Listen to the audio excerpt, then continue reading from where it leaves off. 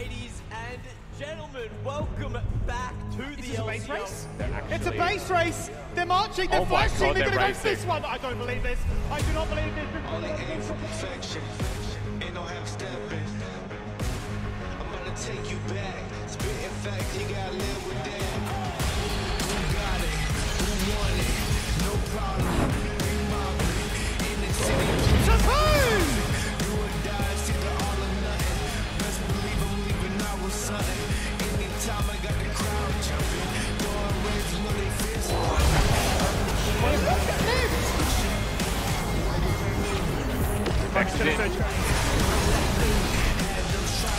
Just evaporated. Gudo locking them all in place, linking up with Kiyose. That's an ace!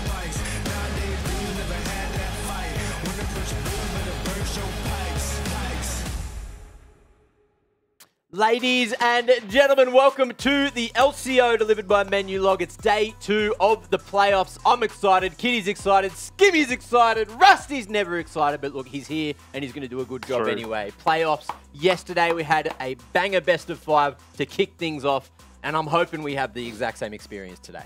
I actually am excited for what it's worth. I think today is a very good game of League of Legends with the team being eliminated, Max, so I'm very happy to be here. The most excited I've ever sounded. I'm glad. It really was. You sounded so sad that I said you weren't excited. Maybe next time. Next Monday.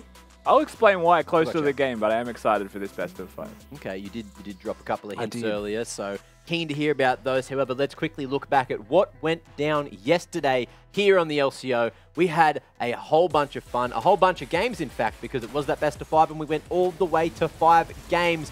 Order took the cake in the end. It was 2 games to Order, 2 games to Pentanet, and then the final game going to Order for them to book their tickets all the way to that upper bracket final, as well as DreamHack, because once they win or lose that one, they'll be going either to that Friday or to the Sunday. But look, yesterday, PGG eventually brought their A game, but Order managed to hold them off.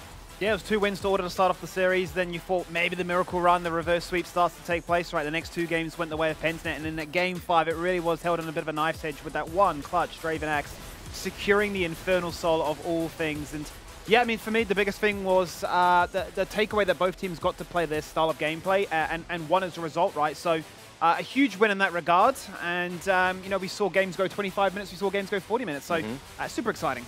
We saw a whole bunch of Draven there as well, and I'm expecting maybe to see something similar today. Maybe it's going to change up. Kitty, thoughts on yesterday before we talk about today? Thoughts on yesterday? Well, obviously Order had the better form going into the best of 5 series, where PGG was able to pick up their form throughout the game, starting with game 3, where it ended up being a 2-2, so it was quite tense. But I think in the very last game, Order just had that slight edge because they were just more familiar with playing the late game comp, and I believe this is probably the 6th time we've seen this Boomerang fly to base, which I still really enjoy. Quickly, before we do touch on the bracket, did you figure out if it was Boomerang or Boomerang? I think you guys were having a quick discussion about that yesterday. I called it a frisbee, didn't I? Is that what you were talking about? He one out, yeah, and then he was discussing the dynamics of yeah, what a Boomerang could do. And versus Frisbee, yeah, basically, absolutely. Yeah. The Frisbee. But it's called Boomerang Blade on the queue because it comes back where the W's are. I'm glad you boys went and did your research and got us caught up to speed. Now, let's catch you guys at home up to speed. This is what happened yesterday. We just spoke about it there in that upper bracket. In round 1, Order, of course, now going on to face Chiefs next Monday. PGG on next Tuesday is going to face the winner of today's game. And, of course, bring your eyes to the bottom left of the screen there. We have Direwolves and Kanga placing 4th and 5th in the regular season. But it's Kanga's first time here in playoffs, and they are looking real damn good at the moment. Yeah, definitely came in with some good form, and I mean, very, very much the hardest run possible for both Direwolves or Kanga, the winner of today. Of course, will be the last game for this week. Yeah. Next week will be the do or die moment to try and get to DreamHack. I really wish we just had like 5 days of back-to-back playoffs. It'd be insane. But look, maybe that's a conversation for another time. Talking about that, though, finals going to be at DreamHack. You've heard that one before and you're going to hear it again. And if you want to get there, lco.gg/DreamHack to buy those tickets. I'll be there, Kitty will be there, them two will be there as well, casting up a damn storm. Let's see if your faces get there as well, because I want you there. We're going to slap Rusty's knee, maybe I'm my wearing knee. knee guards. You ever seen someone play volleyball with the knee guards? I'm wearing them. I love how this started off as like such an instant yeah, thing. over Like, the suit. slap his knee, because Max started off, and now he's just like, it's a bit. It's He a thing. intros this part saying, welcome to DreamHack by doing this. Yeah. It might Every even be time. subconscious at this point. Like, I'm just waiting for the day. You're He's not like, slapping my knee. that's right. Who got the interview? We have so and so. My knee's ready for it. I'm gonna be there. I'm gonna be down on one knee like this. I'm gonna get everyone to come by. Form a single file, please. Boom. Yeah, get your g'day, slap mate. in. Go How on. are ya? Enjoy the game. It's gonna be fun. And let's move things forward. Of course, it is time to do as we like to do, and as you like to see. It is time for the LCO Champion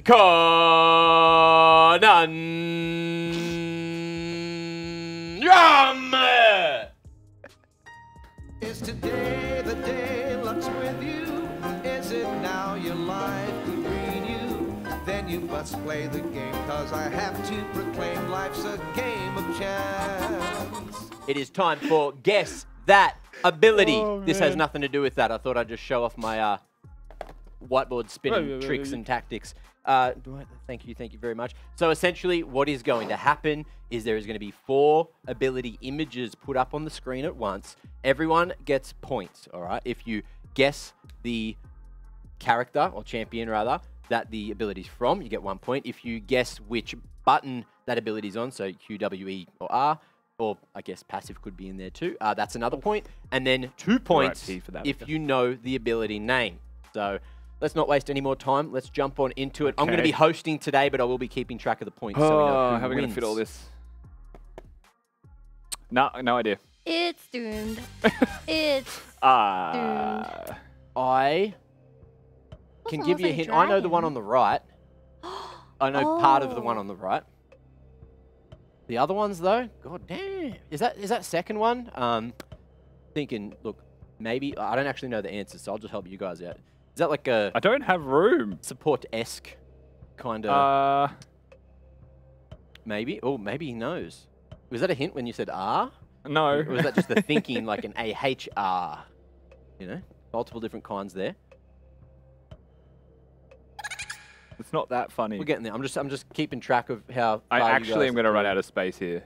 Well, There's 4 write of them. smaller because the people at home don't need to see. We just need to keep track of your points, all right? Because the answers will be up on the screen. What is that? I actually don't know It's the last. the far right one. I don't know. I'm guessing. I'll give you a hint. Think of water champions. I've just been told. Might have thrown you off with that one. Awesome. I was gonna say that's What's definitely the not an army first angle. one? No. Why That's is it a definitely not an dragon? army. It's a dragon, but it's like a. It looks like a dragon. It's like a gun, you know, That's not a gun. isn't it? That's a fist. Oh, it is a fist. Yeah. Hmm. Certainly is. Okay. Yeah. Maybe I've got to get my eyes checked. Either way, you got about 10 seconds Oh, remaining. I don't know, man. Lock them in. I'm actually stumped. Look, you got a 1 in 4 chance to Okay. figure out if, or 1 in 5 chance to figure out of the key Okay. / passive that it is. And then look, champs, it's 1 in 3,000. Good luck. Let's bring them up. They're all going to appear at once. Oh, whatever, man. Reveal your Okay, answers. okay. Reveal your answers. Oh, you want us to? You can't read them. It's okay. I'll read them. Good luck. Soraka Q, Starcaller's Blessing, Vel'Koz Q, Twin something. Awesome. Lee, Dragon something. Dragon's Rage Dragon and then Rage, R. Morgana Q Dark Binding is my guess for the far right one. Okay. So set But I don't W think that's what it Haymaker. is. Oh, I'm thinking that. Yeah, Kitty's on the set W train. Tarek R. Okay. Tarakar, yeah. Kaiser W. Okay. Yeah, I can see that. Yorick Q. Oh, Yorick. Yeah. Cool. All right, Can it let's bring him up. Oh Yeah, my god, Yorick so is- close! I don't know any of Close. them. Yeah. Did anyone the get the name? I still got the first two. Hey, I take Haymaker. those. You actually drew. I got the perfect got first the two. name. Perfect first two. Oh, And no. I think Skimmy must have. So Skimmy, I'll do you first. I just didn't know the last two. 1, 2, 3, 4. Yeah, I didn't. I mean, I got Like Vel'Koz names. Q. And 1, 2, Yeah, 3, perfect 4. first 1, two. 2, 3, 4. Cool. it. What did you get? I got I got Any set other ones? W and Evelyn? Tarek R. No, Vel'Koz Q. I got 2. The Okay, first 2. so you got 1. Yeah, no, I got all Oh, of I the got wrong 4 one. as well, right? I just 'Cause don't got play Yorick. those other champions, man. 5. I've never seen it. And Rusty, Could did be you like- get it? Rusty, what's your I points? got the third one perfect, except for the name, so I got 2 points. That's it. 1, 2. Okay, did you not? No, you didn't. That's it. Okay, very good. We've got 4 more to have a quick look at as well. Oh my So God. Skimmy is leading the charge with 8 points. Kitty close in second with 5. And Rusty, you've just got those 2 points. So trailing behind a kinda little tough. bit. That's all right. But look, there's 4 more, which means there's 16 points up for offer here. So you can skyrocket into the lead. Now, Are let's you have having look. a laugh? What do we got here? Oh. I know the left one. I know. That's all I know. Very good. What's the second one? My goodness. The second one looks like a spear, but it could also be lightning. So Oh god. riddle me that, huh? Yeah, I mean, I will riddle you that. What is it? Blue Thunder. Yep. Okay. It's Rise's That's not Rises. W. No. What's that That's last Rune one? Prison. It looks very different to What's that. that last? Ah, damn. Well, someone at least knows what they're talking about on this couch. That's pretty good. Stop Oh. looking, Matt. You're I'm- making me nervous. Oh, okay. Sorry. I was just trying to get my head around what these things could be. Oh, yeah? Yeah, I'm with you, Kitty. Really? I think I'm with you on a couple of them. Can you give me a hint on the can last see. I can't see. It looks. Is it a? I have guessed on every I have no idea single what that one. is. What is the right one? Is it like a mouth? Is it? You're on the left. Is that so what's going on? doesn't- Yeah, but I was just. I Doing the will. cosplay, I'll be the Rusty, first alright? to say I have guessed every single one of these. one? You got him? No, I guessed. Oh, okay. Damn. Me in a test. I didn't We got correctly 5 guess. seconds left. I don't know, man. I Get don't it- know. Take a stab, Skimmy. 5. Your Four. first Have you one written might them be all good. down? Have you got one for all of them? I've got them all. Alright, cool. 3, 2, 1, Uh, go. All right, cool. I don't know. Reveal. Reveal. So what do we got? We got Eve E, Eve, or Nocturne P. Mm-hmm. Passive, okay. Eve E, Aurelia E, Kel Kalani, Q, Maokai Q. I don't know. Last one. Skarner W, Maokai. Oh, I can see that being a Maokai. That could be a there. Bramble Smash. What's Kitty Yeah. got over here? We got a Rek'Sai I W. said Skarner I 'cause don't it know looks, about the it last looks, one. Looks a bit scorpiony. Could be Skarnery. Talon E, yeah, I'm down with that. Fizz Q. I said And Skarner EV, W, so- though. I thought you were all on the EV, and you've even got Hate Spike. Hate Spike. I know. I'm The name pretty of sure it. second one's Flawless- Flawless Isn't that Duet. the name of Aurelia the Stun. Q? Hate Spike the Duet, Q? okay. I thought it was. Well, I can't remember what her E is. That's like the let's know. see Angry how Smack. close you all were. Reveal. Whiplash. Whiplash. Whiplash. Oh, pretty close. Oh. You actually Flawless are Duet. so close. Oh, Second you one. got second. I got little champions. KLQ. Oh, got it's an Cal E, and but you got Maokai. Maokai. On what planet does And- that look like a oh, Maokai W? What's Maokai W? stuff. Is it the root? So he jumps in. It's the root when he Yeah. attaches. And at what point does that look like any of that? I thought that was like a Rek'Sai borrow or something. Tell me that's not Jarvan's weapon in the third one. Okay, so I've never played That's Kel in my 4. life. On I don't like the this I'm segment. just that's hearing another. like That's pure not. salt coming I out don't of like you this right segment now. at all. That's perfect. Rusty, how many points did you get? 0. That's perfect. That's perfect. Skimmy. Yeah, give me all the points there, Chief. I rubbed mine What out. did you just draw? No, I Don't got show one. that I to got the one stream. point. Don't Actually, show that to the stream. Technically, I got outlined 2 everything, points, mate. Mac. Huh? 2 points. Just so you know. What does it all mean? What does it all mean? 1, 2, 6. You didn't get the Don't names on a circle couple it! of them. Stop circling. It's getting messier. Okay, is No. that 8 points? 8 points. 1, 2, 3, 4, 5, 6, 7, 8. Skimmy wins on 16 points. Kitty, you've I only got some. 2. Oh, I rubbed mine out. okay. Well, you got 7. That's not bad. I'm Rusty. happy. I got 4. Look at that. Look at this I got board. 4 I like total. this game. I Look got how 4 look, I like this Skimmy game a has lot. just smurfed on the LCO champion That's fine, conundrum I'm today. being That is so defamed. many. I didn't want to do the whole Roman. Wait, not Roman numeral. What is it? The tally. Yeah, It's a slash Yeah, for job 5. in 6. I'll give you. Because you just nailed it. Now you've got Ben 20 V points. the fourth. Congratulations. Beautiful. Absolutely beautiful. Now, that is it for the fun from us. But fortunately, we have actually brought in Big Shot and Lil Melg for a little bit of action. Here we are again, Shark. Another split, another wrap. I wouldn't have it any other way, Mel. What do you think's gonna happen in the playoffs? Well, or they could win it all and then just ship a bit of the international again. No. This time will be different. Half my hopium, it's euphoric. Chiefs of Top and Tally, Arthur Rays, and King Alador. They're the first to cross the finish lines. We'd run the LCO. Now they're sitting undefeated, perfect 21-0. The W Direwolves. Bulldog always looking for a good time, 5-man party. Pulling up to the rift, taking down teams with Poltron and Dante. The two underdogs, start to spit brand new. Playing Timo, what a thing to do. Running around teams with Shaco, picking up wins cause I got good macro. I see a shooting star, order in playoffs go pretty far. Puma and Hooper top of the game, and they got Kisio to carry a lane. Played in Korea, got the group of death, just look back at MSI. History might repeat itself, I think I'd rather die. Last year we sent peace to worlds. I try to forget. The memory hurts. I don't care if we don't do that well. Just try to get a win. Don't go again. Hold up, I thought we said no singing. Internet.gg, Balkan makes the game too easy. Prey is trying so hard not to die. Rogue thinks he's a butterfly. Augur's happy with the way the boys been playing. Violet hitting back. What the fuck this guy's saying? But look at his Kanga. Fighting when his air pushing out pace from the playoffs and Cruz divide. Then B late split entry. Lima's playing on the Max's Wi-Fi. They're here to play against the odds even though they're gigantic. Expect the unexpected. Our way is oceanic. So the Peace verse is next, right? Shock. You might want to sit down for this. Why? What happened?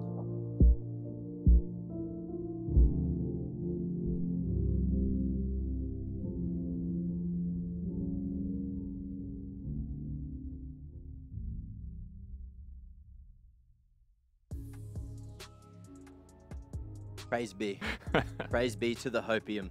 And my boy Carbon making that little debut Carbon there Depot wide. in the Big Shock and Lil Milk video clip. How good was that? Nice little bit of entertainment there, pre-match. Thanks They've to the set boys the for that standard now, 2 splits in a row. So Yeah. I feel like at this point, if we don't get a song, I'll be a little bit sad. Yeah. Yeah, next year. A banger. Hopefully they keep bringing them back. That'll be a fun damn time. Either way, big thank you to them for putting that show on nice and quickly. It's time for From the Fans, of course. You know, we've got a couple of entries already. You guys at LCO on the Twitter sphere, if you want to get those submissions in, of course. Mac Melbourne, not too far away. Let us know how you're flying. That's what we want to know. Not the airline. Not the airline, but just how you're flying. How do you like to fly? Some of the favorite things to do in the air, you know, plane-related things. If you jump in the backyard and you just jump into things and you pretend you're an airplane, film that, send it in. I want to see it.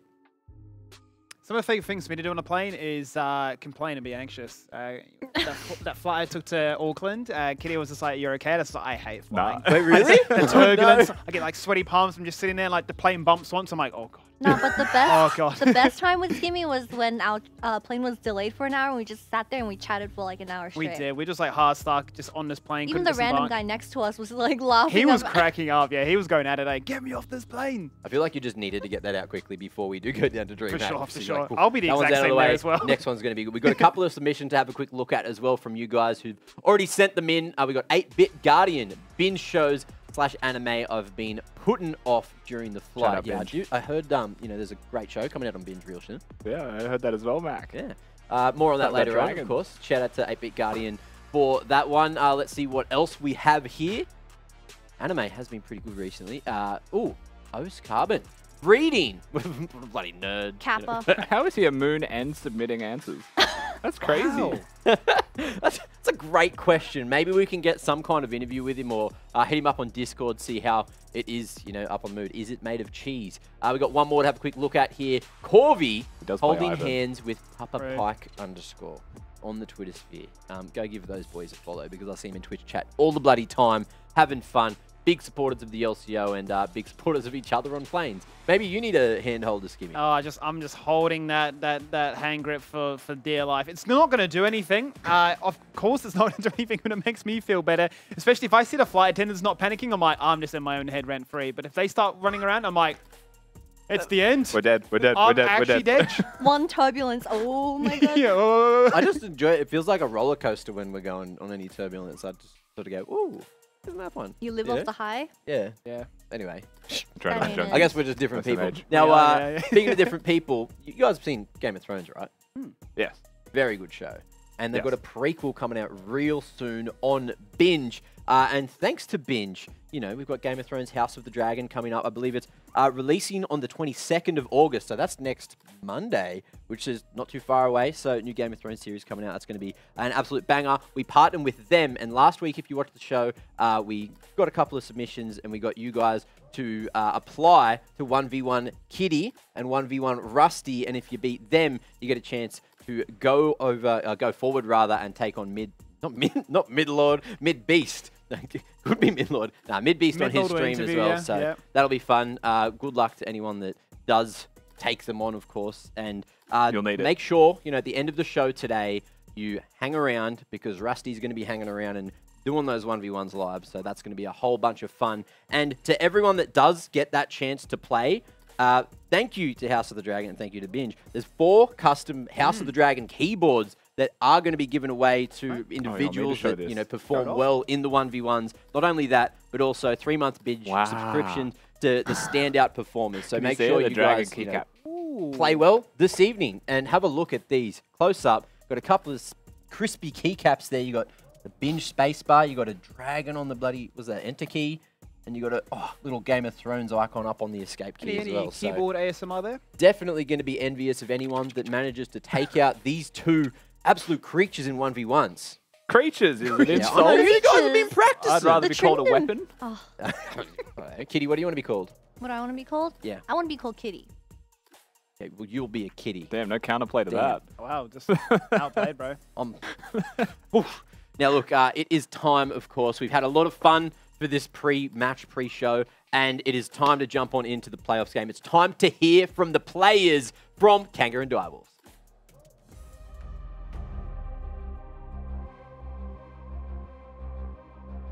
Just stylistically, I think it's a pretty easy team for us to play. They do a lot of random stuff. We always draft better than them. Like, there's never been a draft against Direwolves where we get outscaled. So the game's sort of on a timer. Kanga as a team, they play around in mid laner, that's all it is. Benvi's just perma running mid, that's their gameplay. That's their gameplay. There's only one spot they can be, and Kanga being absurdly patient. Oh my god, what a beautiful tempered fade. The laser buffered perfectly, the lightning crash, the kill, and there's the double. I think for sure we deserve to be a DreamHack, and I think that's everyone on the team's aim. I don't think anyone would be satisfied if we lose the first round of playoffs. Try and steal this one away, but can they try to find a fight afterwards? They've locked in place one. Can they get the stun afterwards? They can't, but they get onto LEG regardless. Mayfun slow the charm onto LEG. He's trying to run for as much as he can. The Whirling Death goes out. Us Direwolves, we come in for that first place because we don't play no games. We ain't coming 5th again. If any team is going to do it, like, I think we have just as much of a shot as anyone else. The main takeaway from that is that Bulldog said they don't play no games, but League of Legends, as far as I'm aware, is actually a game. So, man's line already. I don't know how that's going to go, of course, going into this game today. But let's talk Direwolves first, because they have been spectacular this season, especially when Human gets to play his A game. So today, let's see if he does. The Direwolves started the season exceptionally strong, right? They came out of the gates better than anyone perhaps thought they would be. A lot of changes to the roster, right, to initially give you that suspicion, that worry. The loss of Kyosei hurt them, but Human comes in, doesn't skip a beat. Looks really good, but like you mentioned, has that very specific champion pool that he needs to make work, and he needs to find good matchups in to be at his best and to succeed. And that feels like so far that's been the only real limiting factor for Direwolves, but when they have momentum, they are unstoppable. Yeah, and with Direwolves coming in on the 4th seed for the playoffs, I think up against Kanga, they have quite a lot of rookie players in my opinion, because they do have Bulldog, who is a first year, Dante and Poltron on the side of Direwolves, where they seem to have melded quite nicely together, and with their team dynamic coming this far, I think it will be quite a challenge for Kanga. Yeah, I'm super keen to see how Direwolves operate today, because I'm sure, going into this playoffs, we get to see something spicy from them. Dante, you've already mentioned it, he's been just an outstanding performer. Somehow, with all the ADs, all the ADC talent we have in our region, even this man, he's young, he's spectacular. In high school. And he's just bringing so much power to this damn team. And look, teaming up with Bulldog there as well, it's just been so great to watch. Yeah, he's only got a very bright future ahead of him, and much to Kitty's point, right, the fact that you can come in on a rookie season and just showcase at a very young age just how proficient you are. Obviously, you parallel the differences between the likes of Direwolves up against Kanga, who their story at the very start of the season was very different, right? They were cruising in 6th position. Only around like the week 8 mark is when they started to go into that playoffs position. Week 8 through to 10, that's when they looked really at their strongest. New players came in, they had to really perform. Obviously, Benvi being the latest addition to that roster, a lot of pressure on him to say we can't afford to drop even one game if we are to make it for the very first time in this org's history. But they've done it, right? The newest team to join the league. They've proven that they deserve to be there. A little bit more experience. Obviously, still are some new rookies like Benvi and Lemus, so bot lane is definitely going to be a place to look at. But, you look at, say, Fighto and Lived, they hold the bulk of their veteran status. I think the most interesting point is that we call Dials the early bloomer of the split because they did so well in that early split. But looking at Kanga, I would call them the late bloomers because they really stepped up, like Simi said, from week 8 and onwards. Where with the addition of Benvi, they barely dropped. I think they dropped 1 game. Was it 1 game or 2? But they were on a huge win streak. I believe it was 4. And that's still quite unexpected because they kicked Peace out of playoffs, which is unheard of for 2 years. I'm pretty sure, yeah, it was just that sort of 1 game when we went up against Chiefs, right? Yeah. And the scariest thing that may keep Direwolves, you know, up against the wall today is the fact that Kanga is one of the closest teams to actually taking down the Chiefs as well. Yeah. So showing that they have what it takes to really take it to the big dogs. I believe, look, Direwolves also took it to the Chiefs a couple of points there as well, really in the early game. So hopefully we get to see some crazy, crazy games today. I'm looking at the junglers in particular. Look, we've seen Poltron do decent work before, but Foreigner, he has been doing just so much since we've seen Benvi join this roster. Yeah, I mean, Benvi's been a fantastic addition to the entire roster, not just in terms of play, but in terms of what feels like shoring up their drafts as well, right? Him and, of course, the coach Calvin sitting in the shadows trying to help them out here before game days, and has done wonders for Kanga, and they've found that momentum and that missing piece that they needed. We'll have a look at this as well. Head-to-head, these teams, their stats are so damn alike, or not so damn alike, rather. The rosters are looking real crazy. There's been a whole bunch of changes in Split 1. They're the ones below the line there, and then above the line, they're the changes we've seen from both of these rosters going into this split. And that's the most crazy thing for me, right, is if you look at the top 4 teams that have made it here to the playoffs, the big 4, if you will, they've only really made a handful of changes, right? You look at the Chiefs, 1 change. Same could be said for Order. Pensnet, no changes at all. Even Peace, they made 1 change for their team, right? So you're saying for the most part they know they're good. They don't need to really make too many changes. So the fact that Direwolves can come in here, make 6 massive roster variations, Kanga also 8. It's just proof that, you know, it just took that right mix, that right gelling of talent all to come together. Multiple weeks go by, you're subbing in players. I mean, I just look at Lionel, for instance, as an example. Comes in, starts off and says, I'm going to try and play support. Then goes to AD carry where he originally began. Had an autofill performance also in jungle as well. So, I mean, you've really got a little bit of everything, but yeah, those competitions at the very top is where they've settled and where they feel to be the strongest. Oh, Kitty, did your shoe not ring? My shoe's ringing. We have a good man, a big man, a big performer today on the line already. We got Poltron here ready to go for the interview. Poltron, how you feeling going into playoffs here? Feeling fantastic today, Mac. Absolutely fantastic. Beautiful. How are the nerves? Is the whole roster, you know, feeling it? Because Kanga's been performing pretty well lately. Well, for sure, Kanga have been playing well in the last few weeks, and honestly, I'm surprised that they just subbed in Benby at the end of the split and made playoffs personally. But yeah, you have to give them credit for that because it is an achievement. In terms of my team and our nerves, I think everyone's very excited. Some of us may be a little bit nervous, but you know, we're pretty confident we've got in the bag today. So we'll see how we go anyway. It is also your first time being in playoffs because I believe you only joined into the LCO for Split 2. So how are you feeling overall? Because Dials seem to have had an improvement throughout the entire split where they look like they're on another level. Yeah, number of roster changes between Split 1 and Split 2, obviously. I think the key difference between the Direwolves in Split 1 and Split 2 is we play better as a team and we have shot callers in the game that can carry, you know, the early game, mid game, and late game. And we have a structure, a formula that has worked throughout the split. Now, going up against Kanga, have you identified the weaknesses? Do you already have a game plan in order? And do you have, you know, a couple of fallback plans in case it doesn't work in the early games?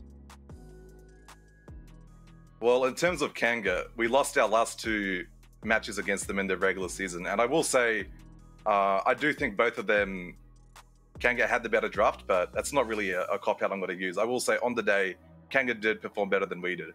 So they deserve both the wins. But in terms of today and how we're going to prepare for it, we've thoroughly prepared both sides. We're only, I mean, we are concerned that Kanga may have a few interesting drafts, but, you know, we have our hidden picks if you know what I mean. But we'll see what happens anyway. We'll see what they draft. It'll be fun. Well, speaking about drafts, best of 5 series will highlight whoever has the better draft and whoever can adapt the best. So best of luck in your series, Poltron, and we will be on this side cheering for you. Appreciate it. I'd appreciate that one too. You know, you got to have those fans in the audience. That's why all of you need to buy your tickets to DreamHack right now. Get in the audience, because if Direwolves make it, Poltron wants you there. No, but in terms of that, look, they're not feeling the nerves. They're feeling relatively confident. And I wonder if that's going to be, you know, a double-edged sword going into a game like this. Maybe that's why Kanga's been performing so well, right? I mean, I feel like Kanga are also going to be nervous in this series, right? In this game, you heard from Benvi multiple times. He was nervous coming into his games. Now it's playoffs suddenly. So, yeah, like, I certainly think it's going to be a factor for both teams. And that's where, like, if we're looking at this series, objectively saying draft's going to be a big deal, which I think that sentiment was echoed from Poltron there as well, then starting game one on the right foot is the most important thing, right? Having a draft you're comfortable and confident in, winning that game sets you up to succeed, where the nervous team that loses starts to get even more nervous, right? Because there's more on the line. Are we expecting to see some of the pocket picks he was mentioning, or is that what you would expect to be the fallback plan? You think they got a plan? Pocket picks are a game one tech for sure. Because I think you should, like, when you approach a BO5, I don't think a pocket pick is always, like, there's two ways to attack it, right? One is it's a secret weapon. The other is it's a pocket pick. And a pocket pick, I think, is a game one, like, throw them in draft for the rest of the series. Okay, well, let's see if Kanga have any pocket picks they want to tell us about in the interview, because we have Baito here, although all your pocket picks we already kind of have seen through the split, and they've gone pretty damn well, haven't they? Oh, I don't think you have, Mac. I think there's a lot of stuff that we've practiced behind the scenes that we just haven't found the right time to play. That might be today. Might be today. Well, we did have in that interview with Poltron, you guys, both teams are preparing quite spicy picks, so we're just getting teased on the couch. But ignore that fact, because you guys finally made it to playoffs starting throughout from 6th place in the regular split, where I actually believe you guys are the most deserving of your spot, because we kind of followed your journey to here. So what are you feeling being the most successful player in the entire team? Oh, that's a narrative that was true for most of the split, but I think now Rusty put it really well in his analysis, where he said it used to be Fido and the boys, and now we actually have Kanga Esports. I genuinely believe that's true. I think we have more than one player capable of carrying the game, and in a lot of these games, I'm happy to sit back and let someone else put the carry pants on. That's what makes us good. Okay. Did you watch the show yesterday, by the way? The LCO stream, yeah. Yeah. Good. Did you have a look at our start of split predictions? I did see that, Mac. I was going to tweet at you, but I decided to give you some mercy. I need to apologize. But I do judge you. I need to judge your predictions. Because, look, you did get in my ear that one week, and things changed from there, all right? So I just wanted to quickly publicly apologize on that one. Now, going into this game, though, how are you feeling? Where do you think your strong point is? Is it going to be you there in the mid lane, or are you going to try to focus on some other aspects of the map today?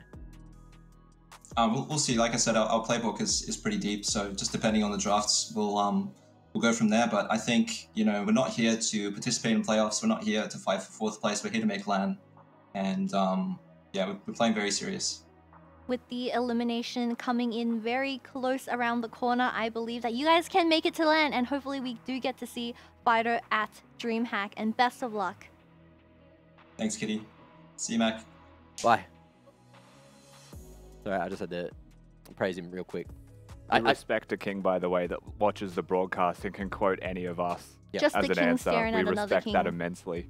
For sure. Yeah. You got a big smile on your face. Yeah. People listen. listen. Because I don't know if players listen. Now we know. The boys are happy. Hopefully you guys are happy. Hopefully you guys have some Twitch points after yesterday. So it's a perfect time to put them in on that Dare fan vote. Let us know how you think this game's going to go, because it could come down to the wire, but it could still be that 3-0, as Rusty was mentioning yesterday. We don't have 3-1s here. We only have 3-0s or 3-2s. So on that note, let's have a look at our predictions and see where things go today. Also, we have a little... No 3-1s, we're in the clear. Whoever doesn't get their prediction right today, by the way, has to, well, I guess team up and share a paragraph, which I will write to close the show today. So make sure you watch this show from now until the end, so you don't miss that one, and then you don't miss the 1v1s later on as well. But for this one, 3-2, 3-0, me and Rusty definitely on the same page there, but I've given Direwolves, you know, at least a couple of games. 3-2 for both of you. What's going on? Well, unfortunately for Kanga, they are Australian, and Direwolves are Kiwi. So it's just really as easy as that. Represent and get it done, boys. Direwolves have Kiwis. Just No, to they're be Kiwi. clear. No, I don't know they're if you Kiwi. guys They're remember just as Kiwi. well, by the way. They are. I should have highlighted it more. I need to toot my own horn real quick. I was winning predictions, Yeah. but also one of these teams was winning in the regular split, and the team that wasn't, the team that was rather, does get to select side. So let's have a look at the side select going into game number 1, and that's Direwolves, of course, coming in 4th. Yeah. And they picked red side, which was a bit of a bait pick yesterday. We could say a contentious side select, given what we saw from yesterday's BO5. All 5 games of it, it felt like blue side was superior, and PGG halfway through that series learned. Direwolves choosing red, I think the biggest reason for me is either the counter pick for Suman or for Zoranus. And Direwolves have played Teemo before. They have got deep counters, right? They can go deep cut and draft, so maybe that's what they're after. To add to that, every single time they played up against Kanga in the regular season, despite that 1-2 head-to-head record, they have always gone for red side. They've always saved that last pick for Seaman, much like you say. And So lost twice with it. if it's not to be, that pocket pick last game. I don't care what Who you have knows? to say, Skimmy, Okay. because Champ Select is ready. Let's get into this elimination game. Well, Mac, I do actually care what you have to say because it then throws back to me so I can carry on talking. And you better care because he's here talking now. There we go. Kanga on the left-hand side with their first pick priority. Let's see what they decide to do. Hang on a minute. Look at mid lane. 6 mid laners banned. That is funny. This is a big narrative that I have written down coming into this series is pocket picks and specific champions that teams play that the other team doesn't, right? So I listed these champions right here on my laptop to the left of me. Cassiopeia and Veigar are very specifically Phyto champions. The Azir can obviously be just Phyto in this matchup. And then Silas, Akali, the 2 very much human must-have champions, and Ari is one of his best performing mid laners. For sure. Beyond this, we have got the possibility of Vex. That's really the depth of Suman's champion pool, right? And then we start to get into the weeds a little bit.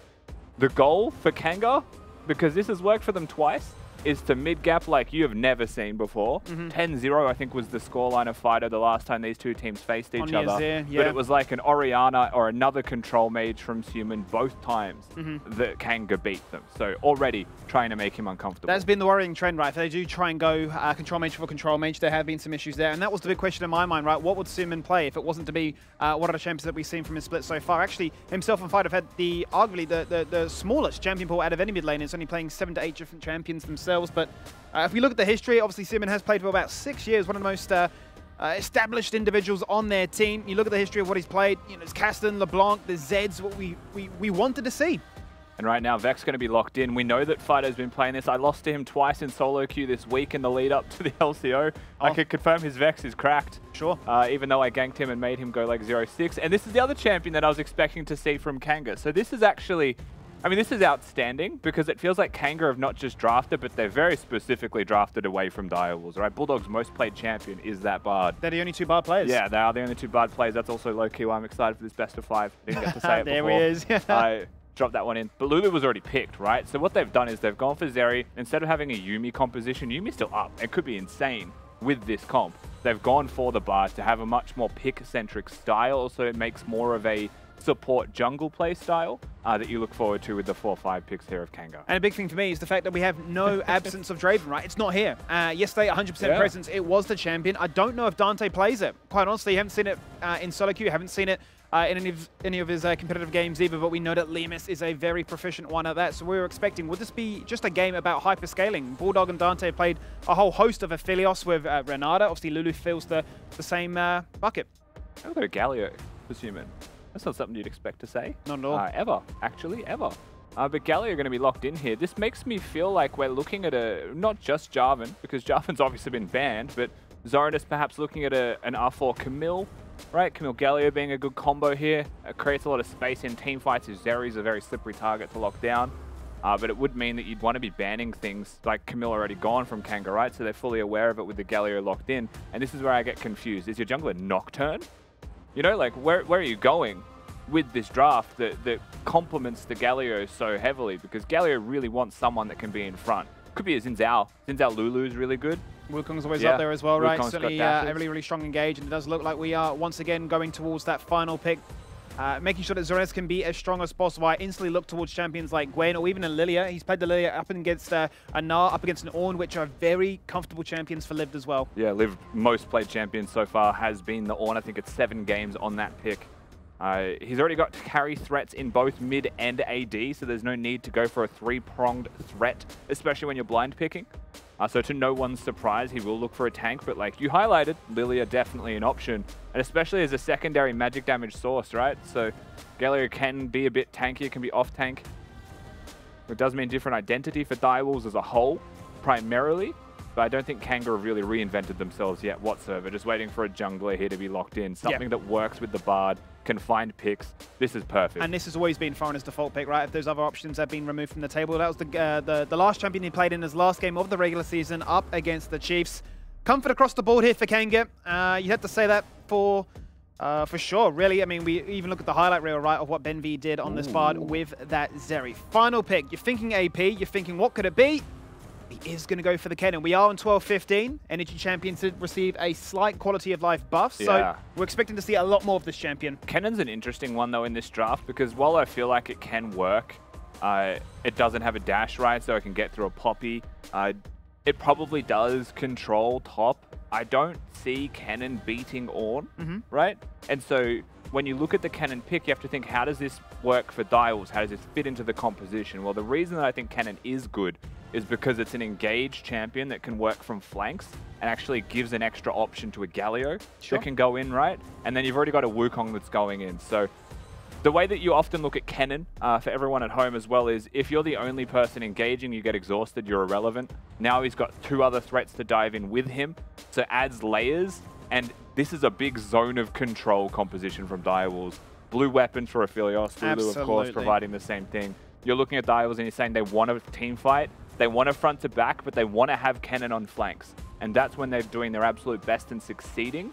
However, Kanga's draft, keep in mind, Ornn, Poppy, Bard are so good at diffusing that you need to be really careful with how you engage, because if a Kennen goes in, just gets Poppy ulted out, fight's done. It absolutely is, right? You've got to be really coordinated in your attempts as to how you get those flanks down, the targets that you do select with those crucial CC abilities as well, because if it does work in that factor, then, I mean, it's going to be the easiest game in the world for Dante to try and play out, right? The Wild Growth goes towards one of those tanks, buys time, they are the meat tanks, they are the ones that create the space for the Aphelios Season 10 memes to ring true once again, but to then combine that with really what Kanga thrown towards them instead, right? They can diffuse that pressure, they can look to answer back, and they can be the ones in the front foot, right? A Shadow Surge in, a Tempered Fate. You've knocked somebody back with the Poppy Hammer, and suddenly you're now the ones being aggressive. And I feel like for me, the most important thing now the drafts are completed is the identity of Direwolves being teamfight when we've known them better for pick composition. Yeah. When we've known them less for their ability to win the 5v5s. That's actually Kanga's playground. And Kanga are the ones that are going to be disengaging, playing peel, harder to execute comp, but can be super powerful if it gets ahead.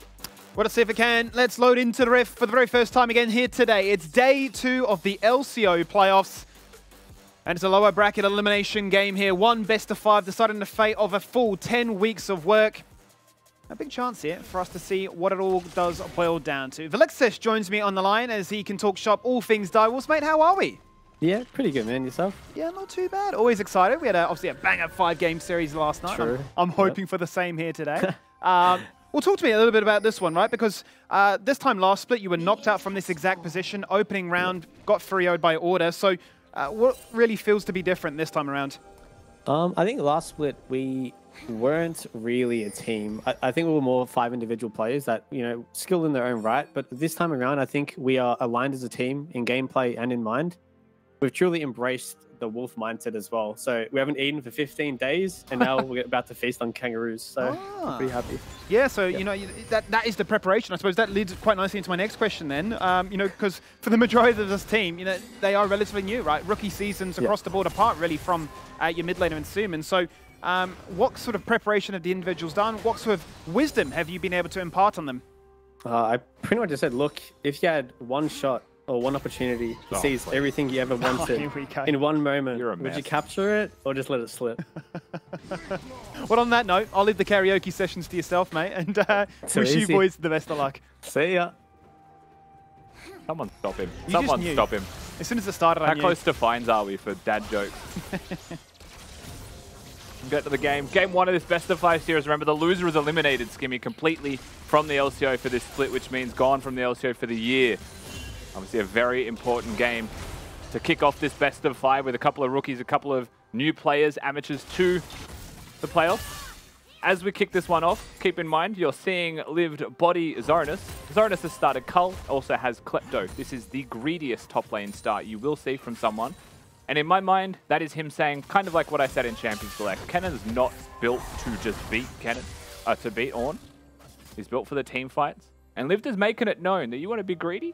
It's not a free lane. It's not going to be a free lane at all. Yeah, you can look to try and sit back from afar, chuck up those shurikens, farm up some gold, and be a big factor in those team fights. But I'm not going to allow you to cheat tempo that easily. How about having a jungler, though? Here comes Poltron. The pillar goes down. Looking to try and land up that one as they look to try and turn their attention onto Ornn now, who does have that exhaust, as you highlight. Going to try and dash out of that one. Exhaust comes across. He's exhausted the clone, and that is first blood for Direwolves. Yeah, a flashless Ornn, of course. Could have exhausted earlier. Might have been able to exhaust the real Wukong if he did it earlier. But really well played by Poltron to make sure the second that he dashed in, he used the W to make sure he was untargetable. Right, the exhaust couldn't immediately go down. Is unstilled Spellbook Ornn, so just keep that in mind while his summoners look funny. He can switch to a flash or a ghost, especially at that 6-minute mark. Could also have exhaust ignite at level 6, which is pretty dangerous. But so far, so good for Direwolves to get themselves that first kill. Magical Journey available here. Bulldog next to a wall for a Poppy Slam. We've seen this play before, and we're going to see it again. Off they go. Instant flash away there from Bulldog, completely diffusing the pressure. The Gravitum onto 2, and pepper them with a bit of damage from afar. And they're putting in a lot of damage right now. Spin them up the Whimsy, and push them all the way back to their tower. Yeah, well, Direwolves basically winning that trade in a 2v3. Can't ask for much more from the Limas, copying an absolute beating from the Lulu of Bulldog. Does mean that they retain control of this lane, even with the gank in mind. Still a lot of greed there. I think Limas has a Cull also, right? So he's not playing to survive, but you have to keep in mind that he may just die here. He needs that Bard back as soon as possible. I think there was a Chime Journey for some mana. Foreigner hovering, but you lose this wave, you're in dire straits. Mid laners on the roam right now as Poltron reveals with the Blossom coming to bot lane as well. On towards Foreigner, instantly goes in with that crushing blow. Brings the Poppy down low. Limas underneath to start doing whatever he can to try and trim this wave, but another one comes hastily right in. And you can't last hit as the Zeri without an auto attack and the Q proc on all of the ranged minions. You'll be fine with the melees. But this pressure is relentless. If they see this recall confirmed by Foreigner, they'll have no wave. Foreigner actually stays. Yeah, Binding connects onto Dante. They would trade it again. Oh no, Fonus has flashed into action. He wants that kill. The Gravitum's still there again. That is a disaster. Another exhaust. And it's going on to Wukong again, but he just walks away. Yeah, that Foreigner, he picked his target, and I think he chose completely wrong. He might have been hunting for Dante, but Poltron just does a circle. He goes top, he ganks top, it's successful. He comes bottom, they're already kind of losing from the gank attempt that they made, really well navigated by Direwolves, proving that in this game they are just the better players, they're poised to go.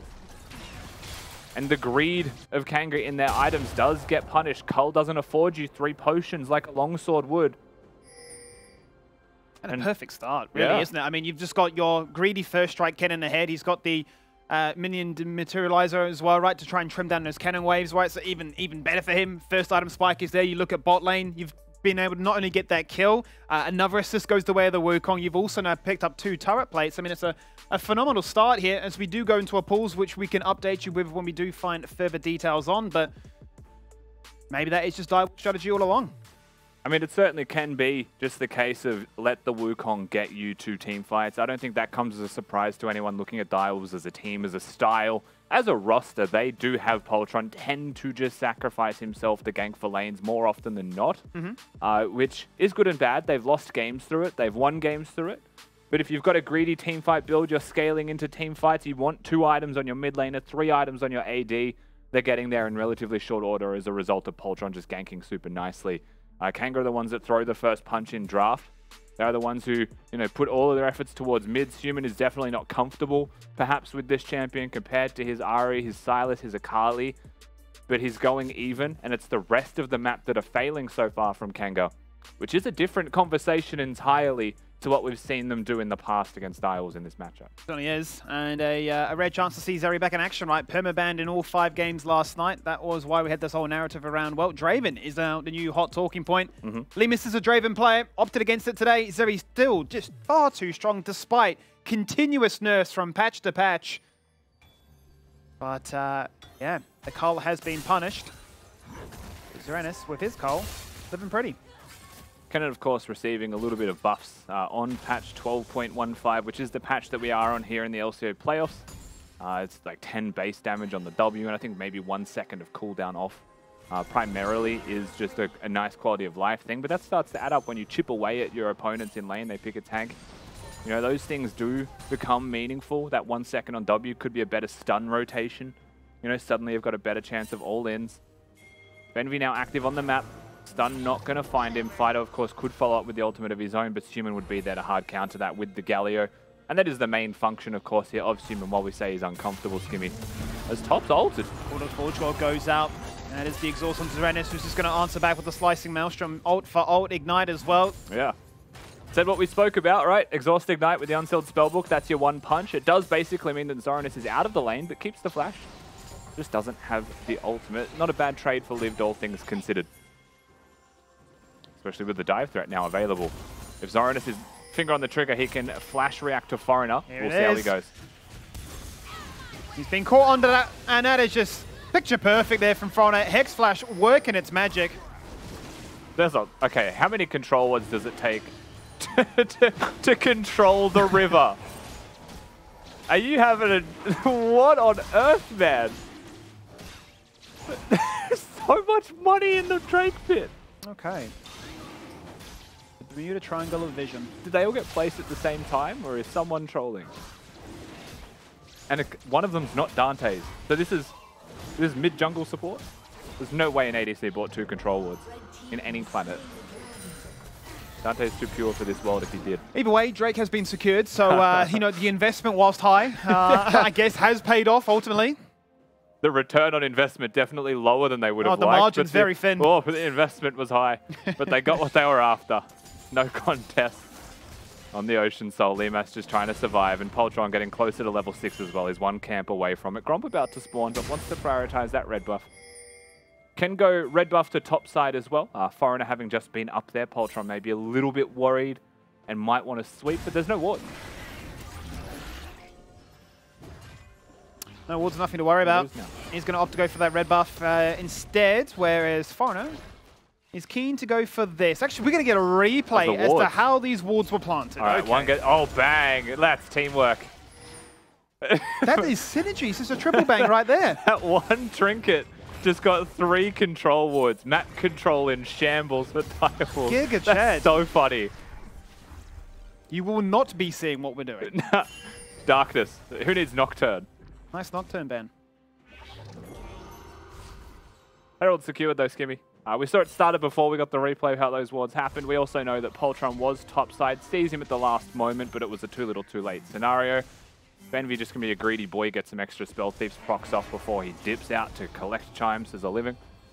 Might want to clear those control wards, but who cares? Certainly doesn't it? Imagine being Graves.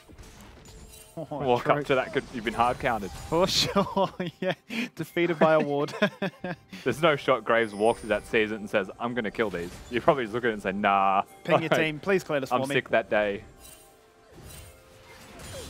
All things considered, though, in this bot lane, right? Despite Limas receiving that first gank and being denied a lot of those plates, still holding his own, right? Keeping up pace, which is what you love to see. Has been farming really nicely with all that pressure that was placed down on him for sure. And we're definitely still going to get a point in this game where like it was maybe over 1,000 gold difference in favor of Direwolf super early. Doesn't seem like that resulted in too much, right? Because early game it is a little bit harder to get those backs off, especially bot lane or non-teleport lanes, to turn that into like an early lost chapter advantage. As the great expedition to clear out the cave of control wards begins. The zombie ward stocks are also now through the roof. For sure. Poltron now hovering bottom though. And Foreigner will get spotted here if he walks any closer. Well, both junglers lurking in the area, waiting to land that very first punch. Ultimate's up and available. Flash is there as well. For the side of Direwolf, Poltron does have to be the engage. Benvi can be for the side of Kanga as a simple Q ability. Surely they don't dive unless they bring a Galio down though. That's the thing that you have to look at here, right? Is does the Galio move? And so far it seems like the answer is no, it is the Vex that is moving first. Yeah, just going to be Foreigner that makes the first move back to base. And then you can see there, before we jump into another pause, Poltron also back to base as well. Just there as an insurance. Guarantees that wave will crash. Looked like Liv may have just disconnected there, so hopefully not too far away from getting him back into the action. Of course, Limas the one giggling out of his mind when that happens. A bit of flashbacks happening for... No doubt to his own experience, right? Yeah, for Limas in the last game of the regular season.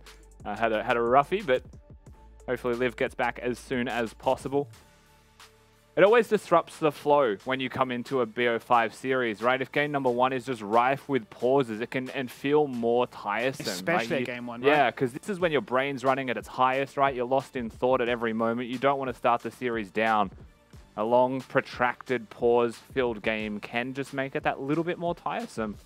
And that does add up steadily over time. But again, in this game, no real big punches thrown yet. Just a little bit of play for lanes themselves. Certainly is. And I'm, you know, I'm curious to see how the players will handle that pressure, right? For a lot of them, this will be their first time experiencing a playoffs situation. So if this was to be a long night, much like what we had yesterday, if it was to go the distance all 5 games, especially for the Kiwi boys, that's early hours in the morning. Yeah. 1, 2 a.m. We thought it was late here at 11 when we went home, but imagine being in New Zealand. That's right. Having school the next day. That's even, yeah. That's a homework cram that you just would not be too happy about for sure, but regardless, yeah, game 1, nerves will definitely be at the highest. And it's always interesting when you hear it from the players, right? It's always the pre-game, the draft, the build-up to the game. And a lot of players will say, well, once I've landed that first kill or I've hit that first break point, you know, everything starts to come into its own and I'm back in my element. That's what I've done countless times, thousands of games in solo queue. And obviously a pause before you even reach those big moments, that big first team fight, going to keep you on your toes. I mean, oftentimes you just get into game and it's business as usual, as long as you're able to kick those nerves aside. It's the champion select where you find yourself the most nervous. Yeah. That feeling of knowing that you are eliminated if you lose this series weighs heavily on the mind in the lead up to the game itself. They do have experience in both of these teams in very different places, right? Like Poltron, while it's his first year playing, has been a coach for the team, has been around in the Oceanic scene for quite some time. Suman as well, while he hasn't had his time in the spotlight as a player, did often just dip into obscurity midway through splits. Has been around for, like you said earlier, 6 odd years. Exact same for Fido as well. I mean, mid lane is where all that experience comes from. Otherwise, you are just looking at, you know, new players. Jungle and in bot lane especially. The only other difference would be in the top lane, right? Lived has been playing for 3 years. Zoranus a full year as well. Lived obviously spent a bit of time in the academy, came through, then played for Chiefs. Then played in a very good Chiefs roster. He played in a very good Chiefs roster, right? Had a moment where he was playing in the mid lane, right? It was like playing Nico and stuff, brought that to the top lane. Even was a substitute for Peace, right? On their big run at Worlds. So he's certainly, he's up there now in the conversation. But it does just show you just how much they rely on these individuals to perform. And much like Fido said, you know, we aren't just a one-man show anymore. Yeah, I mean, that's the best way to summarize Kanga possible, right? Is that they now feel much more like a team. And that being the case has helped them get to playoffs because they had to clutch their way here. They had must-win games throughout like the past 3 weeks of the season. Do-or-die moments for them constantly. They're the ones who felt like they had their backs against the wall, where Direwolves kind of got to coast their way to playoffs with how well they started the season. The coasting did have some losses here and there, but their last week they started to shore up those weaknesses and feel really good coming into the playoffs themselves. So I would say a bit of momentum here for both teams. Bulldogs just hanging out. Bulldogs gone. On comms with the boys. Having a chat with the far now in the corner. Absolutely. Let's relax. Let's keep our head in the game. We're chilling. Gee, I gotta go play my LCO game. Peace. Things to do, place to be. Lag to live with, unfortunately. No update at this stage. We will keep you informed as best we can. Till then, chilling on a pause here in game 1 of that elimination game. And that's why I feel like it's even worse. You know, it compounds further, right? The fact that you are nervous coming into it, the fact that you are in a situation where you just want to be into that game, to that game for a potential match point. But the fact that, you know, you've never really been in a situation like this, so you're not too sure how to respond, how to bounce back, perhaps, if you had to play on with these situations. I mean, we saw from Limas especially, there was that time on the Vayne, you know, 5,000 ping or something crazy. You don't want to be in that situation and to force to play out a game, especially when the ramifications could be just a 1-game difference. Yeah, of course not. Not when the elimination is on the line as well. Hoping to get this resolved as soon as possible for you guys. We don't have an update yet, unfortunately, on the pause state, but here's hoping things get resolved sooner rather than later. We can get back to the BO5 in short order. Hopefully. Until then, may just be us going back to the couch, hanging out with the rest of the team, and discussing what we've seen so far. What are you up to, Mac? Me? I was just looking out the window. I actually did want a window here. I reckon, Rusty, if you ran it that really quick, do you reckon you could leave a hole? Yeah. Yeah? Awesome. I was just doing a Bulldog cosplay. The confidence, yeah. Staring into the abyss. I don't want to ruin the immersion and say what this is made out of. So it is real brick. It is real brick. Yeah, and so I probably can't. I reckon you could. No, I believe. I'll take on real brick. I've seen you push weights at the gym. By the way, great start to the game. I guess for both regards. Unfortunate, a couple of tech issues coming through. Could be a long series if we get this trend continuing. But look, in terms of the draft, anything you want to touch on here, Kitty? Well, obviously the Bard's coming back out for Benvi once again, but I think the thing I wanted to highlight the most was this Galio pick for Suman, because everyone knows Suman as the assassin player who makes picks in these team fights, but something I've been begging for is a Galio for these best of 5 series, because I think Galio has a lot of elements where he provides the front line, he has solid engage, and he can also play for side. And if you're looking at Kennen, well, he can win side in particular up against the Ornn. With the Galley, he can also provide a lot of resource towards that lane, because AD and the support kind of just want to be playing safe in the mid lane with the Wukong hovering. So that could also be an opener for Direwolves.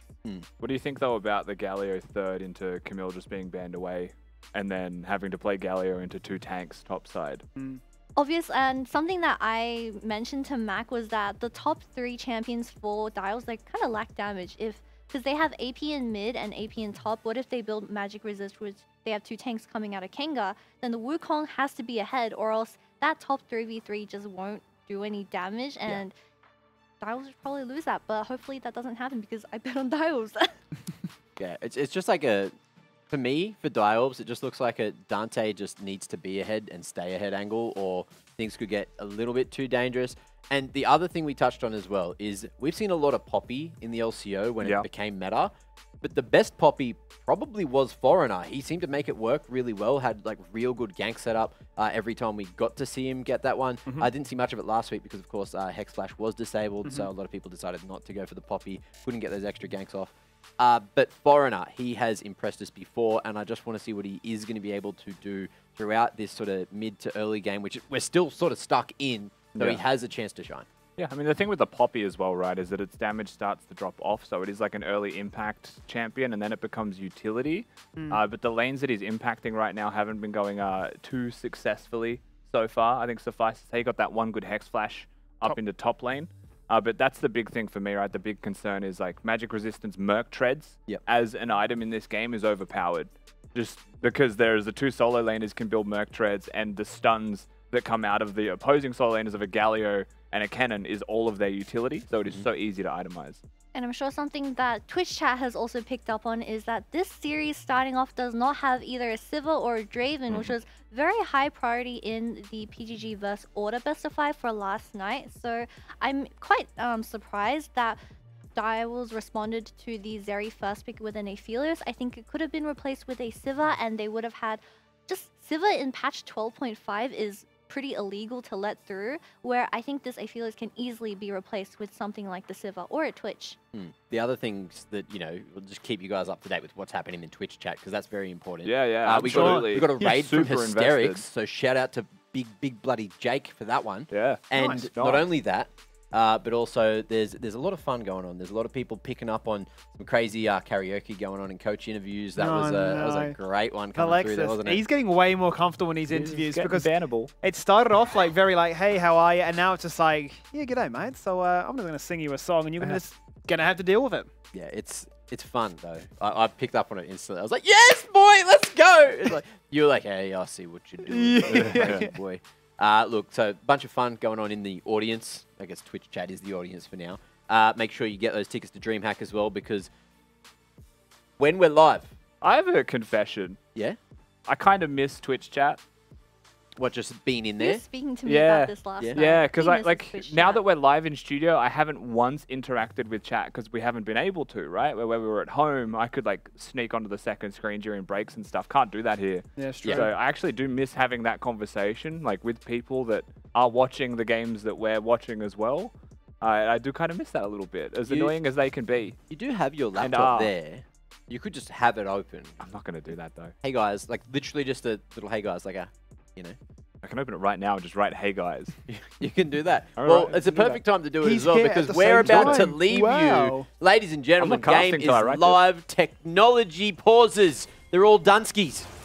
Well, thank you much, Kitty and Mac, for helping us out there as we did resolve the issues of a player disconnecting. We're back, hopefully, for good.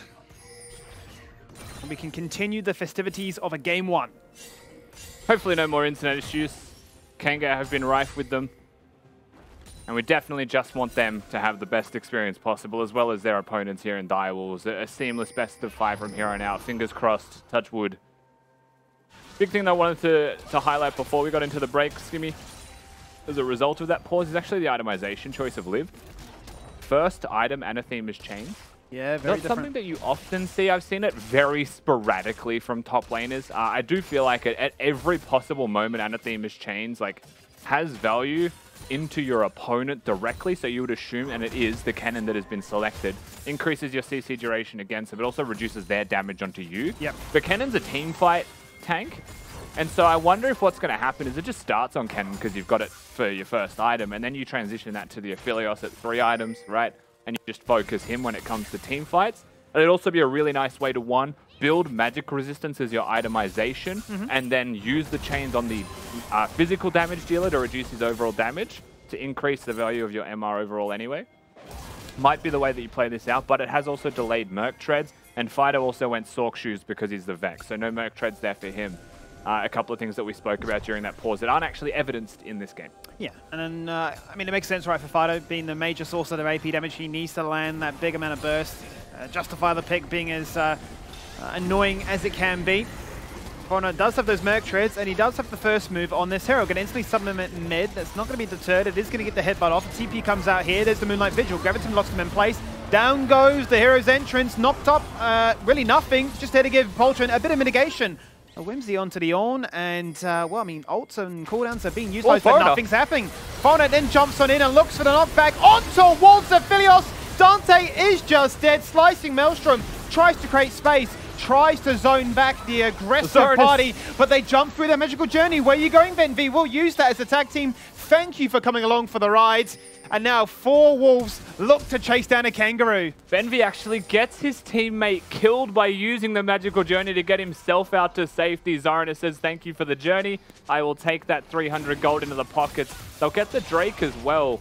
And Kanga started this fight. They followed this fight up, but critical errors lie in the use of Exhaust, knowing that Cannon will be here in the fight, right? Herald Charge goes off. You see the teleport coming through. You know Cannon's on the way in. But ultimate is to disengage. Ornn ultimate is effectively to disengage as well. And so why does the fight continue from here is the question. Foreigner sees an angle on Dante. He'll flash in, but they don't have the ability to exhaust the Cannon. And so Limas is gone in this fight. And Benvi decides that he is going to use the magical journey here. Foreigner's like, I'm out. I'm out. I'm out. Is very much not. Not anymore, that's for sure. Right back out of the replay, and we see another magical journey and another flash being burnt there, this time by the Galio. So that summoner no longer available for these 2 mid laners. That was the first real avenue of a bit of a skirmish, a bit of a scrap. I mean, a lot of summoners gone. Let's give yourself a very impactful scrap for what it means for the next couple of minutes of this game. Keep in mind here as well, culls are stacked, mythics are coming through. There's going to be no flash on the Cannon, nor the Wukong, nor the Galio now. It is just Dante that has his up Bard ultimate, just going to miss as a result of the lightning rush there from Zorinus. Very good at dodging those Bard ults. And just quick summoner spell checking with Kanga's side as well. It is only Liv that has the flash. Thanks to Unsealed Spellbook, he actually got it after the fight. Well, the first 2 Drakes have gone the way of Direwolves so far. That first Herald went the way for Kanga instead. Now everybody's here in the area looking to try and contest that second one. Nice journey across the wall as Simmons going in with that headbutt charge. We're going to definitely look at another fight here, potentially. Foreigner waiting for the Poppy ultimate. It's going to be just around the corner, but I think Vex not having ult makes this hard. Not being able to get in there and actually look for those resets in team fights does feel like the 5-member strong unit of Direwolves. Very odd lane assignments here, it must be said, with their Cannon living mid at the moment. But they're doing what works best for them right now. So it seems to be that they are targeting these side lanes to get those first turrets as quickly as possible. A few more ultimates being burnt, and Zoranis just has those fancy feet. Dodged out the Tempered Fate this time, dodging out the Call of the Forge God. Foreigners looking to knock him up with the very quick charge of the ultimate, and then they try and say, we need to use an exhaust, you're just too quick with that lightning rush. He turns it around with the slicing maelstrom, in comes Galio, but that mitigation shield was just not enough. Suman's going to be a second casualty, but he's going to buy time with that stopwatch. In goes Dante with the green and the reds. Moonlight Vigil doing what it can, but he just doesn't have any items. He's still sitting on components, waiting for that Mythic. He's going to get caught by the Tempered Fate. He's already burnt the Flash Trusty. He is a sitting duck, and he is dead, much like Bulldog, who's cowering under his tower. The relentless aggression of Kanga eventually finds purchase, right? They find the fight that they've been hunting for the past couple of minutes. It starts with Zoranis being caught in mid, and again, we highlight the really odd lane assignments that it feels like Direwolves have. Well, it starts here, and you can't fault the fancy footwork of this cannon. He gets so far up the river, but they're going to catch you, right? They have the chem tank, they have the exhaust to lock you down with Lived here, just max ranging that, and then Galio comes in to try and help his top laner. But it's just a squishy Night Harvest to Galio. Fido will get in, and Poltron finds a nice engagement. Remember, this fight is starting with 2 members of Direwolves basically gone out of this fight. So while you think it may be a good turnaround, they just didn't have the tools to actually follow this through. Bard ultimate comes back up, and Limas has been stacking that ultimate this entire time. They're just too strong. And Kanga, on a dime, on a single pick, turn it into basically 5. They certainly do. That was the first ace of the game, and a very early one at just that. It is still Direwolves with the gold lead, and still with a Herald to boot. Not going to be without Foreigner, continue to be as aggressive as he pleases. Item spikes now are starting to come across the board, right? Mythic items are there to be complete. Those, a lot of them actually from the Direwolves camp were purchased as they died. Yeah, which is very bad timing, is it not, right? Especially for a team in the lead. Bard ultimate is going to come through. Very good at denying the Herald. Stopping it from doing any damage with that charge does mean that they're going to secure the bot lane turret for no trade in mid. There's always a nice way to play that Bard against the grain, right? He moves into the river the second they start sieging, recognizing the Herald could be summoned. Good presence of mind from Benvi. And the big thing, Skimmy, that we should all be stock taking before every single skirmish happens is, 1, where is the cannon?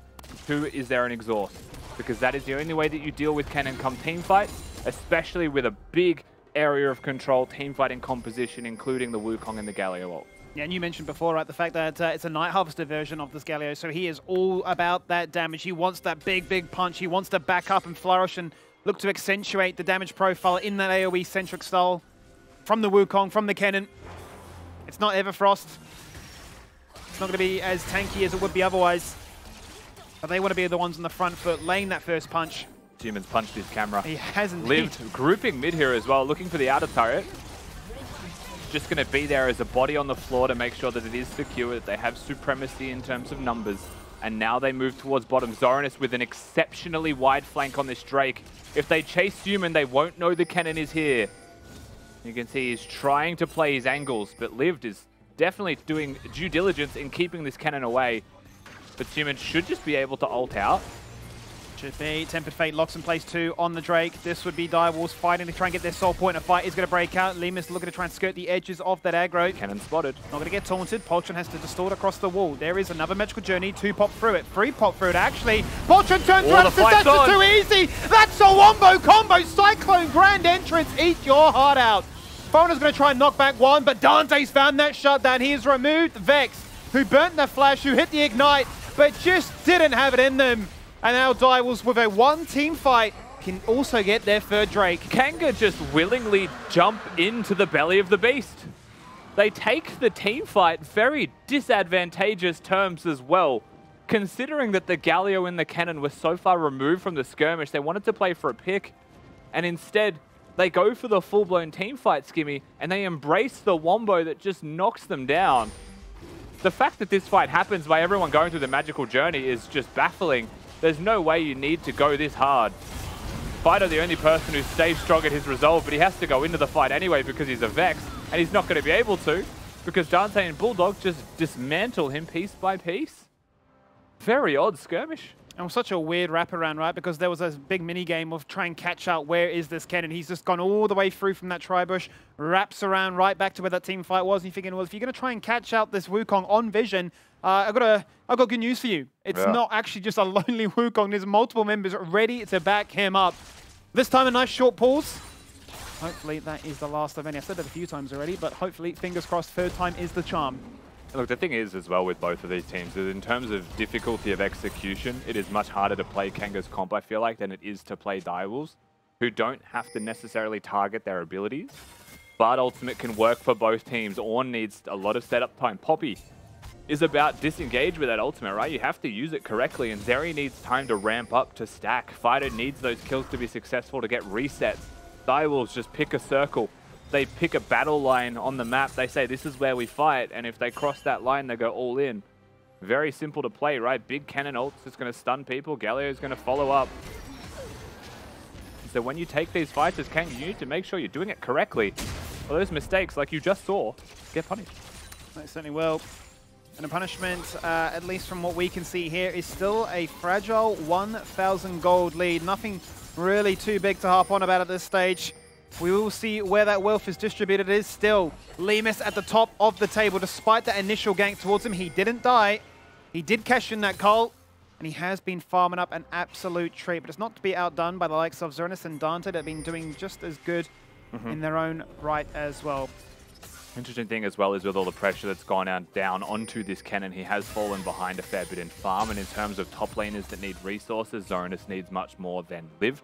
Lived able to just get experience and be comfortable. A very self-sufficient champion with those two items done. Would like a little bit of magic resistance to be sure, but so far so good. Where for Zernus, that flat magic pen build that you're seeing actually coupled with another magic damage champion. I spoke about the Merc trades. I'm still a little bit sad we don't see that as Poltron. That's the ult away for that move speed. Certainly does. There's a collapse from either side.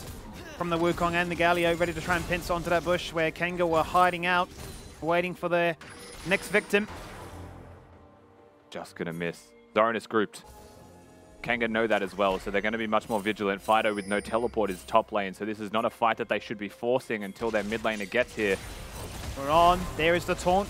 Good dash away there. Bella's breath comes out as well. Unstoppable frames being clipped as much as possible. Bit of damage, padding away from afar. Green weapon too. There is the sniper and lives. I mean, he's just out of the fight already.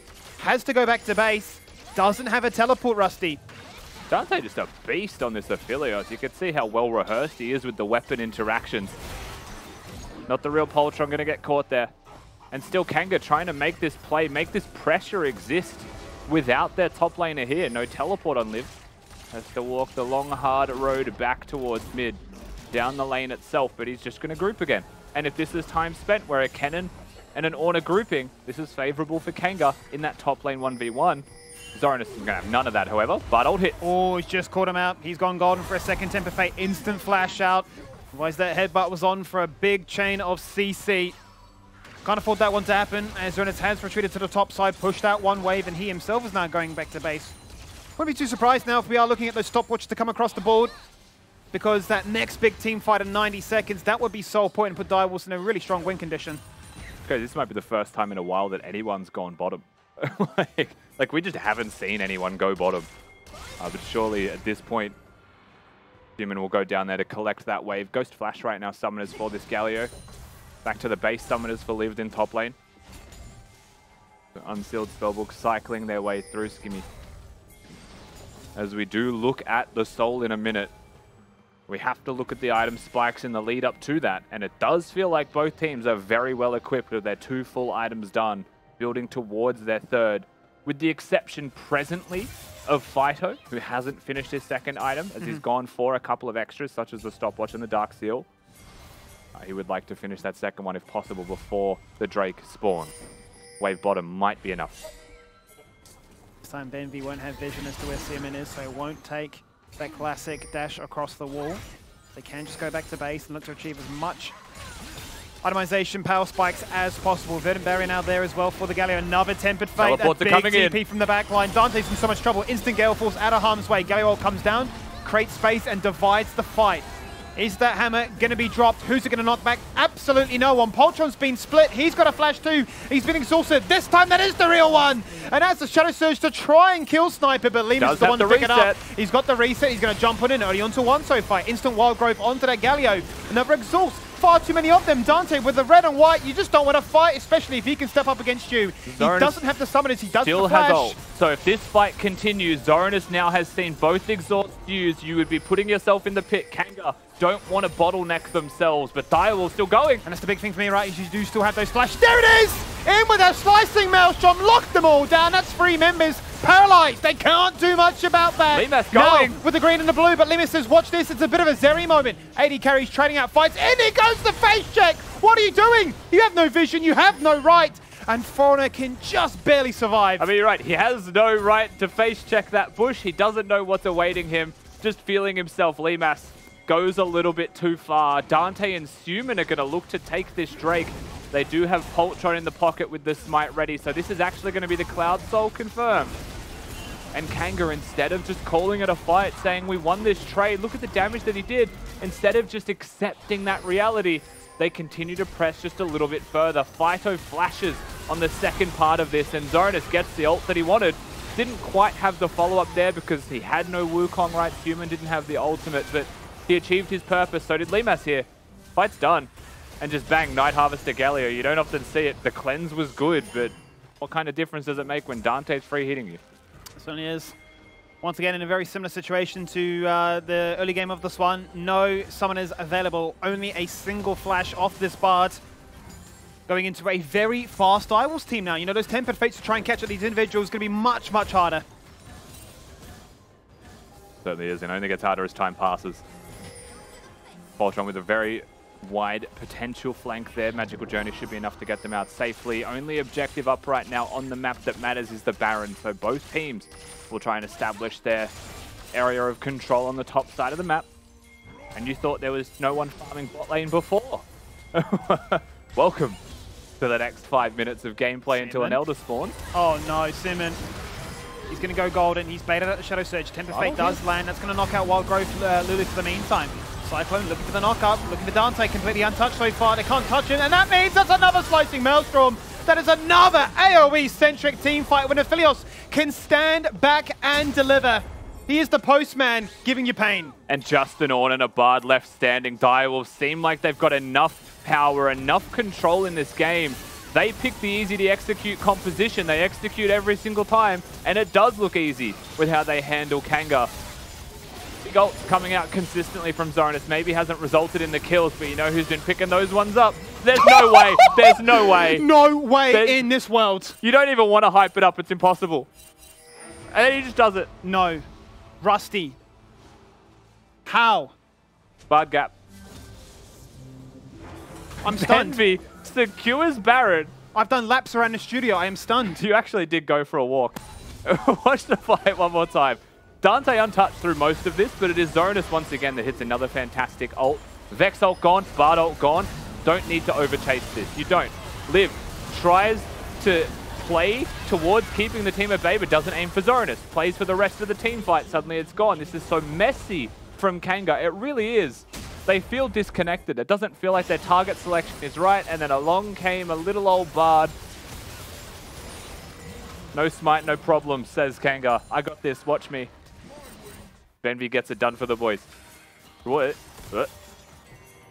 What?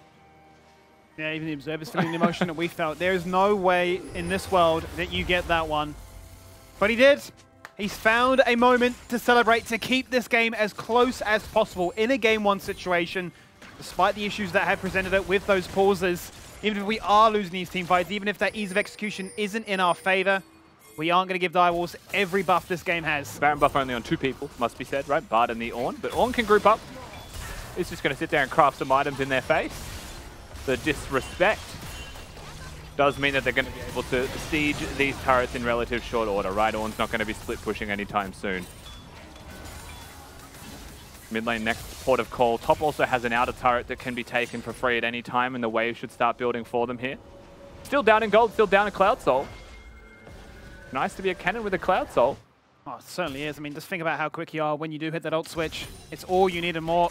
And with the rocket belt, with the flash, it's a dream. The perfect scenario. And we are leading ourselves into that perfect Elder fight contest. That's up in 2 minutes, very early on in this game. 3.5 items now complete for both AD carries. Ornaments are going to definitely be playing a very big part as Lemus receives an upgrade now. Such an odd game given how little farm exists on a lot of members. Benvi caught. Nice stun, actually might save him. Still so quick. Full set the flash as well. But isn't it weird that like the ADC is farming out of their minds, but no one else is really farming? Yeah. They're just like, the scraps is what mid laners are catching. Zoranus is the same. And Lived is just A-ramming because he can. Galio's full build. Banshees and Azonias, what more do you need? Yeah. Honestly, it's much like the enchanters we saw top lane yesterday. We are here to make you look good, so hit 6 items ASAP. It is weird that it's not an Everfrost, I feel like, for him. I get that the Night Harvester obviously has ability haste in it. It's been buffed. It's actually quite a good item now. But if you're going to go full utility with the Banshees and Zonias, Bulldog caught. Might have to hold that. How much do they want to commit to this one? Call of the Forge God goes out. Is still going to knock him. There is the Zap as well, which is, as you can see, already starting to add up. They did also have Foreigner on a wide flank there with the Poppy. Found himself as human on the way through, but not going to go for the rest of the play. That was just 2 ultimates burned. Relatively low cooldown, but there is an Elder up in 50 seconds. Wave prepped top lane. Wave decent bot lane to set up for this as well. Time is on their side. Resets are going to come through Skimmy. The game plan is Elder Dragon. Certainly is. It's all about being as strong as possible now. And hence we are seeing elixirs being posed just there by Fido. We've got stopwatches there across the board for these AD carries too. Stopwatch for the cannon. Zonya's complete. Summoners all coming back online as well. Yeah, everything back up. Exhaust switch to exhaust's available. 2 exhausts there again. Just to reiterate, if Zoranus is left untouched, he will 1v9 the team fights. The comp is designed for it. Human going to put his face in first. Has got the Lulu to protect him. They are hunting for Benvi. They are. Gravitum's connected. They're going to go through that one. He's been stunned despite a magical journey taking him across that wall. Another wave prepped in the bot side. They lose the inside track to mid lane here. Dials are the ones making themselves feel pressured to make the play on the Elder. The wide flank from Zoranus. He'd go over a ward if he walks this direction. Poppy Hammer winding up, looking to find its moment. Didn't get utilized, so reduced cooldown there. Elder down to 50%. Dante, the real hero here for Direwolves. He's doing so much damage with 3.5 items. Stopwatches there as well for both respective carries. Fido sees Zoranus. He's got his eye in. Certainly does. He's looking for that moment. Personal space on towards it. He's gone! One shot! No stopwatch. No chance to play the game, Rusty. That is a massive ultimate. Locking down Poltron. He's out the fight. Has the Cyclone to survive. The Elder Dragon Leash has been transferred now to Kanga.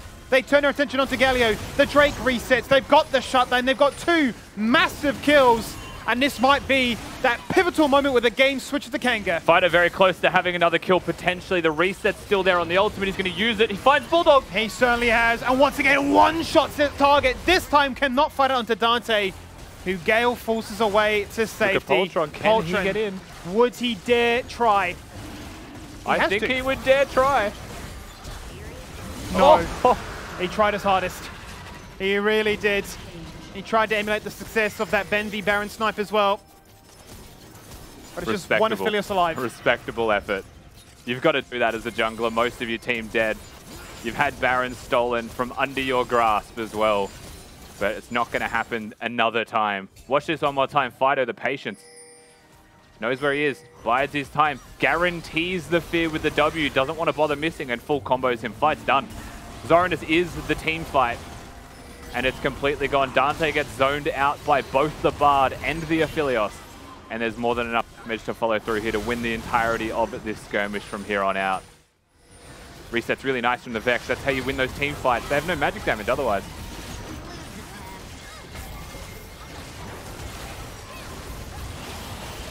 Squishy individuals certainly being punished by the true damage that this Vex is able to really pump out. Second Baron goes their way. What can the Direwolves do to try and answer back and triage what was a game in their favor for the majority? The first 25 minutes, you would say. They can get a turret in the bot side, but they have to answer an Elder and a Baron-inspired Kanga. They put so much effort into getting wards on the bot side of the map to protect Zoranus that they're just going to lose mid, so clearly no signs of defending this. Bit of damage nicely done from Dante's turret that he places down, but has now cycled to the blue and the purple weapon, so can look for a teamfight engage with the Gravitum. Or a massive teamfight ult with the Infernum, certainly possible at this point. Suits Direwolves comp to a T. If ever there was a time to look for a team fight with your AD at his strongest, blue weapon crit can be game-changing. Also, is Exhaust Ignite from Liv. So he is prepped to deal with the closest target. This Ornn is actually an assassin right now with the Elder Dragon buff. One more of those, and Lu's gone. 30 seconds left on Elder, still a healthy 2 minutes on Baron. Kanga know they're strong, and they're going to take literally everything they can, and Direwolves just have to watch. Yeah, 2 inhibitors makes the game so crippling. They will retain towers in the game. The Kanga will be afforded a 2.5k Baron buff, power play essentially, but they got the Elder in the team fight prior to that. They actually grant themselves a 4k gold lead, but they've been behind most of this game as far as gold is concerned. VMAT has been the star of the show from go to woe, made that one critical mistake in mid, but otherwise has had an exceptional game. And Fido, the hero of the moment when it came to the Dragon fight. Does still look like the NFMA chains are locked on Zonis despite us being in the later portions of this game. Wonder if, much like you mentioned, that needs to change back to Dante, but I suppose between that and the double exhaust always being at hand. Yep. You saw what happened when Zonis was removed from that fight around the Elder. The plan is certainly crippled. I mean, it just makes you think about how a team fight's going to be executed, right? Kennen's always going to be dealing damage to you in a team fight.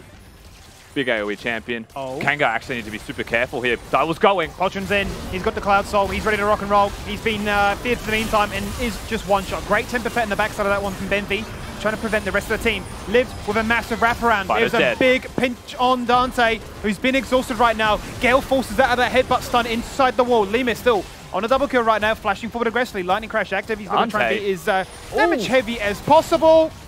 He's going to try and take out Dante, but Dante's kiting, running, praying, but gets shut down. Laser across the walls, not enough to try and hit him as Bulldog's got the moves, but Rusty, I feel like this is game one. Dante goes mechanics max, but just can't do enough to get his team over the line. Kanga just a little bit too strong with their relentless aggression in game one. That it certainly was, despite their woes in those early portions of the game. A clutch Baron still, bit of inspiration to win an Elder fight as well, and game one is theirs.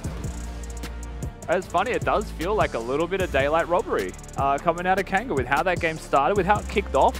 The fact that Kanga do win this one, to me, is a bit of a surprise, right? The team fighting comp that was ahead, just a couple of mistakes from Direwolves, and they were critical mistakes, and that's really all it took. And Kanga with an advantage don't show signs of slowing down. I mean, clutch Baron steal to be sure, but it was the fight in mid lane that started with the cannon being picked that really gave Kanga everything they needed from a very dire game state. Yeah, the wraparound on Vision where Fido just bought as much time as possible, being ever so patient, so calm, and says, I know what your plan is.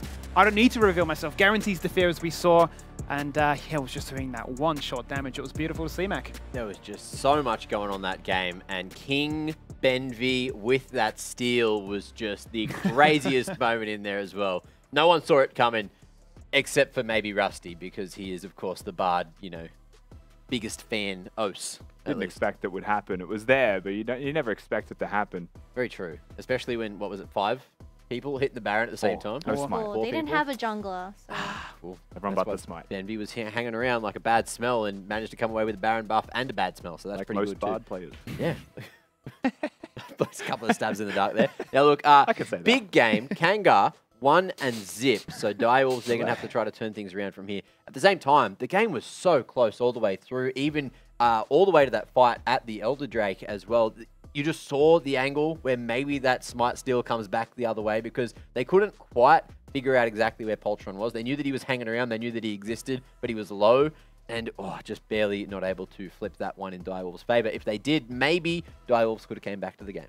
Yeah, well, we did see that, I believe it was Direwolves having the early lead with their team fighting comp. Like I said, the Kennen, Wukong, and Galio in this top side, they have a lot of engage. And quite frankly, Kanga don't have a lot of disengage other than the Poppy. But I believe Poppy wasn't there for that ultimate where it was available for that disengage. So they were suffering in the early game. But obviously, the Bard stealing the Baron was probably the most significant turn. Plus, Kennen dying super early in that Elder Drake fight. So, like Rusty said, it was going to be a fight for the Elder Drake. However, Fido read this perfectly, and he knew that Kennen was going to be flanking or even finding a flank angle, and he searched that. He found that very early in the game. And with him executing the Kennen very early on, and I believe it was Dial starting the Dragon first, they were all half health, where with Kennen dead, they were just engaged by the Ornn, and it was just a crucial mistake coming out of Dials. Where looking at the Galio build, I did mention this, we have Dark Harvest, Banshee's Veil, and Zhonya's coming out of the Galio, which I think it's fine because you are depending on that Kennen for the damage, but in that Olo Drake, if he dies first, then there won't be a second damage source other than Aphelios. Yeah, it was almost executed well. The Wombo combo coming through from Direwolves, you know, time and time and time and time after time was just ridiculous. Every time it happened, Kanga lost 2, maybe 3 members just from the sheer force of everything going on at the same time. But it still wasn't enough to get that early edge for Direwolves, and Kanga just managed to fly on back in and have a look at this. Towards the end, finally, there was a bit of a gold diffy around that 30-minute mark, and it wasn't by much either. Look, 6k at the end. Have we ever seen a team lose with Dragon Soul? I think maybe one time, an incident in the LCO we've ever seen a team lose with Dragon Soul. I think once there was an Infernal Soul that lost, I think. Yeah, I want to say... Quite a rare occurrence coming out of Dials, but... I think I've seen it a couple of times this split, honestly, but usually it's because, you know, Baron gets taken and then waves are pushed anyway, and they've been through that regard. Or, you know, you got that team that is just prioing the Herald. Maybe the Soul never actually gets online because they've just pushed it straight down mid. Anything you want to touch on in terms of these item builds? Did anyone do anything too creative going into this one? I mean, like I highlighted, the Galio build was a bit of a question mark for me because you do have half damage, half tank, where the Wukong is also half damage, half chunky in terms of the health. But if you are behind with this build, then you don't do enough damage, you're not tanky enough, you're just nothing, basically. And that's exactly what we saw for the very last fight in bot lane, where we saw the Wukong get deleted, and Galio following up with that as well. Kitty, did you transform? The immediate T-pose. I have now. Well, you certainly have. And you transformed straight into Menulog meal time. It is everyone's favorite time, especially Twitch chat, as whatever the hell's going on here, you guys get those menu pogs into the chat. I know there's a bunch of you all active. Of course, you can win that $30 Menulog voucher to use on a nice bit of dinner, because we're one game deep. There's potentially 4 more on the cards. And that's, look, a couple of different courses as well. You can get your dinner, get your dessert. I don't know what you getting to get dessert. Your second dessert, you, Mac. Your third dinner. Given that what you got for dinner was so many extras, you didn't have space for anything else. Usually we have 1 sticker. My man had 2 stickers. They're just like, okay, we're printing all this, and we're printing all this, and plus. I had my $30 Menulog voucher, and I used it to the full extent. There was nothing left on that one. Whole bunch of protein in that. Lots of guac as well. Yeah, shout outs to Guzzi. Pretty damn good, isn't it? I don't know how. Like, was it a burrito or was it a bowl? I got the bowl. It's a bowl. Because if it was a burrito, that would have required 2 pitters. Like, you want to know my theory as well? So let's talk Mexican food today because we're already on the topic. Sure. So my theory is, you know, I got my burrito bowl. I'm getting that because I'm trying to avoid the tortilla, which is about 200 calories. But then I've got extra meat, extra lettuce, extra jalapenos, extra bloody, you name it, it's in there. I've stocked that damn thing up today, and I'm full. And I'm ready for a bloody good series. What did you guys get? Same thing, but without all the million extras, and this time in a burrito. Yeah, true. Because it's reliable. What about you, Kitty? Did you enjoy it? I did like it, but like you said, the grilled chicken was a bit too grilled, whereas more charcoal than chicken. That's very true. There was very, very grilled chicken today. They were very, very happy with very generous with the grilling. Yeah, very true. But it was yum. It was protein filled. Tell you what else is protein filled. These bloody games, they are packing some punches, aren't they? Yeah. Yeah. What, am I wrong? They were certainly bouldering their way through all the adversity that the game had to offer. Wasn't it right, Mac? Yeah, definitely, you know, campusing their way up, not using their legs at all. Bit of chalk in the hands? Lots of chalk, heaps of grip. Get a grip, Skimmy. And you guys too, get hydrated because we're going to go to a break. Thank you. That's all for Menulog Meal Time. Congrats to our winners and congrats to Kanga for winning that first map of the series. Let's jump on into game 2, but to get there, it's time for a break. We'll see you just after this for that second game between Direwolves and Kanga. One's up. There's no way. There's no way. No way in this world. You don't even want to hype it up. It's impossible. And then he just does it. No. Hey, look. Menu bomb. Ladies and gentlemen, welcome back to the... What? Just read it. Read champion conundrum. welcome to the champion, Condrum.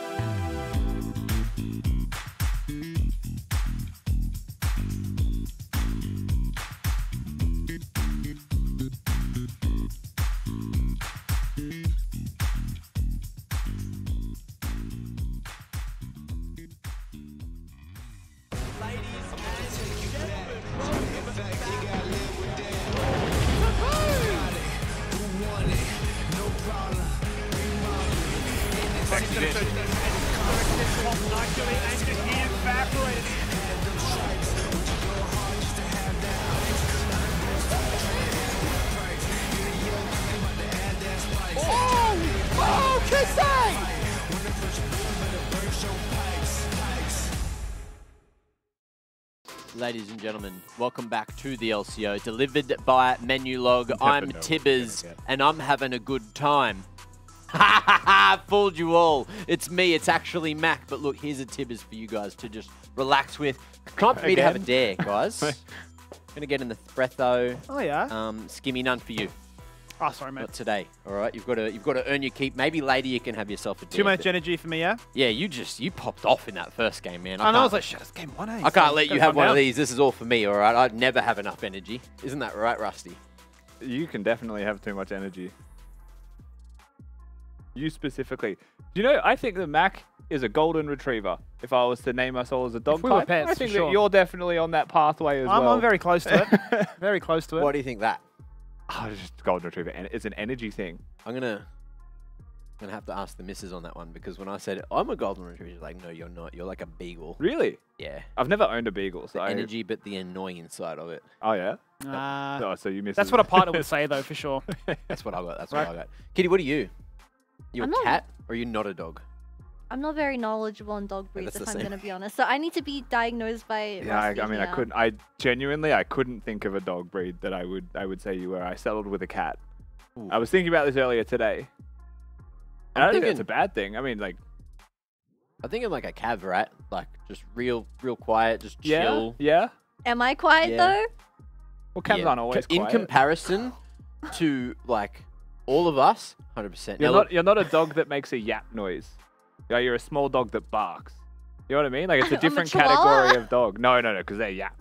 Charles are little devils. Yeah, they are. Guys, we've got some high quality analysis here on Welcome what back kind to of the LCO. dog we all are. But I want some high I'm a border quality collie. analysis on what's changing from this first draft going into the second game. What do you think we can expect here, Kitty? The little devil being Kennen here, which I quite Little liked. rat.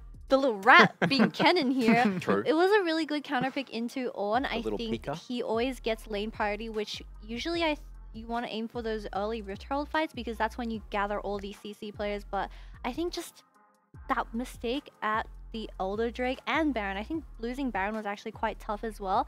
But the main thing I picked up was that they didn't have very consistent wave clear. So even if they did lose Baron, they didn't have anything to clear that Baron wave, where they just lost 2 inhibitors from just existing, which is a crucial mistake from them as well. Yeah, I mean, that, and I feel like the cannon could have been a Lilia or something else, right? Like a champion that deals with the Ornn better. Like, the cannon was picked for comp. So it means that the Ornn had a free time, and you saw, like, in that game, 15 minutes of just A-ramming, where one of them wants that, the other one wants to be farming and threatening the flank. What was that? Is there a Lilia buff? There was a Lilia buff this patch, right? Like, small one? Whatever it was not enough to Bring her note it. back. Okay. Yeah. It's just like a Well, pocket pick that Zoranus has played countless Yeah. times, yeah. At the same time, little buff and Zoranus has been so annoying. Whenever he picks that, he is so annoying, and you just like put yourself in the shoes of whoever Zoranus is against, and you're just like, I would just It also hate could have been a Jax or a Yone top type of thing, right? Like, it's something that has a bit of magic damage, but still primarily wins the lane and scales as a side lane threat that can team fight. Yeah. It's just an Yeah. interesting style choice that they actively said, we are team fighting, and that is what we are doing no matter what. I mean, we did see at that top lane river fight, I believe it was a Wukongul into a Cannonal into a Galio. Like, there is a lot of surprise, and wow, that's a lot of CC, but what else is the comp used for other than just wow, that's a lot of CC? Okay, well, meant let's to win in one hit, quickly for have sure. a look if Direwolves have...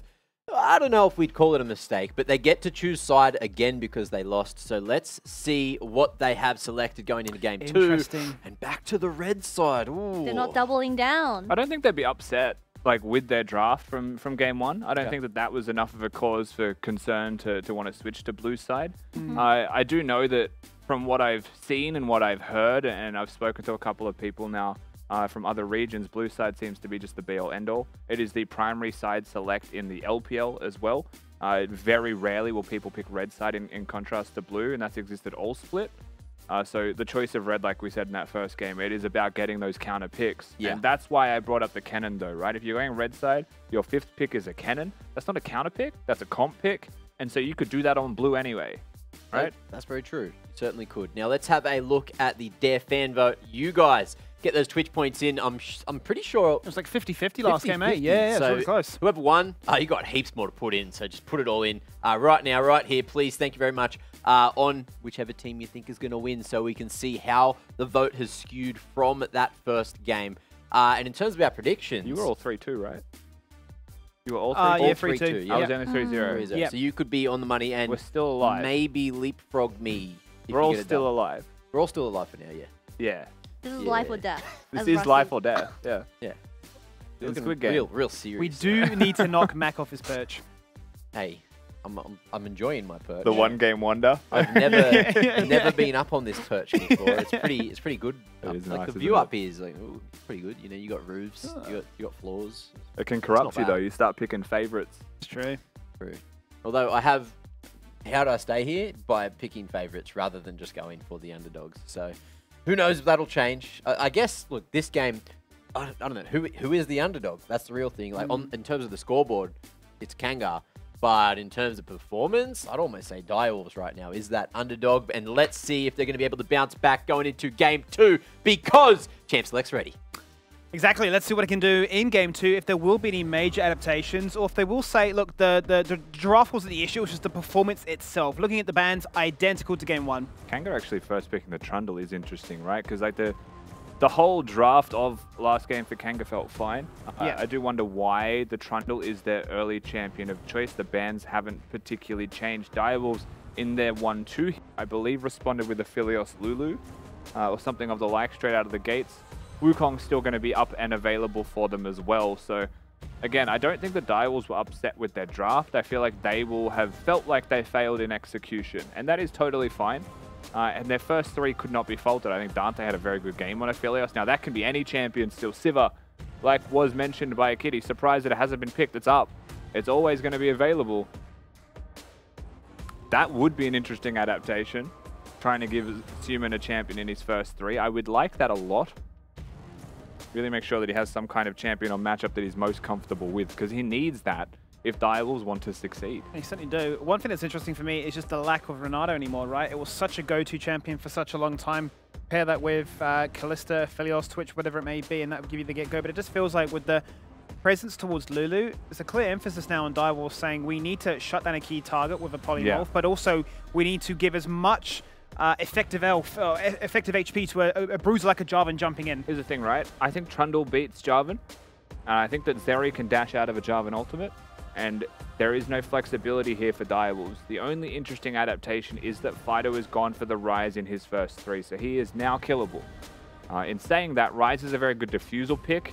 You do, I guess, have the ultimate, but the flash should be more than enough for laning phase in a short lane. Jimin had probably... I mean, you could go Lissandra to give gank setup. You could go LeBlanc to give gank setup. That's probably another champion that I would really like to see from Suman, but at the same time, he's been kind of dealt with already. With those potential champions. And there's already 3 bans against him. Last time we saw a Galio. I don't know if we'll see that again. I don't think so. Curious to see what else he does decide to go for, be it AD or AP. Jinx locked in as well. Another champion which has really fallen out of favor for such a long time, but is that go-to team fighting champion. You will get excited, you will get resets, and you will ban away that Bard. That champion, obviously, far too good in the hands of Benvi. Stole away the Baron. That was the big talking point of Game 1. Yeah. Speaking as a Bard player, it's a big ego thing, though, for Bulldog to want to get rid of the Bard. Of course, he has gone for the Lulu first pick, so has no choice, but always hits that little spot in your soul where you're like, I have to ban Bard from him? Either way, it is going to be gone. Yuumi, the expected second ban to go with that. And what's interesting here for Kanga and for Direwolves, once again, is if Direwolves do not pick a mid laner in their first 3, they are going to get 2 more mid lane bans. And so the gauntlet was thrown, Rise was picked. Now you're going to see Vex and Galio gone. Bans to mid lane. And Suman's answers start to become limited. Does he have a LeBlanc in the pocket, right? The way the Direwolves have drafted, what he picks mid needs to be a Victor. That's how their composition succeeds here. But can he play Victor and look good? Or does he play Victor like an assassin, similar to the Orianna that we saw from him, which Orianna would be really good. But he was like 0-6 and was an assassin. Yeah, the flanking shockwaves. That was the one punch, and you're thinking that's not a flank and Akali there, Simon. But regardless, that last pick has been saved for him with that lock-in of the Ornn there for Xeranis. Gragas going to be the answer into that top lane matchup, seemingly, unless we are going to get a Gragas in the bot lane, which we have seen played by Bulldog before. Nautilus wouldn't be bad here for Kanga. Some kind of engaged champion would be decent. Seeing the Lulu Jinx lane, though, there is obviously that risk of misplaying once and then you just die in your lane. but I'm not against a Leona Nautilus angle for them. Yeah, there you go. Amumu fills the same role, essentially, right? Has that engage tool there as a big, reliable team fighter. With Gragas, Ryze, and Trundle as your primary composition, that was really the one thing they were lacking, was some kind of reliable engage. Sure. Where they have really nice follow-up and some good disruption in team fights. Some good roaming, some good movement. The question we have now is, what will they pick for mid? Tell you what, that does feel human as a style, as a player. Cassidy, not something you very often see. I think the one time we saw it, it might have been Phyto playing it. Yeah. So he'll know what it does, but he's also a Ryze having to deal with that. This is one of Simmons' most played champions as well. One of his top 4 champions, actually, 12 games in his history. Yet to see it ever this split. But playoffs has forced it to come out. And that 5th pick has been saved for it. And it is one of those champions, much like the Victor, much like that late game scaling that you were craving. It's going to be there for them. I'll tell you what it doesn't have, though, is it doesn't really have setup for your Jarvan to get successful ganks off. Yeah. Ornn can, but it's a tank matchup top lane, so it feels like one of those really weird lanes to want to go gank if you were Poltron. And so we're left looking at bottom lane as the place to be. But if a Trundle is there to counter you, feels dangerous. If a Trundle is ganking mid, Cassidy, a melee champion dealing with a Ryze, that's dangerous. And I can't help but feel like Direwolves, their composition is so good if they get to the level 16 stage for Cassidy. If they get to the 3 items plus stage for Jinx, ornaments to come across with the level mark there for their top laner. But how does Poltron help them get there, right? That isn't a Wukong. That isn't something that can as easily bridge. Jarvan tends to require setup from your team. And I feel like Kanga have dealt with that really nicely. This feels like the biggest Uno reverse I've ever seen from Direwolves, really playing a Kanga comp, quite honestly. 3 scaling lanes with an Ornn, with a Cassidy, with a Jinx. Kanga did that multiple times during the regular season, and they managed to get away with it. They were always able to get to that late game stage and certainly flourish from that point onwards. That's not to say that they themselves don't have a lot of strong scaling in that Zeri, in that Ryze. Rotational strength going to be really strong for them for sure. The thing that Kanga did that separates that from Direwolves in this game, though, is that the scaling lanes often had like priority, push, or setup. And that's not something that I feel like really exists this time around from Direwolves. So it is harder to execute. It is harder to get there. But if they can, Direwolves are going to be really strong. They're engaging level 1. We certainly are. There's no time to talk about anything else but what is going on right here. And right now, as that really is, the welcoming back of playoffs, as level 1s are just that important, and Direwolves have rallied around and pushed Kanga out. Yeah, not a lot of strength level 1 in any team, right? You've got a Mumu with the bandage toss, yes. Zeri wants some time to ramp up and can't really do so in a level 1 skirmish too successfully unless it goes on forever. Ryze can't use his W route because he's not going to start that ability and have it be a route without the E empowerment. You're looking at a Trundle pillar, but he needs to start jump for lane. So they walk in, and 2 tier stackers will stack those tiers, and then they will look at each other in a 5v5 and be like, you actually went for this? And walk away, because that's all they can do. 6 tiers on their face, and yeah, back off the lane they go. Obviously no coach interview this time, but we did get a chance to catch up with one of their coaching staff members and sort of ask for their feelings before the games, and just a discussion around, I suppose, you know, blue versus red priority. They themselves were saying, yeah, blue just seems to be the go-to, much like you've been echoing all day here as well, Rusty. And I mentioned, you know, what do you think about this mid lane priority? Is that really giving you where the focus comes from? Well, certainly mentioned that they're going to try and set up Fido for success here, and they are just going to target CMN with those bans. That's exactly what we've seen. We saw, what, I want to say 8 mid lane bans as a whole, 5 coming out from Kanga. Yeah, and once again, it feels like that was the strategy during the regular season that worked best for Kanga into Direwolves. That is definitely something that we have seen work for them in the past, so why would you not do that again coming into the BO5? Game number 1, we saw that work pretty nicely for them. Game number 2, it was accentuated even further as the LCO pick was left. That's a hook to start this off. Bone plating there, though, for Bulldog, so it's pretty tanky the first time around. It's Bandage Toss 2, where you feel like there could be a bit of an impact.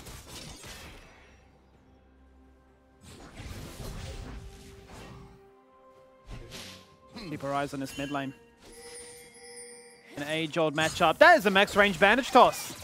Envy really looking to try and start things off here with accuracy. Oh, well, he's messed that stat up already. He's going to pay a massive price for it too. That was an unnecessary one. Wants to try and find some damage force for level 2. He's got a jungler pathing towards him. You already saw the caution pings thrown out by Direwolves towards exactly where that Trundle was. And you'll also note that the Jarvan has gone. I feel like he did red Raptors, and I don't know what happened. Is his Raptor camp alive? Because he was hitting it. Either way, he's now one hit at the Gromp. Going to get 3 and a lot of health back from it, though. Oh, he's already used that flag, so he has to flash away. He's trying to min-max that jungle clear, and Fauna, great Spidey senses, goes in for the attempt. Able to force out a summoner and delay this blue acquisition. Yeah, so what's interesting is there was a ward that saw Poltron at the Raptor camp, so I don't know what happened to those Raptors, right? There's still a couple of them alive. Either way, Poltron was shown on a ward to be low. Foreigner saw this and immediately plays to be able to fight the 1v1. Trundle can skirmish, can duel Jarvan very easily. We'll get the blue buff steal. We'll be able to secure the Scuttle Crab as well as a result, and Poltron forced out of his own jungle. Just from what is really a 1v1. Liv, speaking of. Hang on a minute, exactly that. Yeah, top lane, these bruisers, these tanks. Having a crack underneath the turret. Deceptively strong, and Foreigner really is putting in a bit of a jungle clinic early on into this game. Deny away a blue buff, deny away the crab. Now look to try and deny away that first kill. Seaman will also have to burn a flash. Really nicely done by Bulldog. Primarily to be mid in the first place. He's going to try and crash this wave in for his Kassadin. And a big wave means that Fido has to stay and eat this. And Bulldog even able to harass potentially. Makes things a nightmare for Fido early. A great equalizer coming from a roam of the support, something that Bulldog is very good at doing. He loves to do it. You'll always see him roaming around the rift. That's why both of our supports are Bard players by trade. That is the most common thing for them. But still, you're seeing what is potentially possible here, even with the Lula. There's still a flash required by the Kassadin. Those top laners are having it out again. Certainly are. Getting low on that mana, but keen to force a fight amongst what is a very big wave in favor here for Zoranus. If he can find that pillar crash, he can certainly look to cause a few issues as Lived expends the last stretch of that mana. He's going to jump into the brush to try and drop aggro for just a second. He's going to go aggressive once again, but doesn't realize that Poltron is here.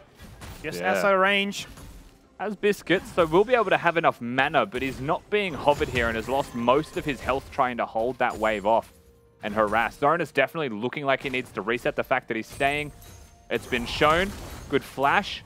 Zoranus turns around. There is the flag and the drag. There's the passive hit, and there's the shield. Poltron's dead. Lived is alive. Poltron's dead. The turret was hitting Zoranus, Skibby, as well. That could not have gone worse.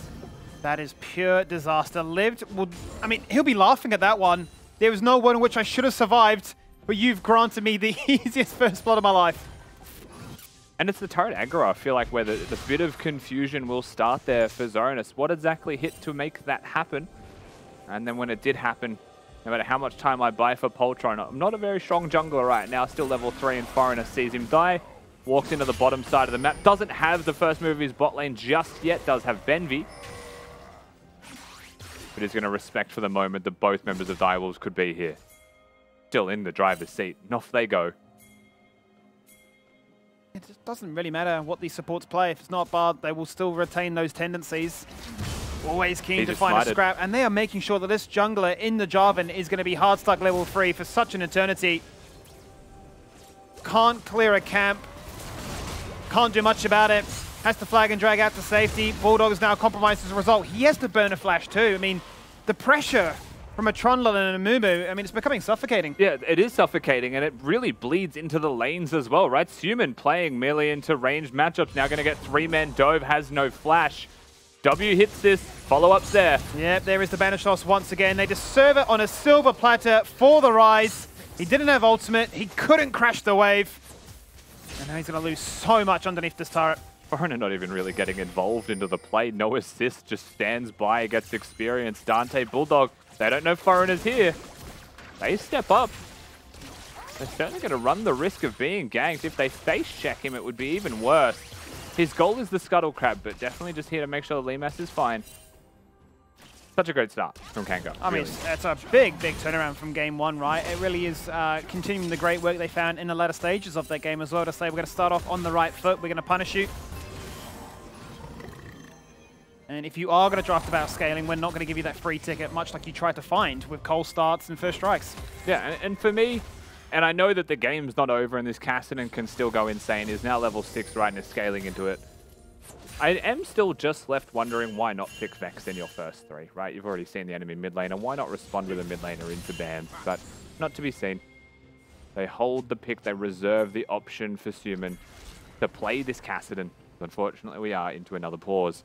The big takeaway so far is it's a monumental lead in the jungle role, not just in gold as well, but also in experience. Mid lane is 15 odd CS ahead as well as a kill. Yeah. Things are going so well individually for Kanga, and we spoke about the bleed-on effect, right, of these invades into Poltron's jungle. Well, Zeri started to build a wave advantage, right, build a CS advantage. Constantly, Bulldogs had to roam mid to help. Dante's been moving towards the blue, towards the Gromp to try and help as well. This all adds up piece by piece and starts to give a sizable advantage to Kanga as they snowball their way through this game. And if they can snowball quickly, then there's no world that Direwolves comes online. And the magical number will be level 16 for a lot of those key characters on the side of the Direwolves, but it is going to take a very long time to get there, and it's not going to be that easy, especially given the amount of pressure that Kanga are exerting in these first 10 minutes. They're going to look to try and put their pressure into mid one more time. Ideally, find themselves that first turret play, as Blue Buff now is in the possession of Fido. 4 people near mid right now. They don't really have hard crowd control. But Benvi is the one who needs to be the most careful. This infernal pink chroma Amumu. He's mentioning your outfit.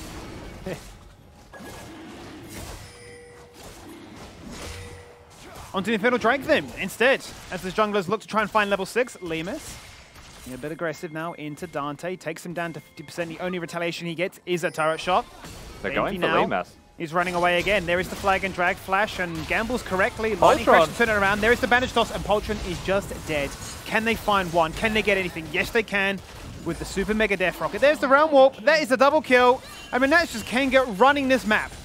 Lived here as well, threatening Dante. Nice ult. Explosive cast, instant flashback out of that one afterwards. And there's the Chompers to try and prevent any more casualties. But the damage has already been done, Rusty. You found 2, and you're going to steal away this Drake as well. Yeah, Drake gets cancelled by Direwolves. They look towards the kills instead. They look towards the play. And while they'll get 1, and while they take down the Amumu, the Zeri gets 2 kills. The big winner is still Zoranus in top lane as Liv teleports into no avail.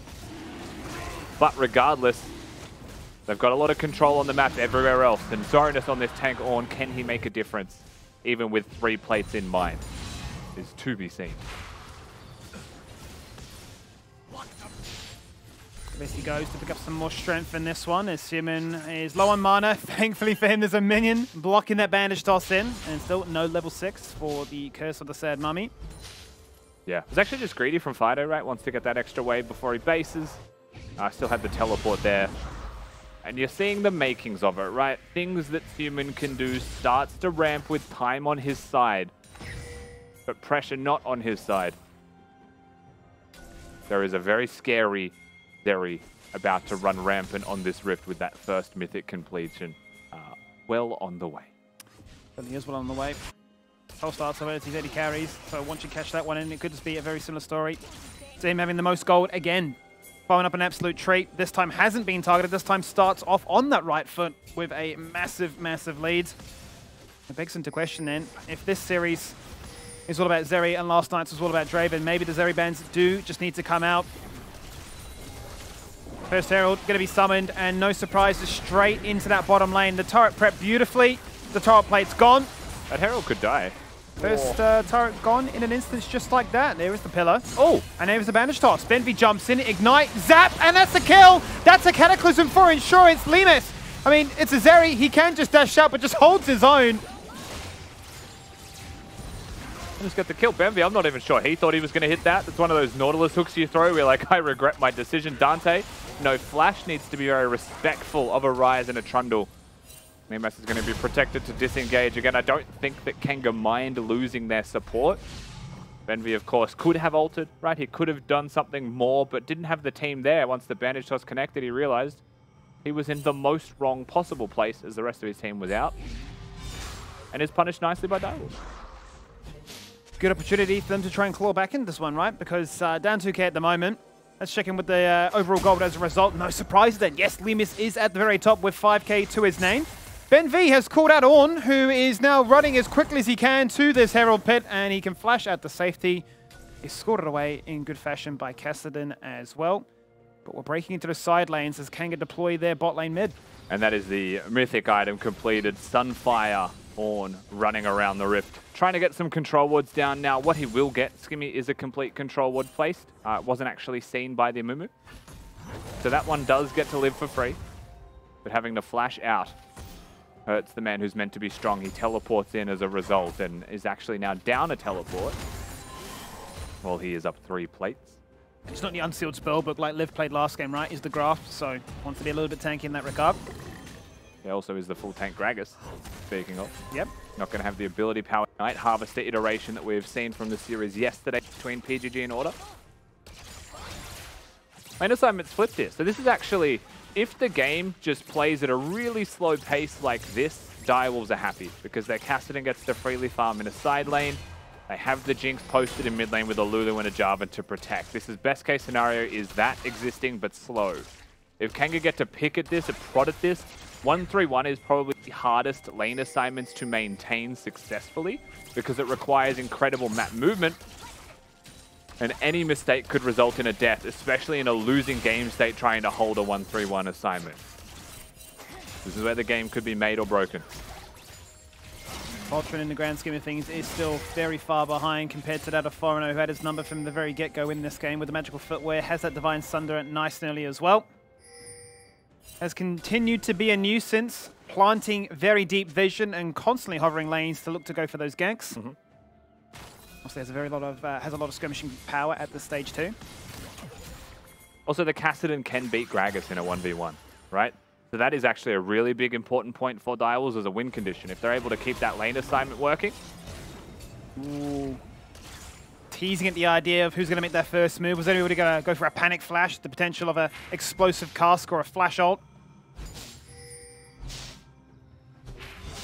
Drake up in 25 seconds. Team are going to look to crash this wave in as all of the teleports are suddenly unleashed. Mythics to be completed. This is definitely a Drake that Kanga will be contesting. The question is, will Direwolf? Gore Drinker is now there for Poltron, so the first of many necessary items to feel relevant, to sustain yourself, to not just be that Cataclysm bot. That emote gives me Shrek flashbacks. Which one? The cookie. Sure. The gingerbread man. Yeah. On a little baking... Well, the large one sieging the castle. Oh, true. Is the one that comes immediately to mind. Sure.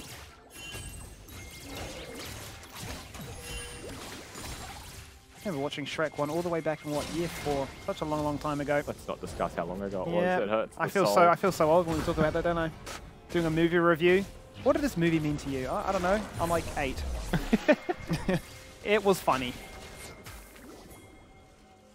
So, second Drake. Ocean up for grabs. It does look like Direwolves are here, looking to try and make a play for it. Benvi flash shot onto 4. He's cursed them. There's the Everfrost. There's the cycling QWE. It means damage. It means Arise is keen to fight. Realm Warp.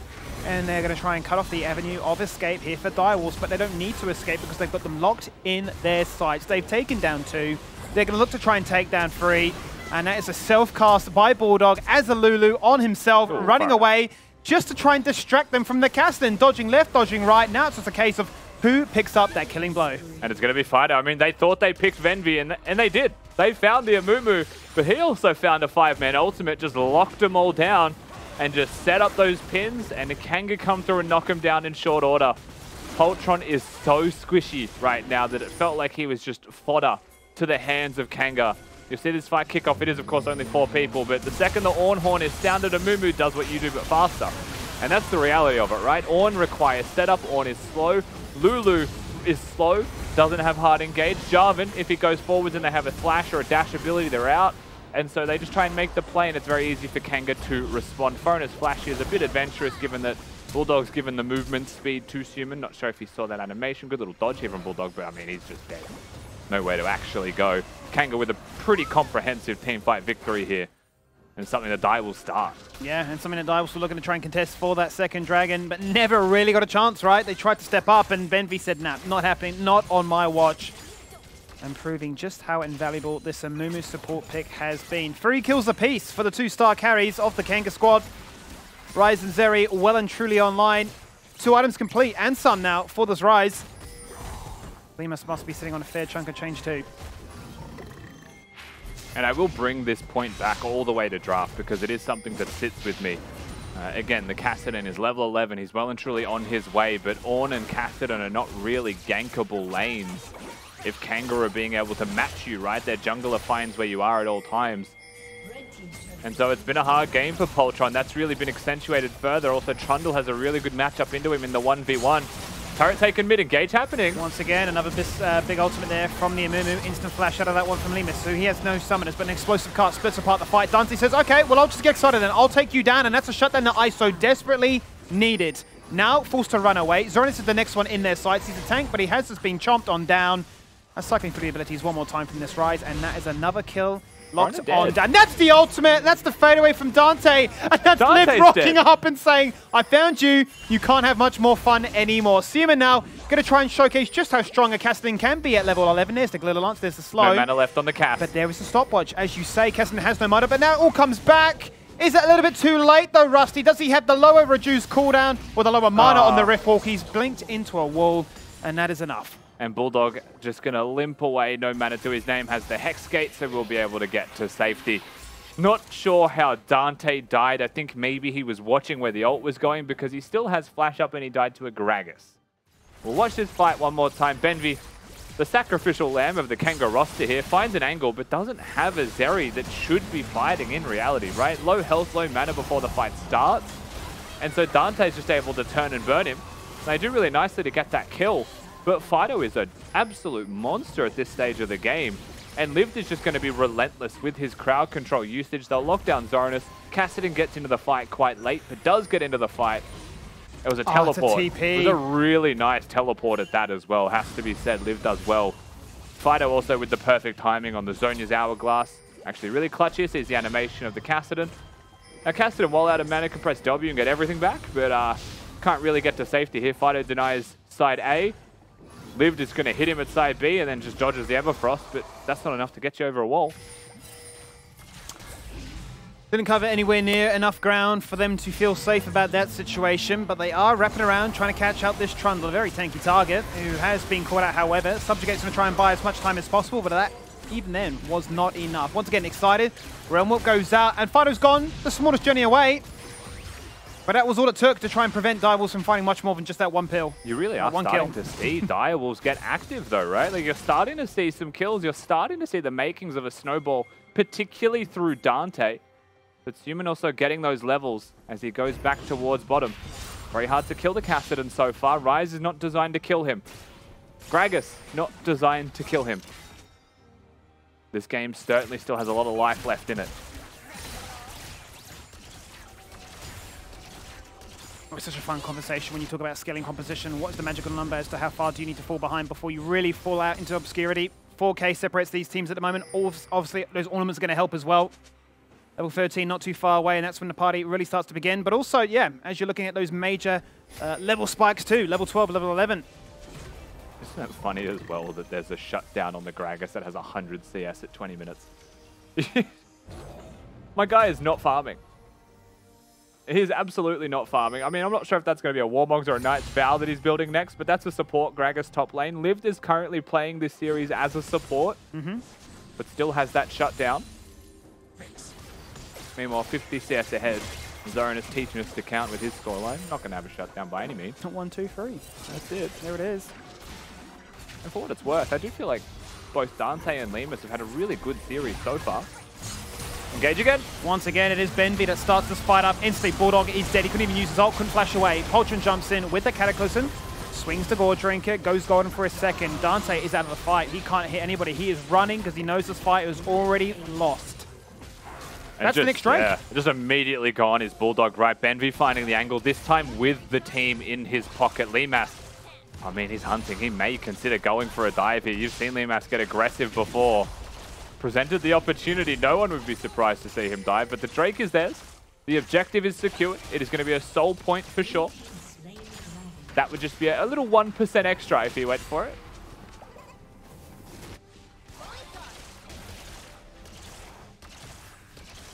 Four turrets to 2. 3 Drakes acquired. And, well, the game really favouring Kanga at this stage, as it should, as you'd imagine, from the way they've been playing this one. It starts off once again with this Amumu pick, just proving to be far too strong. And the goal is to find Bulldog, right? To get this Lulu out of the game, do some damage to the Kassadin, yes, so that the Crown of the Shattered Queen shatters. But you know that Poltron is really just fodder in this game. He's inevitably going to die. Stopwatch could even build a zone use at this point, just be a support. What choice do you have? As long as Limas is freely hitting, and as long as the Kassadin isn't hitting Limas, this game is going very well for Kanga. And that's not even including how fed your mid is. KDA looks phenomenal, doesn't it? 1K shutdown, 6-0-2. A pocket pick of Fido's for sure, which we were always wondering, would it ever come back? Well, the Rise win rate was looking so abysmal, but then in the recent weeks gone by, yeah, the rest of the world said, hey, this champion is pretty good. Not too bad into the Silas, and from that point onwards, it's just been, regardless if there's a Silas in the game or not, we're just going to take this. Rise has always been better and competitive than he has been in solo queue, but definitely has found his place with Silas being such a high priority champion, even without it now, of course. Quick and important check-in, human level 13. That's currently the hope that you hold on to if you're a Direwolves fan in this second game, but Kanga so far well and truly in control. They're going to jump over without being spotted on the Scuttle Crab. Direwolves still got the inkling that something's fishy. They see Foreigner. They can't be doing Baron, right? I've just spotted the jungler. What if I told you it's at 4K? And they know it's being done now, but it's too late. Yeah, it is too late. So hesitant. They have no vision. They're far too scared to step up to a bush to potentially get jumped upon. They didn't have any, their members in the area. Obviously, as we can see, Seaman is stealing away their red buff too. It's all about delaying, all about buying time. Has got the blue buff, so we'll be able to regenerate plenty of his mana here, but this will be a slow Krug take. He could also be pushing bot instead if he wanted to crash the wave. Instead of taking this Krug camp, he's about to be spotted. Kanga ready to collapse. Human already low on mana means that it is very much a play that you could chase him. Oh no, he's rift walked into the Hex Gate and then realized, hang on, Foreigner's already made that play, so I'm going to have to try and flash. I can't, I've been completely surrounded upon, mind controlled by those Krugs. Let me ask you a question, Skimmy, what's he doing there? Like you just said, mind controlled by Krugs. I think he's looking at a couple of Kruggy boys and said, I want these more than I want life itself. And Kanga obliged. Mid laner dead, 20 seconds, teleport is there, but it doesn't matter, they're looking to siege the base. And take inhibitors. Certainly will, and that is what they'll find. Mid lane inhib is gone. A Hexgate in their face from their base to disengage as well, and then to go to bot lane and partner up with Lived, who's also prepping another Baron lane. 4 turrets to drop. Liv does complete the Knight's Vow, puts it onto Limas, says, I am definitely going to protect you at all times. And so the game continues. Further and further advantages being forged for Kanga. Minute 20 till they try and confirm that Drake's soul. Baron going to be on their hands for that exact amount of time. Almost perfectly dropping off, makes setting up those side lanes, those minions a lot easier. Assuming the absolute Krug Goblin has respawned, found another Krug camp. He's got a daily quest, I think. He certainly does. Clear that 5 times in a game and you evolve. Playing his own MMO, you're all out here playing League of Legends. He really is, mate. I'm excited for when that does come out, but that's a while away. Here we go for that team fight. Realm Warp in to match that with the TP. Try and have everybody in the area for a full 5v5. All sights on this bot lane. You mentioned before the Baron is going to help them so easily pushing out these waves to keep Direwolves back, to prevent them from contesting that all-important soul point. And that really is the emphasis here, right? Force the turret, maybe, but focus on keeping Direwolves busy, harass them, find opportunities. Mid's going to push naturally because it's got the super minions there. Top's being left on an island, but eventually it looks like it's going to push in favor of Kanga as they do have the lead in this game. So their minions will just be a little bit stronger anyway. And so the Drake will be theirs to disengage towards. They haven't cleared all the vision just yet. They will now as they sweep through. Direwolves' best option is to play through mid, but if they left bot while Kanga was sieging it, another turret would drop. And so they play slow. Slow is dangerous. Nemus can just pick this one up on his own. Has the lifesteal, has the protection of a very advanced team. Ready to keep back Direwolves, who are really fighting in the shadows. Not sure where to look, where to turn. Be interesting to hear what their comms are like right now. We just need to hit level 16 at all costs. Don't flip the game. Yeah, well, I mean, just sacrifice as much as we can. I don't know if Poltron's taken a monster in the past 10 minutes. He's just sitting here. He's built a chain vest since we last saw him use that stopwatch in the mid fight that they lost. They've assigned everything to the Cassidy, and I think Direwolves have very clearly noted our game plan is we need experience on the Ornn. He doesn't need money. We need experience on the Cassidy, and the Jinx needs money. So you just put Jinx and Ornn in the same lane, right, to share experience so that Ornn gets those ornaments. Cassidy takes everything that exists that is free that belongs to Direwolves. Maybe they get late enough in this game to feel confident. Maybe they find a pick. Maybe they do find a pick. Flag and drag across the wall onto Benvi, who self-cast the ult, and then banish toss onto a Krug. In comes the TP there from Liv. A two-man knock-up with the Wild Growth is fantastic. Lemus across the wall, zap, and drops him down to 50% straight away. Zonus is just dead. The Ornn has been collapsed, shredded like paper.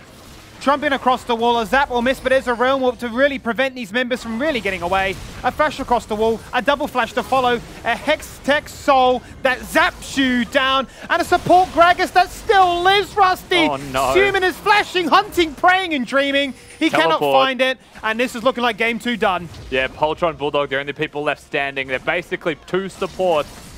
And in the face of Fido, everyone is weak. Oh. And Lemas from downtown will secure it. And they do find themselves that game. Perfect 2-0 start here in the lower bracket in an elimination game. Direwolves on the cusp now of being eliminated and being done for the year. As for Kanga, a perfect 3-0 on the cards.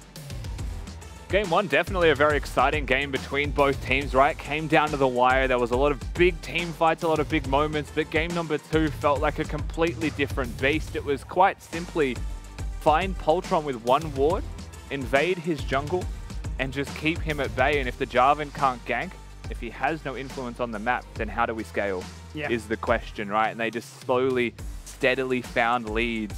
I feel like maybe more than once Benvi got caught in ways that he wouldn't have wanted, but he managed to pull a rabbit out of the hat one time, and it was intentional the second time, and Kanga just too strong, far too strong in that draft. You'll certainly take that every day of the week as long as your carries are flourishing and theirs aren't, then, I mean, you're going to be a happy man. Hey, I think the happiest man on the couch has to be Rusty, though. 3-0 looking real good, although we're all still on. We are all still on for our predictions.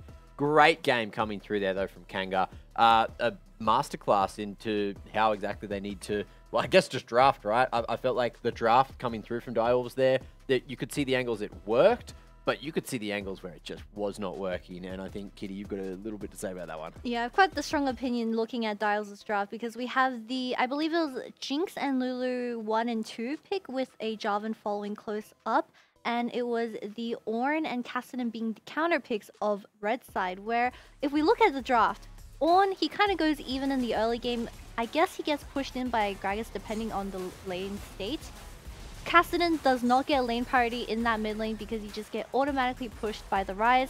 Jinx, Lulu can't walk up because you are versing a Mumu, which he has constant threat from those bushes. So you being Poltron in this game, being the Jarvan, is extremely sad because you can't do anything around the map.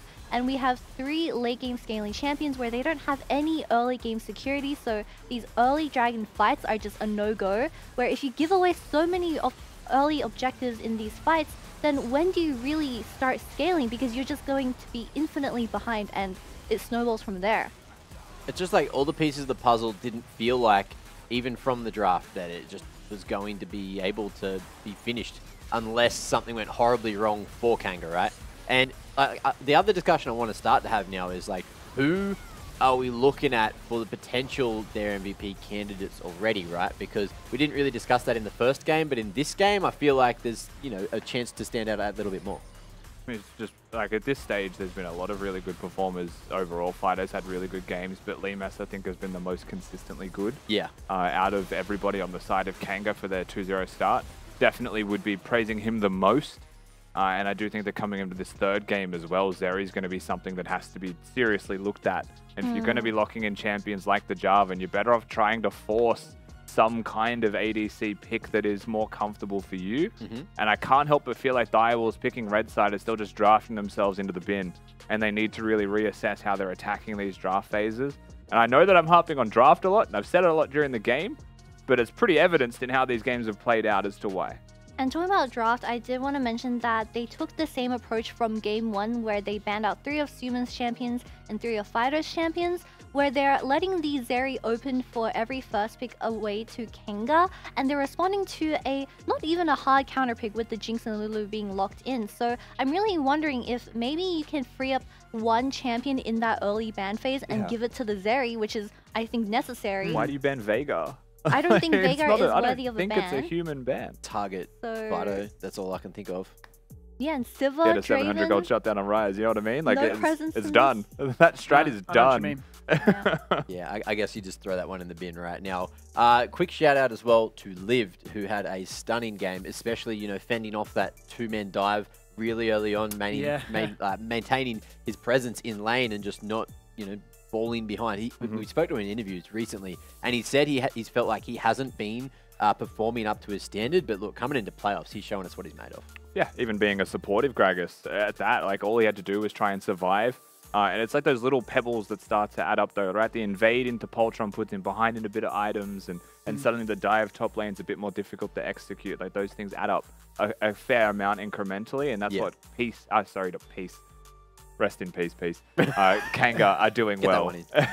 Very, very true, very true. Now, look, it's time to have a quick look at some of your submissions from the fans. We've got a few more to have a look at because you guys have been busy this evening on the Twitter sphere and in Twitch chat as well. At LCO on the Twitter sphere, if you want to get involved in that conversation, of course, tell us those opinions on the game as well. Having a look at Davo Erlo's take. He's had a good couple of takes. He hit me with a banger tweet earlier. It's not this one, but I'm sure this is a banger. Love reading and planning out story ideas. Of course it is. What's your favorite thing to do while traveling to DreamHack Melbourne specifically? I'd be too excited to actually do anything. I'd just be on the plane looking out the window being like, when are we in Melbourne? When are we in Melbourne? When are you coming on the... Are you going to be next to me on the plane? Gold Retriever. Honestly, because the flight is so close from Sydney to Melbourne, I'll probably just like zone out for 30 minutes and we're there. So I think you'll have to ignore me. What about when you're waiting at the airport? I'll be looking at my phone. I'll be eating sushi. Okay. That's my Rolling go-to. on these tweets. Sushi, get a bit of coffee in me. Mate, we're good to go. All right. Love reading and planning out story ideas. Let's have a look at the next one as well. Thank you, Davo, for that. We have Moby, the _white_whale on the Twitter sphere. Hands down, best thing to do is sleep. I don't know about these short trips, though. I may have already had my full 8 hours sleep that night, but I will still fall asleep whenever and wherever. I agree. Well, I can sleep on planes, but it's got to be a long one. I can't sleep, but I managed to sleep once when I flew from London to Singapore, and like it felt like a life hack. I just woke up and like we just teleported 13 hours. Like I was just like, how has this happened? That is how sleeping works. No, it was just phenomenal. I was in London and now I'm in Singapore. Like this is sweet because like it's such a long trip from New Zealand to Europe. It's like a 30-40 hour flight. So, that's your plane angle because you already said you're bad at Well, I hate flying and like you just hard stuck. Like I can't do anything on a plane. It's a superpower. Sleeping, a couple of sleeping pills, bloody get your eye mask, get your earplugs. It was legendary. I felt like a king. Your neck pillow. Neck pillows are goated. I miss traveling solely because I missed neck pillows. Ferox Ind on the Twitter sphere. Watch at Phyto's highlights. That is a pretty good thing to pass the time. There's a lot of them from this split too. I reckon you could probably fill up a 2-hour trip to Melbourne. And you add the Vex solo kill on Zorinus before that Elder Drake fight to this highlights list. So you just have more content for this flight to Melbourne. Very, very valid opinion coming through there from Ferox Industries. And there you go. If you want to tell us how you enjoy traveling, what you enjoy doing while you're waiting at the airport, when you get off the plane, when you get on the plane, or when you think about planes, at LCO on Twitter. Do you think about playing? I don't think about planes. You know what I really always do is I try and avoid as much as possible close to getting on a plane those YouTube videos about like crash plane investigations. Because as soon as you see that, you're like, oh, it's just Why would you do that to yourself? That's like when you go surfing Sometimes and you you watch all the videos of sharks. It's like, oh, cool, there's sharks in the water. I don't want to bloody surf anymore. I don't want to be on the screen anymore. I'm going to go have a break. I suggest you guys go have a break because now I'm grumpy. I've got to calm down. We'll see you after this with game number 3. It's Dials and Kanga just after this. Engage again. Once again, it is Benvi that starts this fight up. Instantly, Bulldog is dead. He couldn't even use his ult, couldn't flash away. Poltron jumps in with the Cataclysm. Swings the Gore Drinker, goes golden for a second. Dante is out of the fight. He can't hit anybody. He is running because he knows this fight is already lost. Hey, look. Menu Pong. Oh, it's a Sun Disc. Damn, how did I know that one? Streamer does have those. You're telling me the Sun Disc. Do you think they purposely spelled the disc with like the mine C better. If to be Riot edgy? is Riot watching, can they just put Gods in there instead? No. Well, if they do that, Mag, they need to introduce Jeff Bezos as a playable character.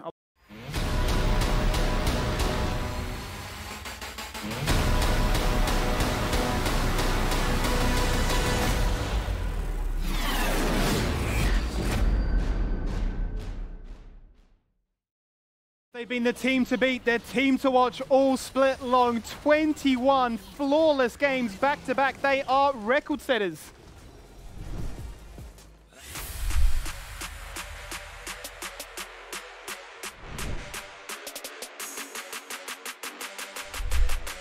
Can he get it? He's got another cage, pops across on towards that Victor trap still. Dead. Look at Tapoon! Flashing across and just locking down all 4 members. That should be the opening that they do so desperately require to try and close out this game and to try and get the perfect split, Rusty.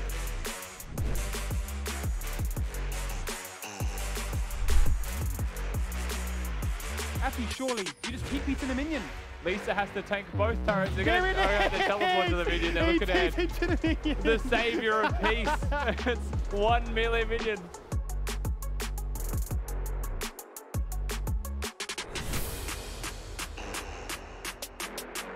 Essentially, Ali G has scorched into the turret dodge. I'm going to use his cleanse in mid. Has Len out. Instant cleanse. Oh, the shockwave away. He's just put himself enough time.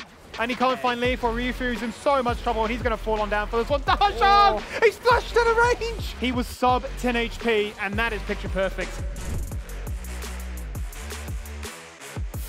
Side lane and threaten the flank angle. Right. Just look to throw those forwards out from the side. Oh, just go in. Yeah, why not? Front door. Calm though, so he can't hit the frozen tomb just yet. But everybody's locked in place. Darshan locked on down. There's the shockwave. That's a massive loss. Bref, look at the shockwave.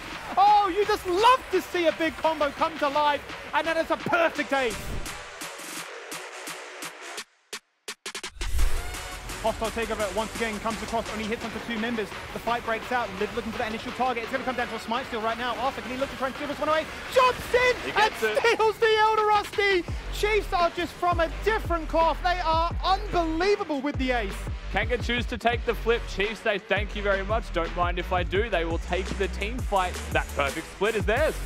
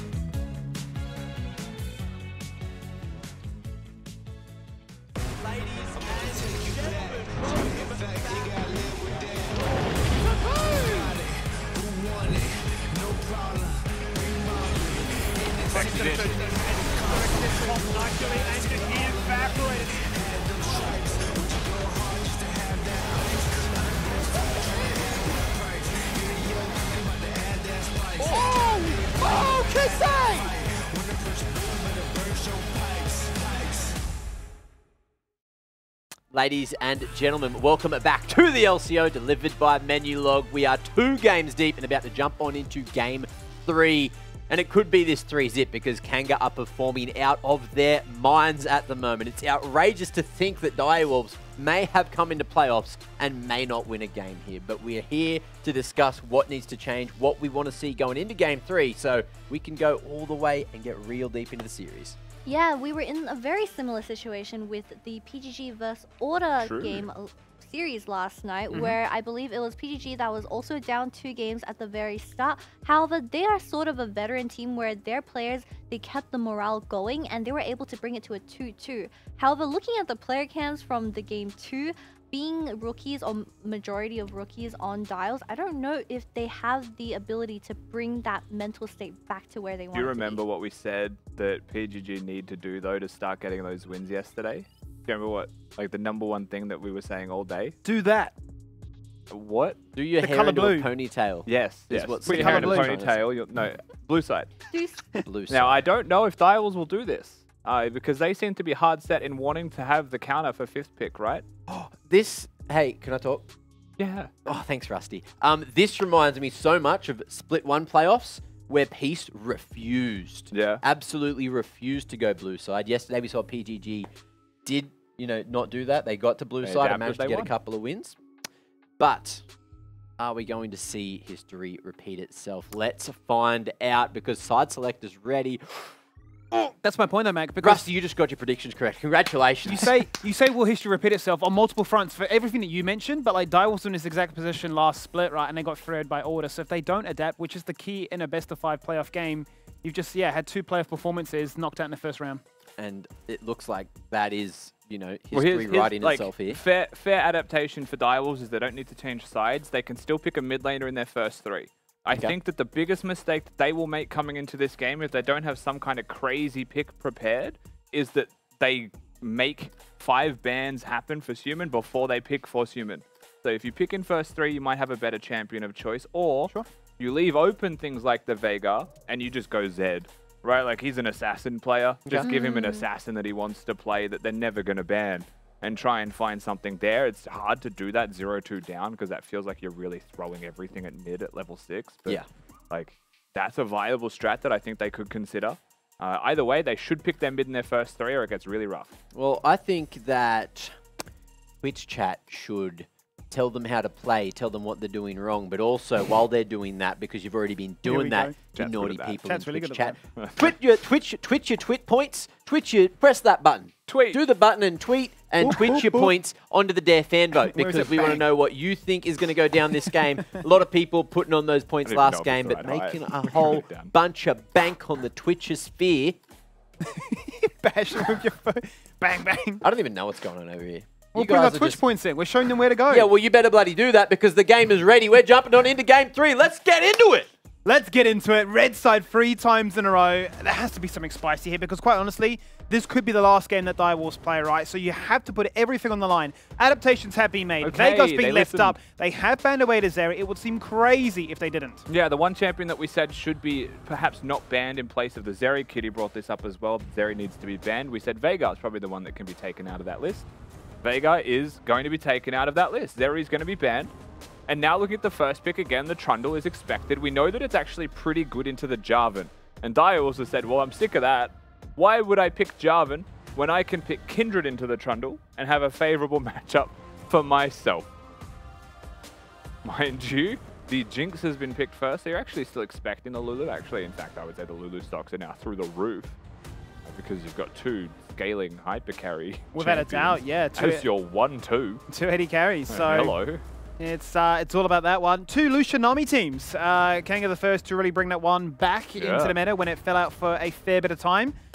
So they're going to showcase that, hey, if you are just going to stick to these hyper-scaling champions, we are just going to continue to hit you with a lot of early game pressure. Lucian Nami absolutely thrive with that. The mid lane choice, it's not there. They don't want to give up this Lulu pick. We might just have another 5-game affair targeting the mid laner. Like, let's be real for a second here. There's no shot someone ever bans Kindred in their 4-5. If you're going to prioritize that Kindred and then bottleneck yourself into the Lulu pick, doesn't that feel a little bit jarring for the draft itself? Sure. Now you're expecting again, like, well, Ryze is being banned. Veigar is still up, so it's probably going to have to be Ryze, Veigar, and there's still going to be champions there for Fido. You're expecting perhaps the Galio and the Vex to be banned by Kanga here on blue side 4-5 again. And once again, Human will find himself pinched. That is the challenge. And that is why I brought up the Zed, right? Like, if you're going to go down this path and you're going to have Human get banned out, you better have a wild card. Yeah. But now it's a Kindred jungle. It can't be a Zed. Surely not. It doesn't feel like that would be a composition. That would be just throwing it all away.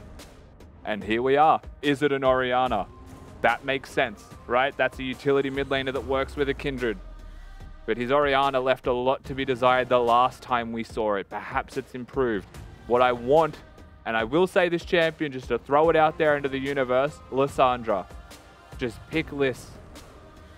Pick any form of utility. If you don't want to be the starter show, if you want to ensure that the second pick Kindred is going to pop off, then certainly play for that. Otherwise, we could be going to that dangerous territory as we saw yesterday of a cool dudes comp. Pure comfort, champions that you're good at. Obviously, we know that Poltron, that was his go-to champion in a Kindred, but you're really gambling this entire series, the entire year, on this one performing. So an Ornn is that next Swain banned instead as well. They've assessed the state of this game. Human does have a Swain game.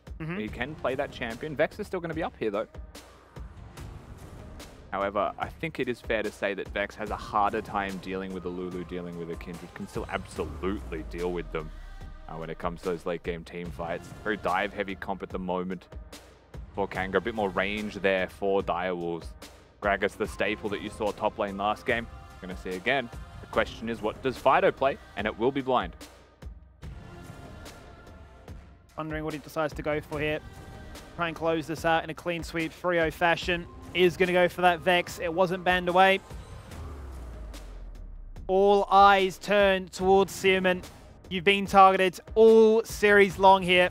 It is going to be the Lissandra like you requested. You put the energy out into the world and the world answered. We manifested a draft. It's perhaps not the Kindred, right? Everything else was something that we expected and that we were basically asking for Direwolves, the X factor, the wild card. The thing that Direwolves always seem to have in their drafts is still there with that Kindred pick. And that is really where the game will be made or broken. Last game, jungle was broken for Direwolves. It was invaded. It was a nightmare. The pillar does work into Jarvan super nicely. This time around, it's a Kindred who just hops it, right? There's definitely some extra stuff there. The Vex, pretty much solo dive threat in this game, to be sure. And a Kindred can deal with that. Mid lane has engage, right? Now, Human is the crux of this team when it comes to team fighting, and can stand in front of Dante, who I do think has been performing in this series perfectly fine. And being a serviceable ADC is important even in losing games. He has been. And now I would say is on more of a pedestal to be able to perform. And the Lulu has a lot of value between jungle and AD. So the stage is set for Direwolves to begin their comeback. But can they actually do that against Kanga with all the momentum on their side, just like we said yesterday? It's a tall order, but we have seen it be done before. We saw it done yesterday. Can they bring this one back in this series with the comp champions locked in place, with a comp built to find resets as a Lissandra, built to claim their souls and answer back in a very teamfight heavy serviceable way? Can they deny the burst, the pick, the potential with that Lamb's Respite? A Gragas ultimate there that could really cause havoc, knocking him out of that one. And a Trundle that has already warmed up from game number 2. Fauna really had his number. Will the early game favor them in the same fashion again, especially because you have a Lucian army? Yeah, I do feel like there's a much more coherent scaling for Direwolves as well on the other side. For Kanga, they have plenty of early game strength in their bot lane. Their top laner is kind of just utility, right? Could be AP, could be tank. Most likely going to be tank if your last game is anything to go by. And starting that Grasp of the Undying is a clear indicator of exactly that. And mid lane, right, the Vex does have windows where it can go crazy. At level 6, kind of gets that one punch with the ultimate that you throw out. But you saw the teamfight damage that can come out of it as it gets 2 items, as it gets 3 items. Kanga still have what they need, right? They're all going to be playing towards bottom. The shift of focus always goes towards bottom. The only difference is that Poltron, again, is a spanner in the works. It certainly is a spanner in the works, much like these fan votes that have retained that even footing of a 50-50 affair. Still, fans divided either way as to whether or not this Game 3 will go the distance. And it is another one of those chances for us to see that first strike Lucian, right? Yeah. We've seen it before, and they've always said it's strong into a China matchup where you can find the value from it, where you can be quite aggressive when you get that Tidecaller's Blessing, when you can push up with that true damage proc, where you can achieve so much free gold that by the time you rock up to a late game teamfight with a couple of items under your belt, you're just going to one-shot somebody with the culling. And Limas in shambles, missing that first W though, missing out the first strike proc. True. Probably put GG in all chat. And again, expect aggression down here, right? While there's that extra money available that can come from the first strike, it's a pretty cheap way to get it as well. And you know, a little bit of extra bonus damage that comes out can be considered meaningful. Bulldog going to lose most of his health at level 1 here. That really sucks when the Nami has sustain and you have shielding power, but does have the 2 potions. Dante also, I believe, going for the longsword with the 3 pots himself. Leash start for topside for Poltron. Means that he's going to be pathing towards bot lane, but level 2 Spike is still level 2 Spike, and Lucian Nami are always at their most dangerous then. So it is on Direwolves to make sure they get it in short order, and they do. Certainly do. As they extend the aggression and keep the wave pushed against them. Level 2 there to respond, and watch this. There's the blessing, and there's the dash on forward, and there is a fair bit of damage as Guardian procs and complemented rather by that shield to try and keep them topped up as healthy as possible. To answer back and retaliate, there's Poltron. Go on top. Is looking for a cheeky poke into top lane. I would say a very unacceptable gank if it is successful, and Liv is going to be in a lot of trouble here. His win is 1v1, but Poltron's here. This is how game 2 started off as well. They were both super low. Liv just dashed into a turret and handed the kill across to Kindred. I mean, League of Legends 101, right, is you know that you could get ganked at the 3-minute window from a level 3 gank. However, what Poltron does is he gets leashed at red buff, does his top side clear, and then ganks top, which feels unexpected. And look at what the price is going to be. Oh, and no. Benvy's killed Bulldog, and Dante's low. The price is even higher now. You've stolen away the blue buff. You're going to get a kill individually. You're going to go for Dante. A TP comes in here from Zrenes, shielding his AD carry, preventing the collapse. In comes Suman as well. It really is a party at 3 minutes. A lot of things happen all at once there. The big thing for bot lane 2v2 is that Kanga actually gets stronger at level 3 as Lima starts with the W, right, to try and poke and get some first strike procs off. With that in mind, his level 2 wasn't as powerful, but Bulldog had already lost such a disadvantageous trade at level 1. And now Kanga stay on the hunt to see if they can find Suman. If he doesn't claw that wall, he cops a beating. He certainly does. He's going to be pillared, slowed, and feared as well. Thankfully for him, it's not going to be lethal, but he does cop a beating down to 50%. And they don't try to kill him. Like, the reality is they never actually tried to take him out of the game. They just wanted to chunk his health bar because he used his teleport to go bottom. So if they catch him in transit, it affords Fido the luxury of clearing the wave and getting a good reset off. We'll see what happens bottom. Bulldog is actually in melee range. They take level 3 after they get the kill. Yeah, frankly, I'm not sure what Bulldog was thinking during that play. But he just gets a little bit too close for comfort and very simply dies. And this wave now dragged back away from it into the bush. If they can hold that freeze, really goes from bad to worse. Certainly does. A lot of jungle camps were looked at by Kanga as well, right? Foreigner with the invade. Fortunately for Poltron, of course, he did get that first kill. And again, just to quickly reiterate, lived with a very unexpected gank. He perhaps did not think that that's the way that Poltron would go in terms of his pathing, especially when your top laner has leashed. Usually they cross over to the other side. Didn't happen. Got cheesed in his mind, no doubt, and also wasted his flash. So can absolutely get back there. Vengeance for the Jarvan kill. Yeah. Said, look, you know, that should have been a kill favoring us. Not how I want this game to start off again. Certainly isn't going to be the case. We saw, though, the stats of Fido in that previous game performing very admirably. Going to run it back again in this game too.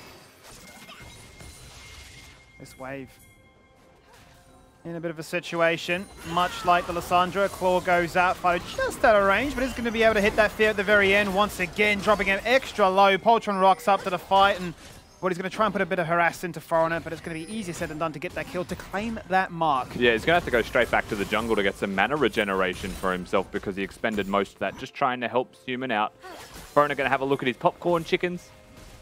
And Fido also now level 6 means that he has a more tangible kill threat any time that Foreigner gets into the area. Did use that teleport for himself to afford a bit of a control in mid as top. Going all in. Body slam's already been used. That means there's no ability to try and interrupt the combo of that Ornn. And that's just a solo kill there for Zrenes. Just hits him with it. Just claps him. Is able to take him down. Ornn into Gragas. Now 0-2 is the scoreline for Liv. If he had that flash, he may have lived. That was not intentional. That was very clever. I am cringing. As the weeks have gone by, you've got a lot better at this. I'm going to give you that. You got some very good ones. Belixis is a curse. It had to be in a Direwolves game of all things. Pretty strong start though for the Ornn. It's what you want to see. Top half off the draft for them, favoured greatly. Even with that unsealed spell book, had that TP burnt nice and early and had to run back multiple times just due to the pressure of the mid jungle. Has it ignite now? And level 6 to boot. And I do think that this is much more of a Suman champion, if that makes sense, as Fido is going to flash away from the threat of Zrenes. Was seen with the control ward that he's now about to clear. What I mean by that is Suman, while he is known as an assassin player, has a really mean Silas, can play the Ahri, right? These are mages that also double as assassins, but have their own individual ability to play the game. Ari does like having an identity or a team composition built around it, but you can hit the charm yourself. Lissandra can do the exact same thing. Azir would be a champion that he would quite like, but I don't know how much that fits his style, where Lissandra can engage, can do it all himself even without a jungler. So I think this is something that fits Human to a T. This is something that stylistically should work the best for him. The only trade-off here is that they've given Fighto Vex, something that he has been grinding in solo queue and has looked fantastic on. And the first game, he was able to find a game-winning moment just from having this pick and finding a bit of patience. Patience and very good vision control in that same conversation as well, as we are looking for the bubble, and it will land indeed. So Electrocute procs nice and early. Limus actually getting juked here by those minions and says, I'll do a bit of poking, but ultimately I've got to do the running now because Direwolves are here on the backup duty. Making it a fair 3v3 and are making sure that their solo Ornn will not fall on down. On with our teleport is staying top lane to ensure that he is here when the Herald is started by Direwolves. Just a little bit after 8 minutes on the clock, they'll be in the area. They will get spotted, but they have got members in advantage. Remember that if they clump up, Fighto has the ultimate. Limas is now level 6 as well, so Culling. Lives TP'd in mid as well. He's working his way all the way up through to the top side of this map. The Glacial Tomb was not enough. They couldn't find the kill into Benvi. He's flashed away to safety. I don't believe it, Rusty. They've stolen away the Herald as well. Add insult to injury. And Direwolves are in shambles right now. The Nami limps out. The Chompers goes through. They're going to get completely routed. All in just to kill the Lucian, who flashes across the wall and also survives. Unreal! Oh. Absolutely, finally, they get that kill, they get that soul. Lamb's Spike goes down, that's there to try and protect Poltron. Knocks him out with that explosive cast. That was perfect. Liv's done what he needs to. And Kanga delicately balancing the outskirts of this fight. And we saw Gragas last game, and you pick Kindred into it. This is the price that you pay by making this pick. Dante going to stop the base from Liv, but it doesn't really matter when all is said and done. The kills go favorably for Kanga. The Herald is stolen away from the nose, under the nose of the Wolfpack. And the first skirmish that we get in game number 3 goes right for Kanga. Zoranus gets cancelled here by the tidal wave of Benvi. It was really nicely placed. And the absolute audacity of this Nami to survive, hits the heal and flashes away. Uses the E on himself for movement speed. I'm sure Limas would have liked that, but you've got to do what you've got to do. The collapse comes through from Kanga, regardless of how the Herald was stolen.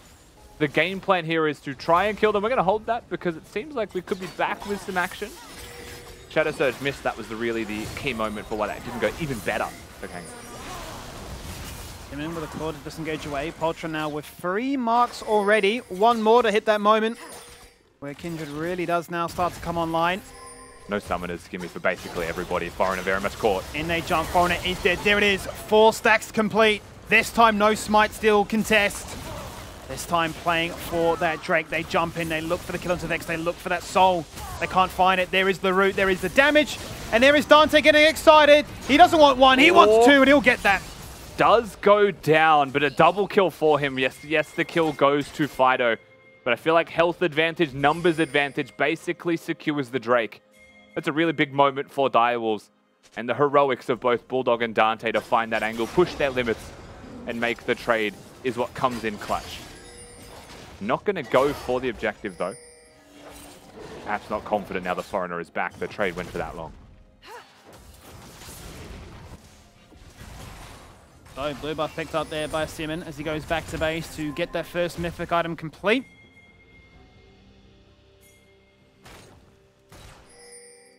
Not enough money to complete it, apparently. And I'm not sure why Foreigner was face checking that area. Maybe just assumed they were hitting the Drake. Regardless, has the Herald to summon now. So instead of even using that mid, ends up just walking into the waiting arms of Direwolves. Does still mean first turret goes their way and still, you know, finding themselves a tangible gold advantage primarily through their ADC. No summoner spells to speak of in reality here, Skimmy, so to actually contest this one is so hard. There's no flashes for anyone on Direwolves themselves, but...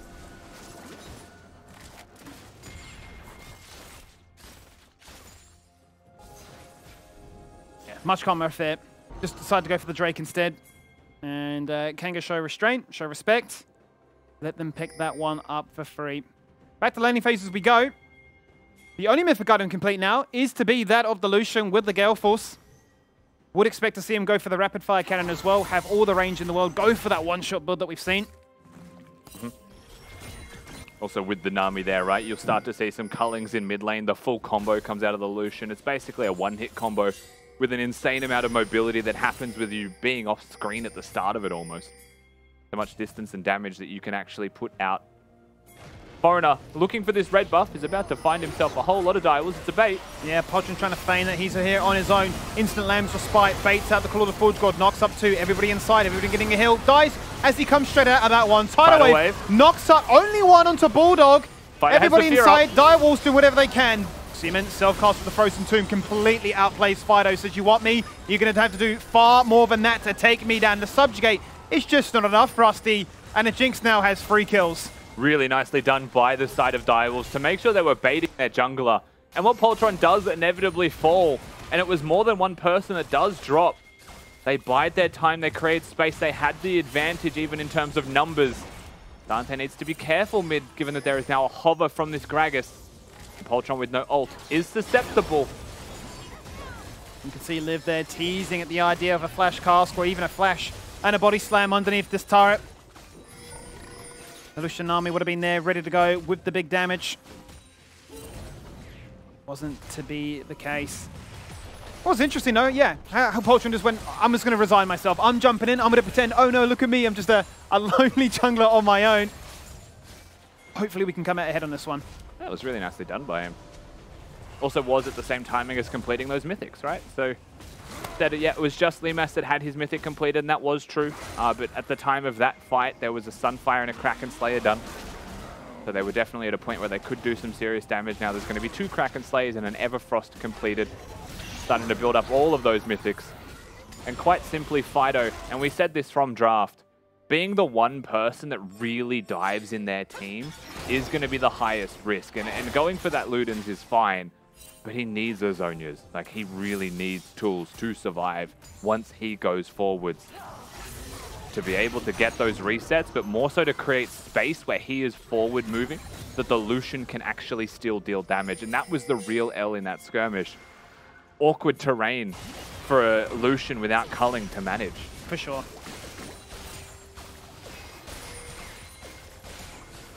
Yeah, the self-cast of the ult of the Lissandra was enough to cheat the idea of that little Zhonya spike that you talk about. There is the bubble, doesn't connect because he flashes away. Bemby dead. Zoranis is just going to stand and deliver and allow the likes of a Jinx to try and do whatever they can. A self-cast of the Wild Growth, but the explosive cast is phenomenal. It's a double kill before his eventual demise.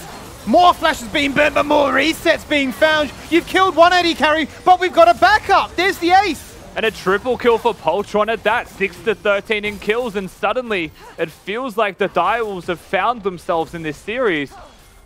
They give themselves the gold lead, they give themselves control of the map, and anything that Kanga throws at them is handled and is dealt with in short order.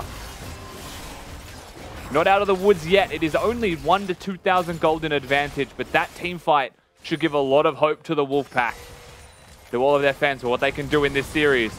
It starts off really nicely by Kanga trying to find a collapse, but they quite simply miss their skill shots as Direwolves dodge them out. The flash forwards here from Liv.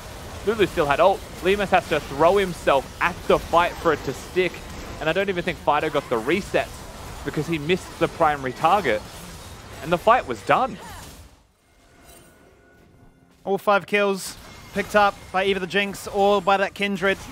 It was a great play by Liv to try and make them find at least something to really shut down the excited Jinx before we start to go into pentakill territory. But that's more like it. That's what you want to see. 5 kills apiece from either the Kraken Slayer users. And win to our second Drake. Dante definitely dangerous in this one. He is definitely going to be the star of the show. Gragas can be an absolute deal breaker for Direwolves if they force the Lamb's Respite early in a team fight, right? The disruption.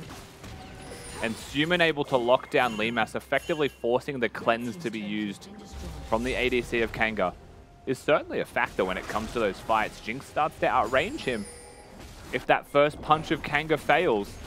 And it's failed more than once in a row. It has. I like what Kanga are doing here, though. They're realizing that Direwolves are all in, having their Herald to go for that Drake. So they say, we'll take one turret, we'll then press with this next wave in to get 2 turrets to match that of your Herald.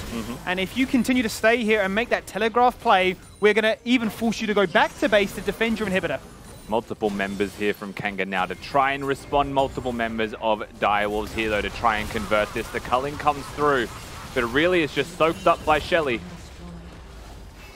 It is just going to be an even trade, and in the end, it's Kanga, I think, not just acknowledging that the Herald's going to be summoned on the opposite side and they cross-map. They do it so quickly, right, with no hesitation that they actually just make the trade even faster than a Herald could. Bit of extra vision scouting to see if they can find any other member lurking and on the rotate. Not to be the case, though. Do go back to base and look to get that extra bit of money, bit of tempo on the game. As we do really see, much like you said as well, this could just be a game all centric to the AD carries. Once again, really. Dante, top of the table for the first time here. Mind you, a 10-stack Dark Seal for Suman can become a Medjai's that snowballs and can be a big AP threat. You're expecting to die as Lissandra, but 108 scoreline so far, working towards that Zonia's. Doing pretty well for himself. 5 members strong here of Kanga. They're going to try and push Zoranus away from the turret, if not engaged. Yeah, he tried to juke out of that one. Look at the CC, layered phenomenally right there. Lamb's Spike comes at the very last moment. They understood the damage. They read the play. They'll sacrifice the tier 1. They've kept their top laner alive. I mean, it was basically 3 ultimates used from the side of Kanga, but they will secure their turret for just the Lamb's Respite and nothing more. It is a favorable trade for Direwolves when ults are counted and all is said and done. Dante does have a 250 gold shutdown. Teleport's going to come in early to protect him, and Kanga should be dissuaded. But if an Ornn ultimate was here, it would be devastating. But he has to teleport first to come back in as he stayed for an extra wave, and Poltron... He's flashed across the wall, dodges out in that Shadow Surge. In goes the flash body slam. Liv found him. And then Fido takes him down. That Lamb's Respite being burnt only moments prior has had some devastating effects. That is the second kill when Dante gets the reset on that passive, running ever so fast with Lulu to back him up. But there's the bubble, and there's the soaking of that culling damage just out of range. Good of a great little sidestep on that zap. And no more targets to run on down. Both supports actually clutching that little skirmish there, right? A polymorph onto the Lucian, a bubble onto Dante. Suman with a very wide flank here, hasn't been spotted yet. Cleanse available from Limas, it has to be far enough. Here it is! Oh, that's what you want to see, the headbutt into the wall. And Dante with a fantastic shield provided by Bulldog is able to keep him alive so that Kanga cannot find anything in this apparent trade. Direwolves, wrong side of the map. The fight hasn't ended. Another teleport coming through. They're looking for more. Poltron's running as fast as he can straight through the mid lane, but Vex is here first. The tidal wave knocks up too. They are marked by the Imperial Mandate. So there is that extra damage. There is that extra burst. Fido doesn't have an ult, but he's got a flash across the wall. He could just flash W, but he stands across the wall. Standing and delivering. He's got them all in his sight right now. He is forcing them to retreat. He gets that shutdown. Suman is gone. He's got the ultimate. Dante got excited. But what does he do? Dante now across the wall. He's sitting on a double kill. He's been feared. And the pain train has been shut down. So much gold is being achieved right now. And Bulldog has nothing left in the tank. And every time he jukes, the Vex gets a little bit closer to a guaranteed skill shot connecting. All that was left was the wall to juke towards. Kanga and Direwolves say, meet me in the middle. And they continue the fight for so long that deaths and teleports come through. And then add another minute to that skirmish. It was relentless. First of all, Foreigner has to be the target, right? Limas has cleansed, but another bubble connects. And then another shield comes through from Bulldog, and both ADCs persist. Dante very low on health and mana, however, and that is a factor. Teleport number 1 comes through. Teleport number 2 will surely follow as the Vex gets into the mix, but doesn't have the ult, and the Cask and Tidal Wave unfortunately don't do too much. But Suman is kept low, and Fido, if he had ult, this is over. Wrap it up, put a bow on it. The team fight's theirs, but he doesn't. Suman with a really clutch stopwatch. And the reality is Dante will get excited on this Jinx as Lucian Gale forces forwards. I don't even think he had the Nami E on him. That's on Lived right now. But thankfully Fido's here with the flash that you highlighted, right? And that's the difference in equalizing this trade. And poor old Poltron without a teleport was just hop, skipping and jumping his way. Just can't quite get there as Direwolves are running away from him. Just a little bit slower. And you saw how low Suman was after flashing across that water safety. He managed to walk out and preserve that perfect KDA. He's got the Zonias, he's got the ult, he's still got those 10 stacks on that Dark Seal. Now we are ramping up for that next big fight. Once again, all the CC laid onto that Ornn. He'll shrug it off. Yep. Giving us a bit of a throwback to an old build, right, with this Abyssal Mask. Yeah, it certainly does. Have a very old school style build. Has been doing pretty well in this game so far. One big team fight could be everything. Ornn Ultimate going to come out here. They are looking. Yes, this time dodges out the tidal wave. Will not get knocked up by that one. That is the Super Mega Death Rocket going wide for the meantime. So no damage, no member low, no member executed. Still hunting. Wrangle for control to try and get that third dragon. That's what Dire was after. The culling goes out. True, first strike inspired. They turn around. Do they look for this one? There is the root. The bubble on his head. The wild growth. He's dead. He couldn't Sonya's. He couldn't do it. And that's the stack's lost. Poltron's in trouble. He has the Lambs of Spite. Is he going to pop it? At the very last moment, he does. Dante has little to no mana. Can't stay in rocket form much longer. But Lemus is inspired. Gale forcing into action with a double buff.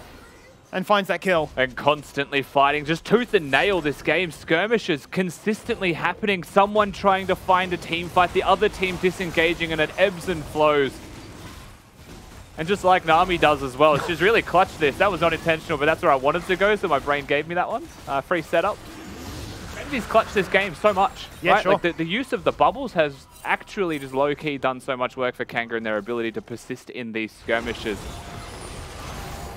Starts here, they thought they caught Limas and Fido, but they separate. They split up, lived with an absolute Hail Mary, as was that Trundle Pillar, not quite finding what they were after with these ults. The fight ensues. Human forgets that Lemus has cleansed. That's the important thing to consider here, because he could just back away. He goes in, Lemus holds it for the ult, bubble connects, can't Sonya's. Right, so clutch bubble from Benvi, but also good presence of mind from Lemus to hold that cleanse, and Kanga not choosing to chase any further. Perhaps they could have, but Lemus with the Gale Force. He'll come back in a second time, and they'll convert that extra kill. It'll give them a Drake. Right, they have control of the map right now. They get to reset themselves for the Baron buff with one objective on the map. That they certainly do. They get to feel strong about their chances in this game. He was the Executor.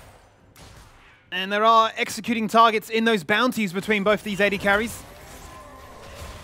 3 items done as well. You want to talk about win conditions for Direwolves. Jinx having those 3 items. Dante right now 8-3 on his Jinx is going to be huge. He can outrange most of the crowd control that Kanga throw down. Cask, big look. Oh no, Poltron's just dead. One shot. He can't flash as well. The combo, the CC, the damage. It's just too much to bear. But again, they have no follow through right now. Dante can outrange them. No tidal wave. All 5 ultimates used by Kanga. They can't start Baron. I think if they start Baron and just bottleneck themselves, they'd need Fido to sit off the Baron to look for picks. That's what they're doing. They need to kill Dante. Dante, no cleanse. No Mikhail's there from the Lulu. That'll be his next item, presumably. And at that point, Direwolves might be unstoppable. Dante's flash is only up just now. Liv jumps in with the body slam onto the Lissandra. Not the target he's after. Rocket goes out, brings him down low. Zap is there as well. Foreigner now, 20%. In jumps Zoranus. Unable to find the charge, no knock up, and no damage. So low though is Kanga. If they don't get a reset off, they don't get back to base, Direwolves may just be able to let Poltron respawn and walk to Baron. Well, he's here now, isn't he, Rusty? A blast going back into safety to try and defend his mid-tier 2. Dante out of mana, keeping them at distance. It's going to be a Raptor take instead. There might be a mark from Kindred on that one, which is why he's looked towards that. Either way, not going to prioritize the Baron buff. That is curious to me, especially given how low a lot of members of Kanga were without ults. I feel like they had a window. The Direwolves will clear out vision regardless. They'll get a reset off and they'll be able to re-establish more vision. But this buys some time for Kanga to do the exact same thing themselves. As Liv just walks in to say, yep, they're not doing it, we're good. Double checks. Realizes, well, we've been given a rare chance to breathe here. As you rightly mentioned, could have been an opportunity there for Direwolves to rush on through and take that one away. I mean, this game comes down to 2 big things for me, right? There's 1, Dante and what he can provide in a team fight. And 2, Fido, and if he can kill Dante. That's really what this, in my mind, comes down to. Sure. You're expecting to see damage from Limas. You're expecting to see damage from Poltron. And yes, there are multiple carry threats. But I think if one of those 2 things happen, then the other team just has no answer, right? If Dante is dead, I don't think Poltron has enough gas in the tank to 1v9 as they're going mid. Great bubble, great tidal wave as well. Knocks up all 4 members that were on the hunt. And a flash out of the grasp of Alessandro as well. That's a great pillar. Straight into the Lambs of Spite. Look at Liv. That explosive cast could be devastating. Instant flash preemptively there by Dante. Zoranus charging away. In goes the Shadow Surge. Instant. Golden statue from Poltron, who claims that shutdown. They remove Fido. Dante's excited, but he's just been shut down. Lemus bursts into life, and he gets that double goo. He goes golden as the Ornn goes for the stun, and that is the bubble to try and buy some time. It's a little bit too late. Shutdown is there, but a second AD carry amongst the ranks of Direwolves is dead. Everyone's dead but tanks and support. Oh no. 2 tanks. Can they even kill him? Having a battle. Surely they can. It's unfair because there's an army here. Zoranus. Zoranus. Swag steps out and says, give me a fair fight. That was a 1v2. Zoranus just stands and delivers his damage output. They'll end up being, I feel like that's a 4-for-4 trade when all's said and done. Every carry dies. Great tidal wave to start this off. Good damage application from Limas onto Dante.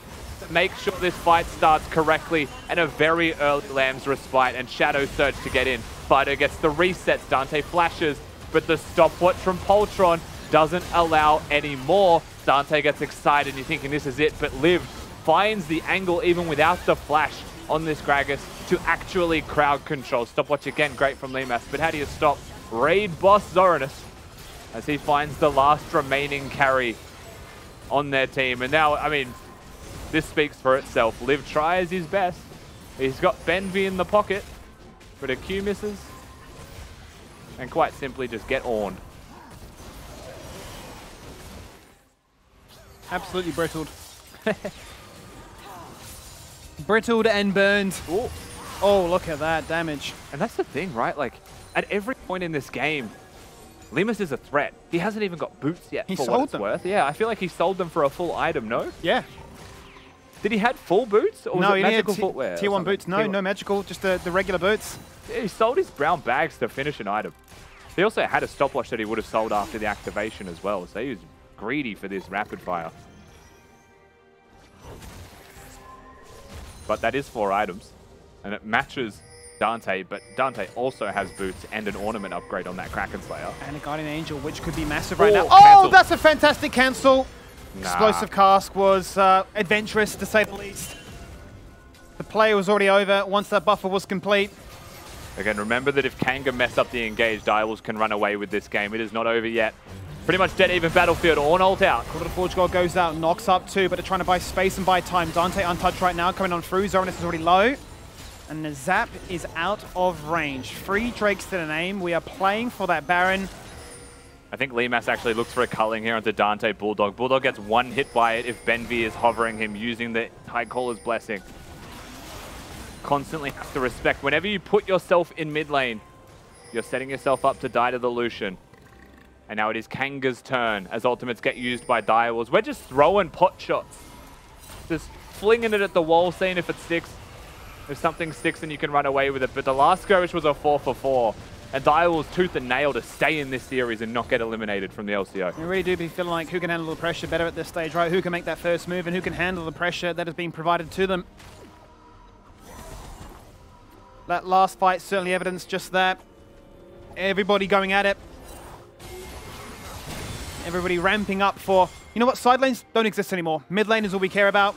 We just want to fight. We just want to burn summoners. We just want to have the best possible chance at getting those major objectives. It is funny that both series have ended up doing this back-to-back. Sure. In the LCO, right? Like, what even is a side lane? Game 5 of our series yesterday ended up being a Soraka and a Zillion. What is a side lane? This series has been just 3 tanks in a row from Liv. He built a Knight's Vow and his Gragas. He's here to support his team. Limas is in trouble. Yes, he's got that cleanse, but is it enough? No, dead. Shadow Surge went out, but Fido definitely does not want to take that. That could even be a Baron if they're not super careful here, right? Direwolves have the numbers advantage for sure. Look how close Limas was to flash, about 5 seconds away as well. But he just shouldn't be there in the first place. Gets picked out really nicely by Zoranus, who's able to find his window. Benvi, there's just no shot. Okay, Ben. You've done it on the Bard. Hey, you had to go. They need to run top lane. If they're not careful, the Direwolves will collapse on them. Yeah, completely routing them out of this Dante situation. already here. Dante's here, hits the Zap onto Fido just out of range because that fear was good. Without that fear, that could be a very nasty situation to find yourself in. Prona going to walk out towards the river, realize there's nothing there for him, just going to reset. Lived as well is just going to try and crash the bot wave. They resigned themselves to their fate of saying Limas is dead. We will get to a fight with Summoners up next time it takes place. But for now, we have to concede the Baron buff. We do give a window, and Direwolves with this window can try and snowball the game out of control. Dante so close to full build already. Stage is set for Direwolves to reverse sweep. Certainly is. Most gold in the game, most kills in the game. Wants to be the star of the show. Certainly is at the moment. 2 Krakens, all upgraded. And getting close to max level as well. Human spotted. Fido has ult. They could try and one hit, but it's very hard to do with a Zhonya's Hourglass and the Lissandra ultimate. That was a different champion, maybe. Kanga just trying to keep them at bay, and frankly, it's working.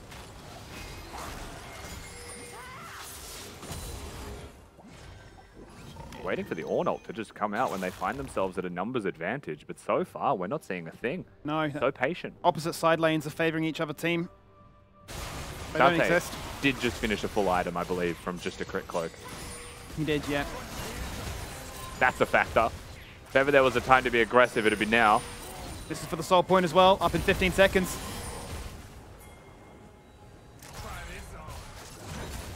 Oh, just a W. That. Here we go again. Liv looking for the moment. The fear goes out to Zones, tanking up that CC. Direwolves don't need to go in here. They are the ones that can go for the soul if they confirm this Drake. Kanga are the ones that need to hold the river. Direwolves just going to go mid. Kanga needs to start basing as soon as possible. And they got a bot wave prepped as well if they want to turn their attention to that too. So they just run them through. You can take that Drake, but we'll get that second turret in mid. We're going to open up your base as well, potentially sneaking an inhibitor. All of that to stop an Infernal Soul. They walk bottom where there's a wave. Gragas ultimate comes out. Turret's still definitely at risk of dropping. And they've got some time left on this Baron buff. Oh, no, 30 seconds, one wave. Simon's dead. Has the self-cast the ult. They overlap with the Lambs of Spite. That's a disaster. Cooler Forge God knocks up Bona. There's the rocket. There's the kill. You've removed the jungler down for 45 seconds. Dante. Dante dead. Look at the damage onto Dante. He's going to revive and straight into a whole host of bursts. Flash, Wildgrowth survived, double kill, turn it around. Back onto this turret, back to try and end this game, back to try and bring them back into a series. It's phenomenal stuff here as they work their way towards that second inhibitor. Oh my god, Limas. He tried to be a Lucian pop-off moment. Vex still has the ultimate and flash. If there's anything that saves them in this game, it's going now. Here we go, that's a three-man fear, personal space, get out of it. What was that from Fido? Something special, something spectacular. And Bulldog might just die to an ignite. He self-cast a shield. Help me, Pixie, please. And it's just Zonis against the world. You look away for a second. This tank's just been putting in work. He's on the daily grind. He's still going on Benvi. He has to. He's going to try and take him out. Tank. Subjugate. It doesn't matter. He's been chomped on down. Now he needs to get away from this Trundle. He has flash. The frozen domain, the pillar, the chomp, the damage, the flash into our blast cone, and please, Trundle, just leave me alone. Baron recall. Does he still? It doesn't have Baron anymore. Lived on a wide flank. If Zoranus dies here, they can play the long game. They can play the slow game. They can try and get something done. But does Zoranus die? Does Zoranus ever die? Far out. That was incredibly tense there for a moment. Here I am thinking the game was about to end, but that from Fido for me, phenomenal. Let's just take it back a second. Fido goes crazy. Fido saves the game. He has to flash with his W, hit a lock down Dante, no Guardian Angel. You won't see something more clutch. In a do or die situation for Kanga's hopes in this game, he goes in, he gets it done. And Benvi just outplays with the Ignite button. But again, just quietly on the daily grind, you've never seen someone as buff as Zoranus. He just continues to kill them all. We don't need to replay the rest of this, surely. It's not going to end. It's a great chase. Thank you.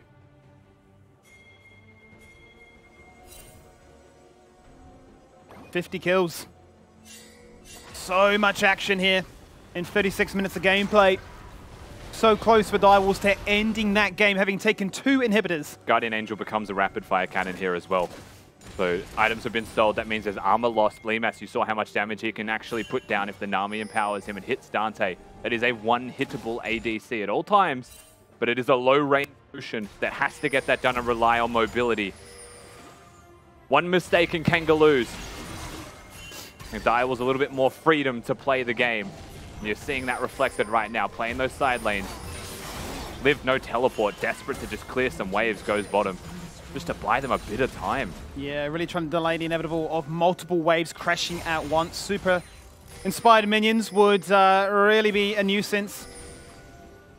Direwolves all grouped up as 5, ready to push that third and final lane. There's the bubble. Where else would they be? Your ult can come out. Find them. Now goes the call of the forge god. Oh my god, Fido again. Back-to-back team fights, clutching up an absolute tree, but finally, in the end, dies. Limus just out of range, flashed away from Bulldog.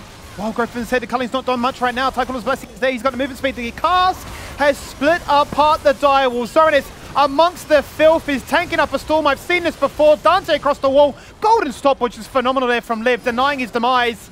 Oh, Liv wasn't enough. He couldn't get the reset. That's what he was preying upon. Excited. But he is excited now. He has found that kill. He could look to try and take them all. But he needs to lifesteal first and foremost. He needs a wave to hit, and he can't do it. They have no health. They have to go back to base. They get the first reset. You're thinking for just a moment, Dante's done enough.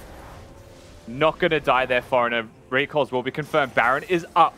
30 seconds on Limas. 28 seconds on the top lane of Direwolves here with Zoranus. You can see the damage in the last team fight. Tragically for Limas as well, with no flash up in about 10 seconds. There was an angle that he kills Dante. There's an angle that, honestly, that Fido kills them all. And it was Direwolves that enact this. And again, look at the damage that comes out of Vex. Poltron doesn't even exist. And Dante and Bulldog are one hit. A Gale Force forwards there. Maybe that's a different team fight from Limas, but not to be. He'll use the culling to zone, but then they bottleneck themselves. And there's really only one way that Dante gets to attack in this team fight. And that's if you walk into this choke point and he uses rockets. And that's really what happens here to help equalize. They get the Infernal Soul, though. Point complete, though. That is that extra bit of damage they were lacking in that previous fight. Dante did go back to base, did sell the rapid fire cannon to see if that GA was up and available. It wasn't just yet, so back to the RFC he goes. And if Dials were to lose this game, they will lose with Cloud Soul twice in this series. Yeah, with a Soul, which would not be something just you would wild. ever expect to see. From Cloud to Infernal, you've got the damage, you've got the moves. This is the most winnable game Direwolves have had in this series, and to say the least, they should be winning this game. There is 2 open inhibitors. Baron to play for, which helps them to push those waves out. Poltron looking on a flank here, though, at the moment, it seems. And Kanga have to face check. Jump straight onto Foreigner's head. It's a battle between 2 junglers right now. The Kraken's going to do as much Benvi work as they can. Benvi is dead. And they've needed Benvi so much in these last few fights. The rocket goes wide, doesn't find that reset. Dante jumps in. So does Fido, who is just dead. The Zonius was on cooldown. Jinx is dead, Limus though. has found that first kill. They have removed Dante. That's what he's been hunting for in those last 2 major team fights. You do have that insurance still in the Kindred, nowhere near as strong, but the Baron still has been denied. Does that insurance get them Baron is the question. Foreigner with no HP. Limas is the threat, but he's got an absolute monster of a tank standing in front of him at all times in Zoranus. Limas being an assassin really is saving this. Fido being an assassin as well. They both understand the assignment. Dante has to die. At all costs. But this time now that GA is up and available, he's switched back to it again. Those inhibs have respawned, so... Baron should just be there. It's really right with Poltron still being alive, but they're not willing to pull the trigger. Flash Smite still going to be available for the Trundle. He's back to full health after doing the Gromp. Orn ult out again. They feign the Baron start. Call of the Forge God goes out, doesn't hit anything, and instantly Direwolves back away. Nami back alive. Fido back alive with teleport. He's teleporting into mid-wave. Probably not going to be able to find anything here, but does body them out. This is Kanga's moment. They have to make some kind of semblance of control work here. Jinx has just respawned. You've got 10 seconds till he's in the area and can have an effective impact. This is wild Baron scenes half right health. now. Does Kanga hold this one, or do they just go and flip this game on a dime right here, right now? The jump in has been stolen! Seaman has got it! He's got the soul, he's got the damage, he's got the kill. In jumps Fido and removes Poltron again, but his job has already been done. They've got that Baron, they've got the damage Rusty. Surely they win this game. But Dante is dead. He's going to resurrect and be surrounded by multiple members. Shadow Surge connects, and Fido really is such a special individual. He's found a triple kill in this team fight. Rusty, how do you lose with every buff the game has? Zoranus is still 1v9ing just quietly while the team fight dissipates. Someone needs to deal with this Orn, or he will just kill them all and win the game. Oh, which they finally get him down. It turns out gods do bleed. Bulldog, the last man standing. These fights can't be closer. Unreal, really is.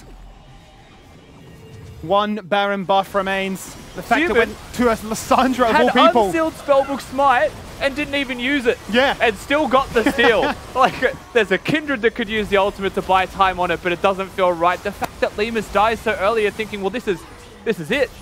But Fido had the ult reset, had the flash, gets in, and again, it's lived, keeping Dante busy, while Zoranus is trying to do the same thing with Lemus. But at the end of the day, it's the Fido gap that really comes true into this fight. Suman puts his efforts towards the Baron buff. He admittedly gets it. But even with an Infernal Soul, Direwolves cannot win. They cannot scrounge out a full 5-man ace. Getting very late into this game now, Rusty. 43 minutes in. Not only are full builds complete on the carries, but the tanks are getting amongst it as well. Elixir's being purchased. Everything being worked towards that next Elder Drake. If the game's not going to end any other way, then this is really what it all comes down to.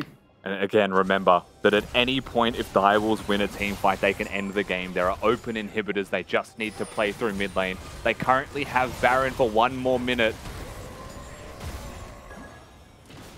The stage is set for another ARAM team fight. This one's been an absolute banger.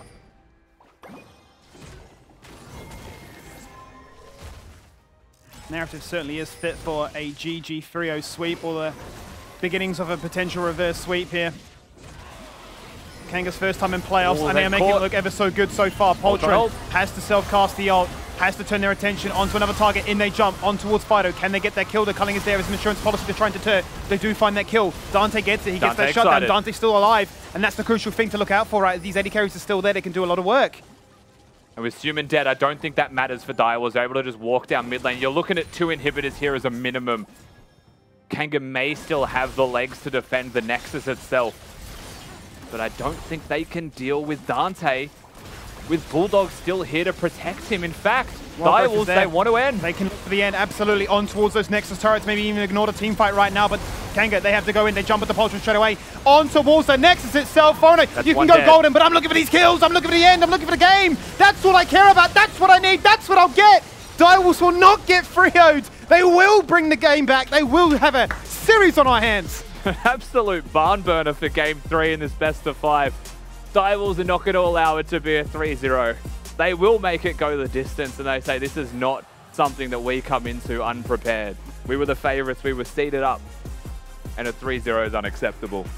Suman comes in with the Lissandra. Feels like it was a missing piece, but at the same time, really it was Dante and Bulldog just being the Jinx and the Lulu.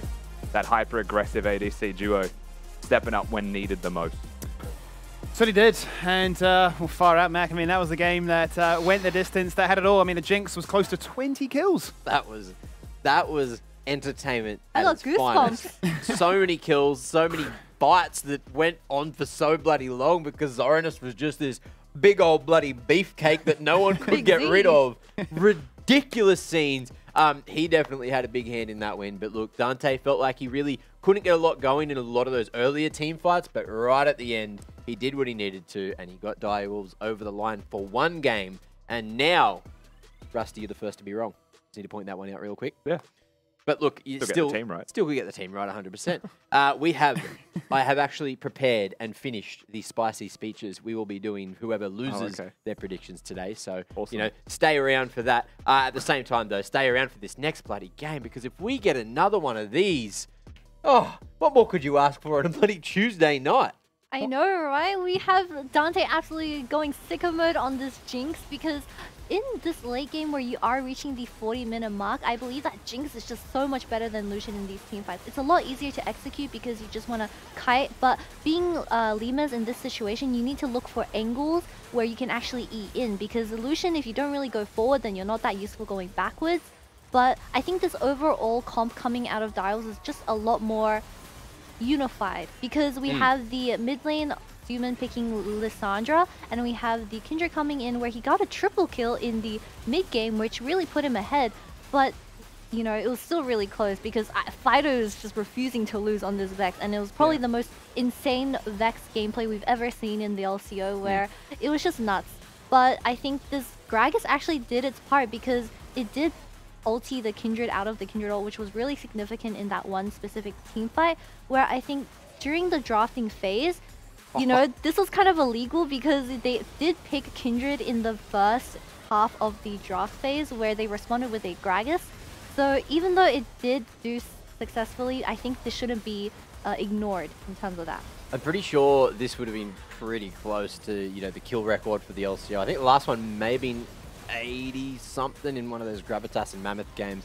But another thing I want to bring up is how many Baron steals, Soul steals are we going to get in these playoffs from non-bloody junglers? These guys have been so good with their abilities, with the right clicks, and oh my god, I think it is damage a new record. graphs. I think it is a new record for the most kills. I feel like before that would have been like 60, like a Legacy versus Gravitas game, but that's...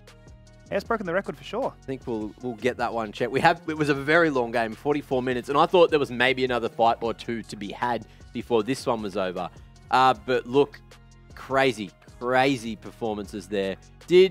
Lucian even sold the boots in the end as well. So you were talking about where'd the boots go. He got those bloody Ionians and then bloody sold them to get another item as well. And talking about funky builds, let's focus on what Zoranus has in his item slots. He has a Redemption, which is quite funky coming out of the rank 1 player himself. But, you know, doing 42k damage on an Ornn is pretty unheard of, and I wouldn't doubt whatever he builds because I'm sure he knows what he's doing. And yeah, it really shows that Zoranus is someone that you shouldn't underestimate. A almost 45-minute game and only like a 5k gold gap in the end. That is crazy, just to show how close it was. There were so many moments where you're like, oh, if they just managed to, you know, get that extra kill, all of a sudden that's bloody half the base gone. And then need to shout out Fido for that 4-man bloody fear, saving the day, buying another 10 minutes or so, whatever that ended up being.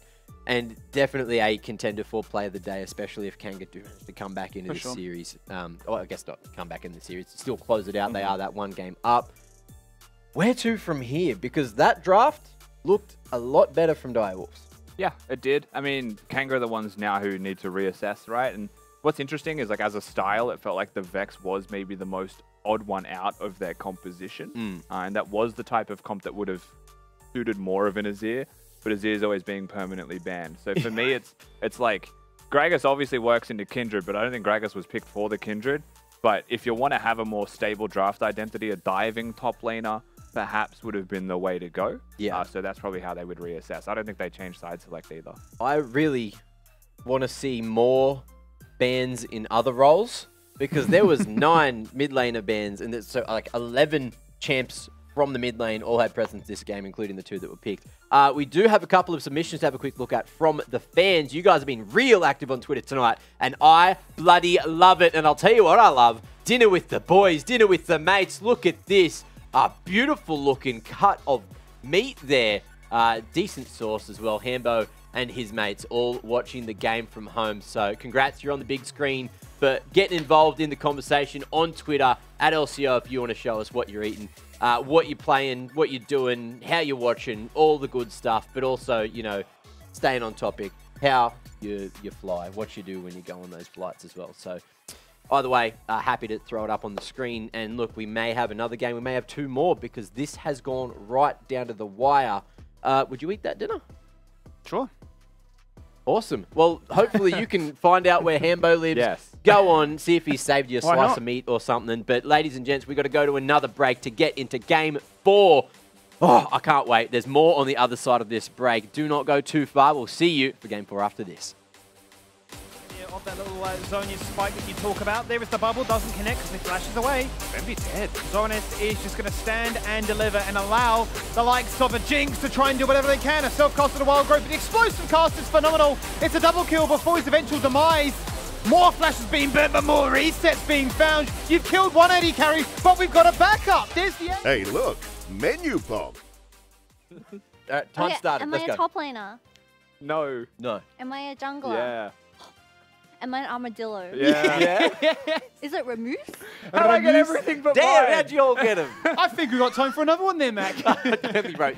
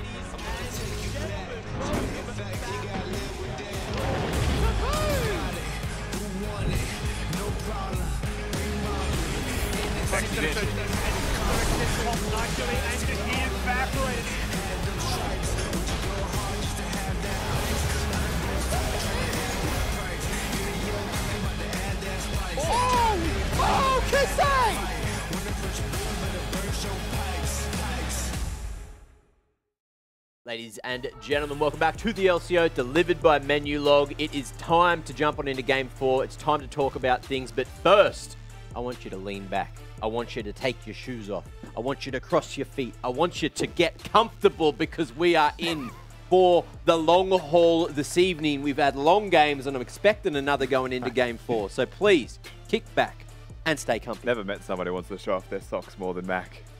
That's what I'm saying. That's all I'm saying. Kick off your shoes literally does it. Hey, there it is. I'm proud of them. Yeah, they are good. I like the socks.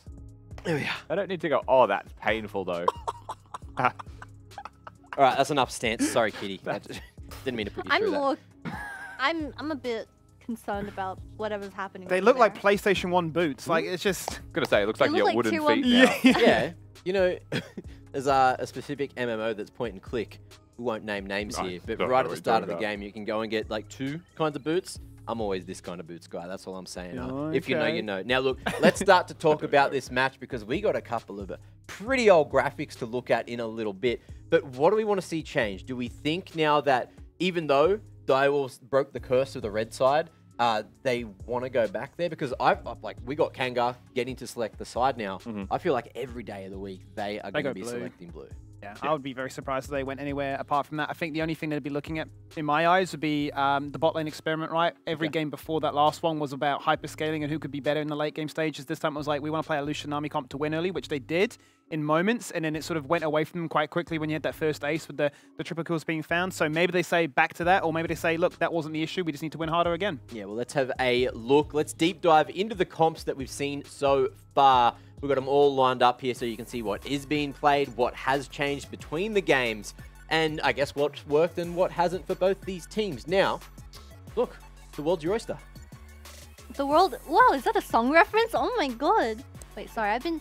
No, it wasn't. I'm too much of a K-pop fan, I'm sorry. Shout out Lucerafim, I love you guys. But yeah, I think coming into this game, we have seen 3 hyper carries where Jinx has been picked twice. I think going into Game 4, this Jinx probably will be taken off the board by Kanga, similar to what Dials did in the ban phase where they let go of that Veigar. Perhaps for Suman's champion pool, I don't think it's as... I think banning out his 3 champions will probably still be default, but this Jinx taken off the board will still benefit Kanga a lot better because I think Jinx is just the hyper carry that you want in any situation. Are we feeling like Fido's going for these Vex picks as a sort of counter pick, knowing that Suman has played it? Like as denial, yeah, because it is one of his champions, right? If you consider the champions that Suman has played in this best of 5, I think he's maybe played one of them during the regular season. Once.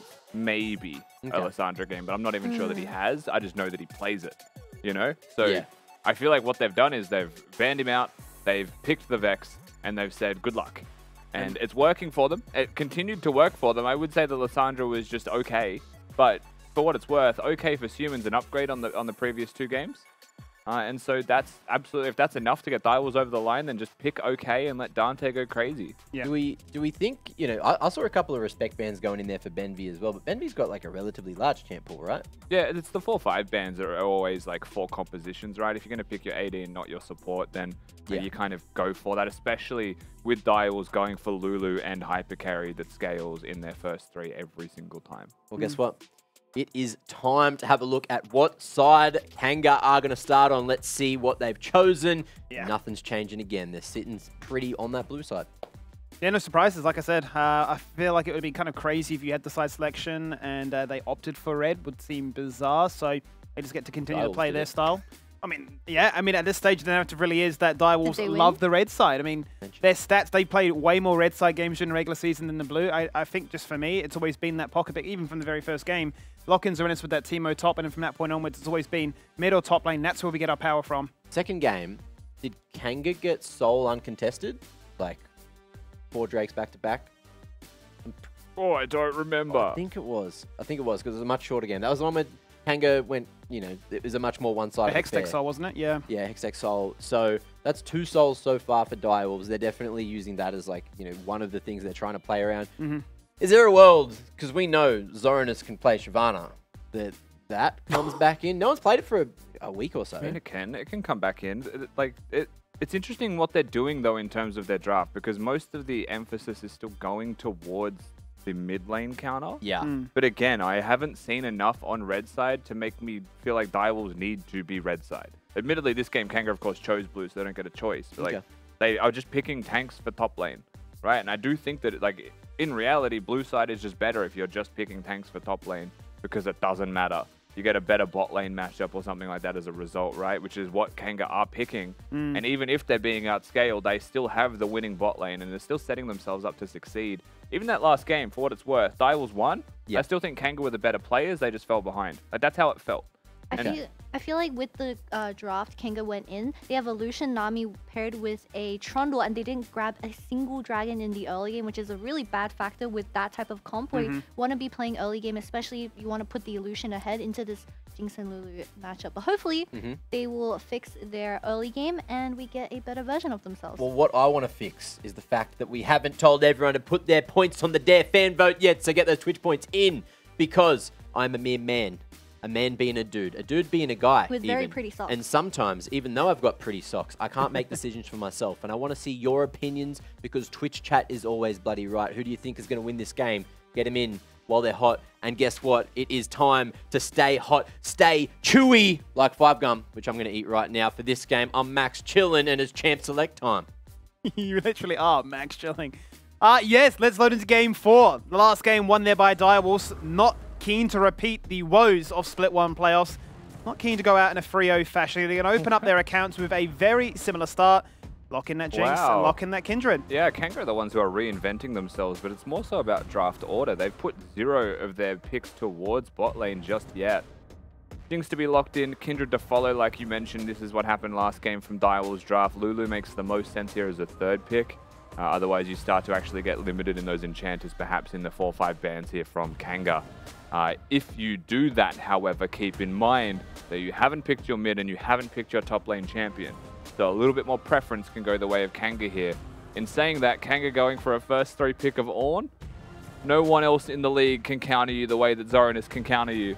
So you need to be careful, but their composition does need a tank or an engaged source or something to give the comp substance other than damage. Certainly does. And we'll get to see really how Direwolves look to try and shut down the Kanga squad in terms of those first 3 picks. Gonna go for some support bans again, so deny away that bar. The tax has to always be paid, especially if that Lulu is being locked in on repeat. Sandra now denied away as the different variation. The last game we saw a Galio and a Swain denied, other champions that we have seen not only in the series but also during the regular season. Just continued pressure towards Sim, and it just does keep begging the question that if he is going to receive all that targeting and attention, the rest of the team on the Direwolves need to really answer up and say, if we can pick anything, we need to make sure it matters. Well, the Vex is going to be up this time around, right? So that is something that stands out to me as a nice thing for the Direwolves to have. But there is the Ryze matchup to contend with it. And I think what they've gotten rid of, right, is something that helps the Kindred to have engage on both fronts with their bans. Also helps make the composition of Direwolves feel more robust. If you consider what Vex does compared to the rest of the comp as an identity, it doesn't fit. Because it is a dive mage champion. It can still play more peel, but that's very unlikely. And so whatever Direwolves pick as their top laner either goes with the Vex, or if it's more of a peel champion, then it plays for the rest of the team, and Suman's going to be like 1 in 10 just cheering if his team wins because he's done damage at the start of a fight. Oh, it's just a Twitch Yuumi. It looks like it. Yeah, the Yuumi hasn't been banned. They went for the Misfortune Deny instead because they want to make sure that Jinx has the easiest laning phase possible. But But you've opened the floodgates for is a very scary Twitch 1v9. Yeah. Also, you've got Engage in top lane, right? You've got follow-up in both jungle and mid. You can look towards an Enchanter bot lane. I feel like this is the most flexible draft they've had so far. It's not going to be the Yuumi. It is going to be Renata. But also consider that Renata is now into a very good composition to use that hostile takeover on. With a Kindred putting down the Lamb's Respite, you just let them turn on each other as that expires. So now Direwolves ball in their court. How do you pick something here in top lane that makes your composition make sense? This doesn't make it make sense. It can dive, and it can lock someone down in a sense for a Vex ultimate to come through. Stopwatches will deny that combo. I'm not sure how Camille fits in. It's a bit of a mix, isn't it? It really is a case of we want some split push, we want some side lane control, we want some way to try and make sure that Seaman isn't dive bombing in on himself, but it's just another comp to say, we're going to jump in, bait as many cooldowns as possible, and just pray that somebody like a Kindred and a Jinx can once again, clean up. I mean, yeah, it is. It's about having extra range on Dante. It's always going to come down to what Dante can provide. There is essentially 2 dive champions here from Direwolves, but they have got some flexibility about them. Vex sometimes can peel. Camille sometimes can peel or disrupt in team fights. But Kanga feels much more cohesive, right? You look at their composition as a whole, they've got Ornn engaging, they've got Ryze, who's very mobile in mid lane, can match, if not beat, the Vex as they get around the Rift.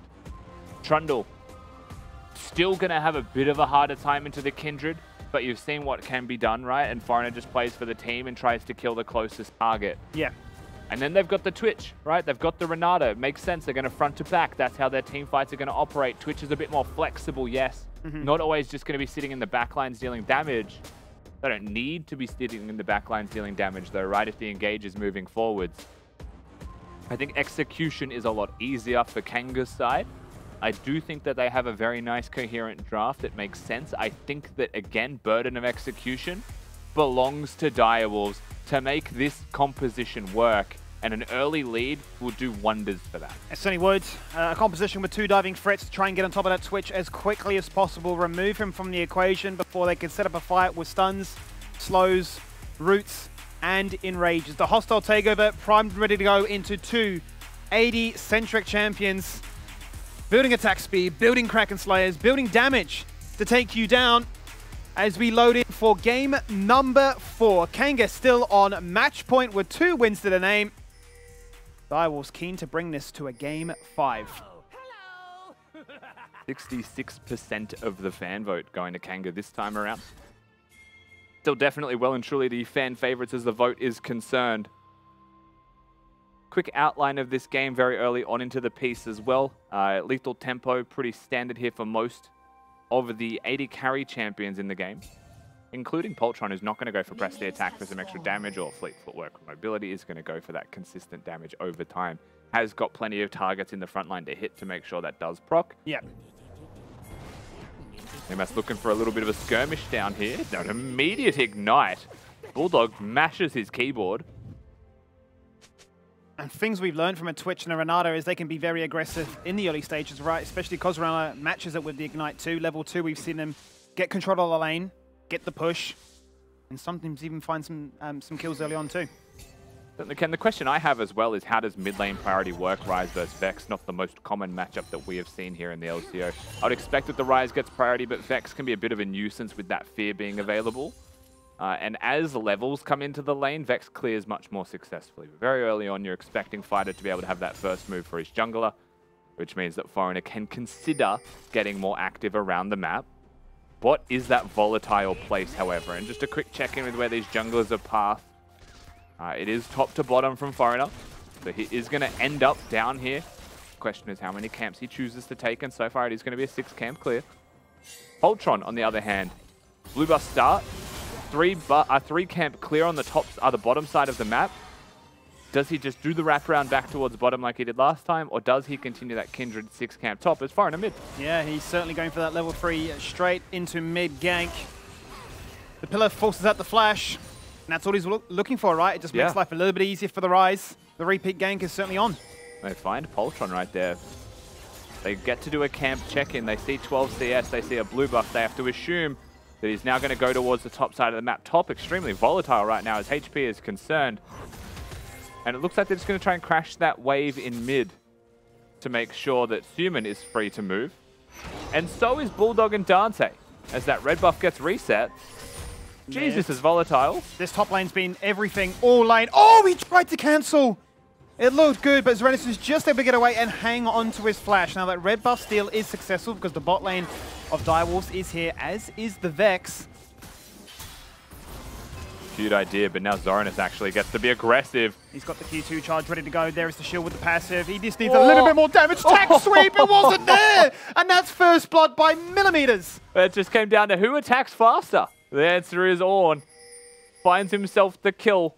Hunting now for Suman. Down a level. Who doesn't have that flash? Bear in mind, he's in trouble right now. So Poltron jumps in and tries to be a second major threat. That forces the flash from Fido. In comes Zoranis, TPing right back into the lane.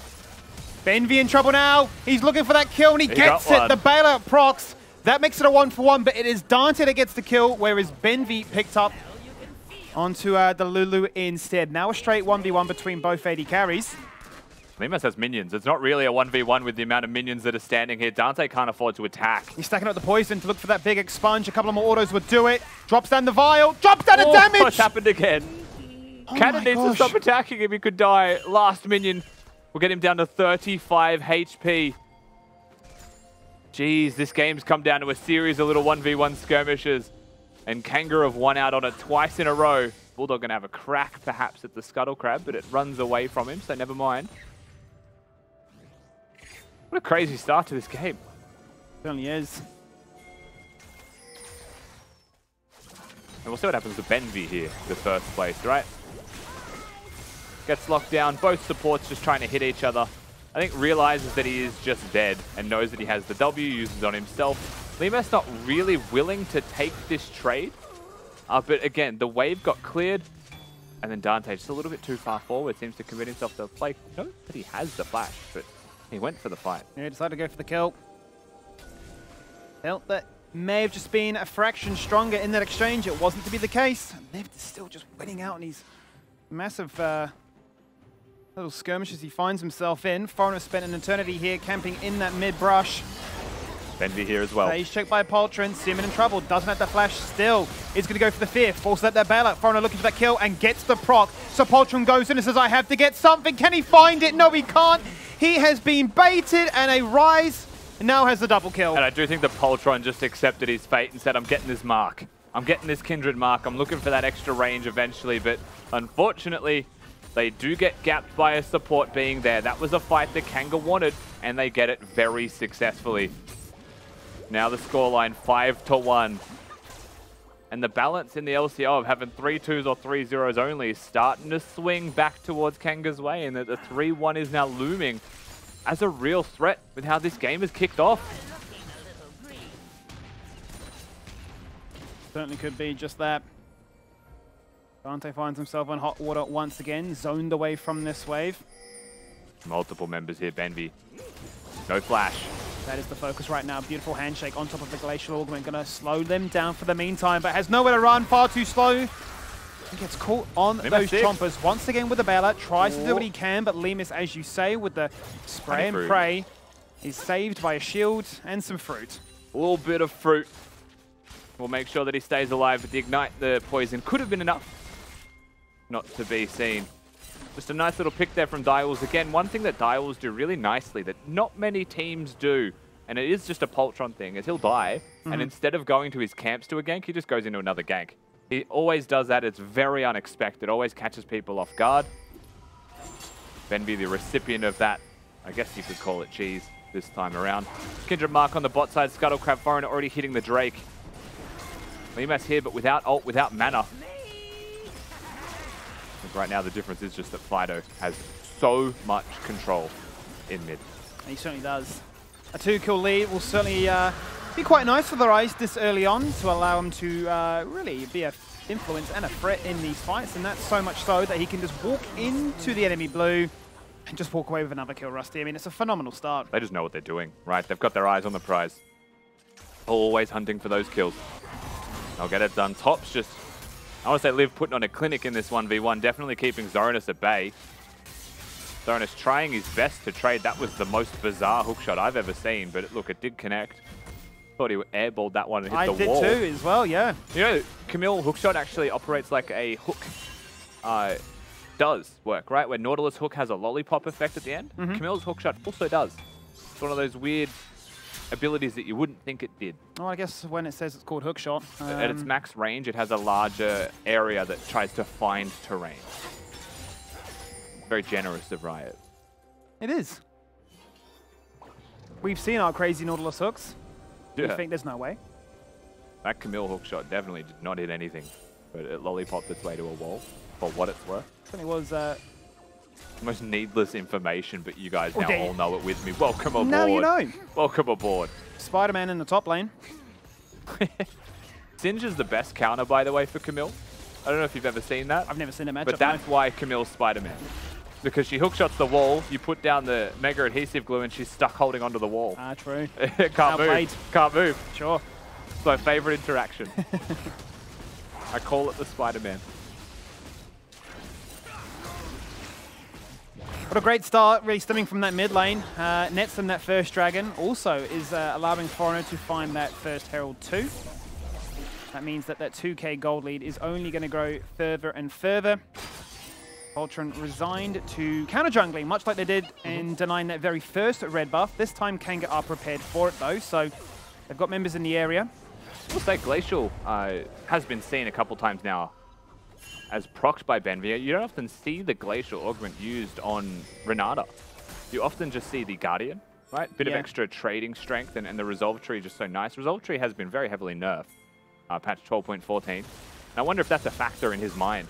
I remember when the champion first came out, there was a big discussion as to what was the go-to, right? Was it summon Airy to be a little bit more greedy for a bit more damage and so on? Or, you know, would you go to Guardian like you said? Comet guaranteed to proc with E as well, right? That's exactly it, right? I was always a big fan of the Glacial Augment. It just feels like, you know, with all the tank engages taking it now, maybe it is just the go-to. And it does make things impossible, right? You're seeing this from Dante. How do you get away if Twitch ults, you're stuck on a Glacial field, even if the stun doesn't connect? So that's definitely a factor for why Twitch Renata could work with the Glacial super nicely, regardless of matchup. Because Twitch needs ramp-up time, and Kanga have 4 people here. They don't need ramp-up time to dive you, but the reinforcements are available from Direwolves. There is a Herald to be summoned, so anytime they get to create space like this, they get to move bottom, draw the focus of Direwolves. It does mean that Foreigner gets to put the first foot forwards in the next movement, and if that is making a play on mid, or if that is returning back to bottom, like you're seeing from Fido, just a menace. Yeah. Clears the mid wave. Now Suman shows he'd have to teleport if they summoned the Herald. And it's constantly causing Direwolves to have to play reactively, right? They can't be the ones to showcase what they want to do. Out goes the TP to try and back them up. The Realm Warp is cancelled. That is. As Foreigner is power move. Sadly resigned to a kindred mark. Rice puts the ult down. I'm not sure if he saw Poltron, but that was one hell of a power move, to say the least. Just chucks him in and says, best of luck. Definitely went backwards. Rocket and Shadow Surge went straight down the middle. Otherwise, they could have been keen to find a second kill. But the pressure of running them back to that bot tier 1 was enough to force the Summoner heal out of Limas. Also the teleport response from Fido, right? So while the teleport was used from Suman, and this was something you consider an advantage for Kanga, just given the priority that they had in mid lane, basically gets equalized. Bulldog now going to try and clear the control wards to give some space for mid. Cannot 1v1 Fido. Such a large mid laner, now 3-0 on this rise. Has the tools to carry this game as well. Not a lot of tanks that can just soak up his damage output. And constantly having that first move just creates a lot of space very easily. As it seems like Herald may just be getting summoned a bit, or Foreigner is trying to create freedom to move, but they don't want to summon it at all yet. No, not much time remaining on it. Straight back to bottom. It has to be. Drake's about to be up. You could summon it mid for the Drake, right? Knowing that Direwolves want to put their focus there. You've got the first Drake in the game, so I wouldn't be afraid to summon the Herald just to get 2 plates and call it a good summon while you get a Drake. It's also pre-soul Drake, so a lot less health on it. Yeah. Time is ticking on the Herald clock. Seems to be the play. unless he does just look to try and continue to zone them away on these resets to guarantee they can get that Drake. I mean, that's actually a free Drake, right? Yeah, stopping that reset from a teleportless human with no mana, free objective. Take that any day of the week, and then probably just pick a lane, maybe go bottom, chuck it down. If it doesn't expire while doing the Drake. It's going to be very close to expiring, it has to be. Regardless, though. Tap it. Second Drake has been taken. We did it. Pushing himself to the absolute limit. Min-max Maestro, isn't he? Benvi found Bulldog. Oh, that's a fantastic two-man Glacial Orb when the hostile takeover denied by a fantastic blast gun is another way to really say it. Limus underneath this turret, pops out from Invis. Keeps Dante at bay, locked underneath his own tier 1. Dante the most dangerous place in the game right now, and he's under his turret. Every single time that Kanga clears the mid-wave, Fido will dip into Fog of War bot side. And now it means that Rise with an ultimate, Trundle, who's just living in the river, the guy is just swimming, got his floaties on, constantly threatening you, and it means that you have to let the wave crash. You can't push up past the minion wave or a Rise ult comes in. And every time you let it crash, minions chip at the structure, more plates start to drop. We are going to crest over 14 minutes now, so the plates will dissipate. However, that has been a sizable advantage here for Kanga in overall map presence, right? Plates that have been taken organically through these lanes. Yeah. A lot larger than their opponent. And the top lane has simmered down a bit, right? After the first 10 minutes of aggression where they were going at it blow for blow, constantly looking to try and find those individual kills, which did eventually favor Liv by just a hair's breadth. Yep. Has now trimmed down to just focusing on that farm, making sure everybody in the game has that Mythic complete. Just waiting for Simin to find that one. And obviously Limus here on the Twitch can look to try and circumvent that and rush the Blade of the Rune King instead. 5. Zoranus, remember, is the primary shot caller for the Direwolf squad. You'll often see him involved in plays. But now that the rest of his team is struggling a little bit in terms of their ability to play the map in a standard fashion, it's a lot harder to shot call and still be a split pushing top laner. So I wouldn't be surprised to see Zoranus grouping up on this Camille Shadow Surge. I think 7 people just pinged the flash. They certainly did. You heard that one? I heard that one, yeah. The audio cue was on point. The rapid fire, hey, time that summoner. But it has, once again, opened up the floodgates, right, for Kanga just to rotate to another lane, put a little bit more chip damage in. That finally nets them that very first turret, and a fantastic one at that, right? You've opened up mid. Absolutely. The best first turret that you could possibly find, and a very easy translation towards both side lanes. Zoranus and Lived are going to say hello to each other. Zoranus finally starting to win some trades with his Divine Sunderer completed, but second Herald to be summoned in top lane could be a full structure. You've got Benvi hovering, and it will just be chucked down right away. No need to min-max this time, just absolute min. Yeah, guarantee it, because you're going to go for a fight right afterwards. That's going to be Poltron looking to go for the kill straight away. He's actually auto-attacking a ward which can't be taken down because of the TP immunity. The Herald is still there, and Poltron's jumping in. It's a battle of immunities, and unfortunately for Benvi, Poltron's is a little bit stronger, but Limus comes in and plays cleanup. It's a double kill for Foreigner. Bulldog is hanging on for dear life, and Dante is running away before Limus can expunge charge number 2, because that's what's coming through from the Herald and top lane. It's just being battered and bruised. And the full inner turret goes down. Limus definitely starts to get a little bit low. His poison ticks cause turret aggro, but they secure the second structure. Fighting bottom. They are fighting bottom. He dodges out with the Hexagon Mania, but he has no mana now. Zoranus has to flash away from that ramped up turret. Simon's going to rock up and say, that's the easiest kill steal of my life. Thank you very much. And now the Vex is in the game. Benvi on the way down in bottom lane, looking towards teleports. Fido does have one. There's a really deep ward there that he's able to get to. Zoranus has the hook shot, so he should just go for Suman.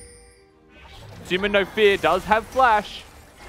But he does have flash, and he has to flash away, but that's going to be followed away by the Rise, just out of range of the damage, but does take him down with the Overload, and, well, Fido's living life.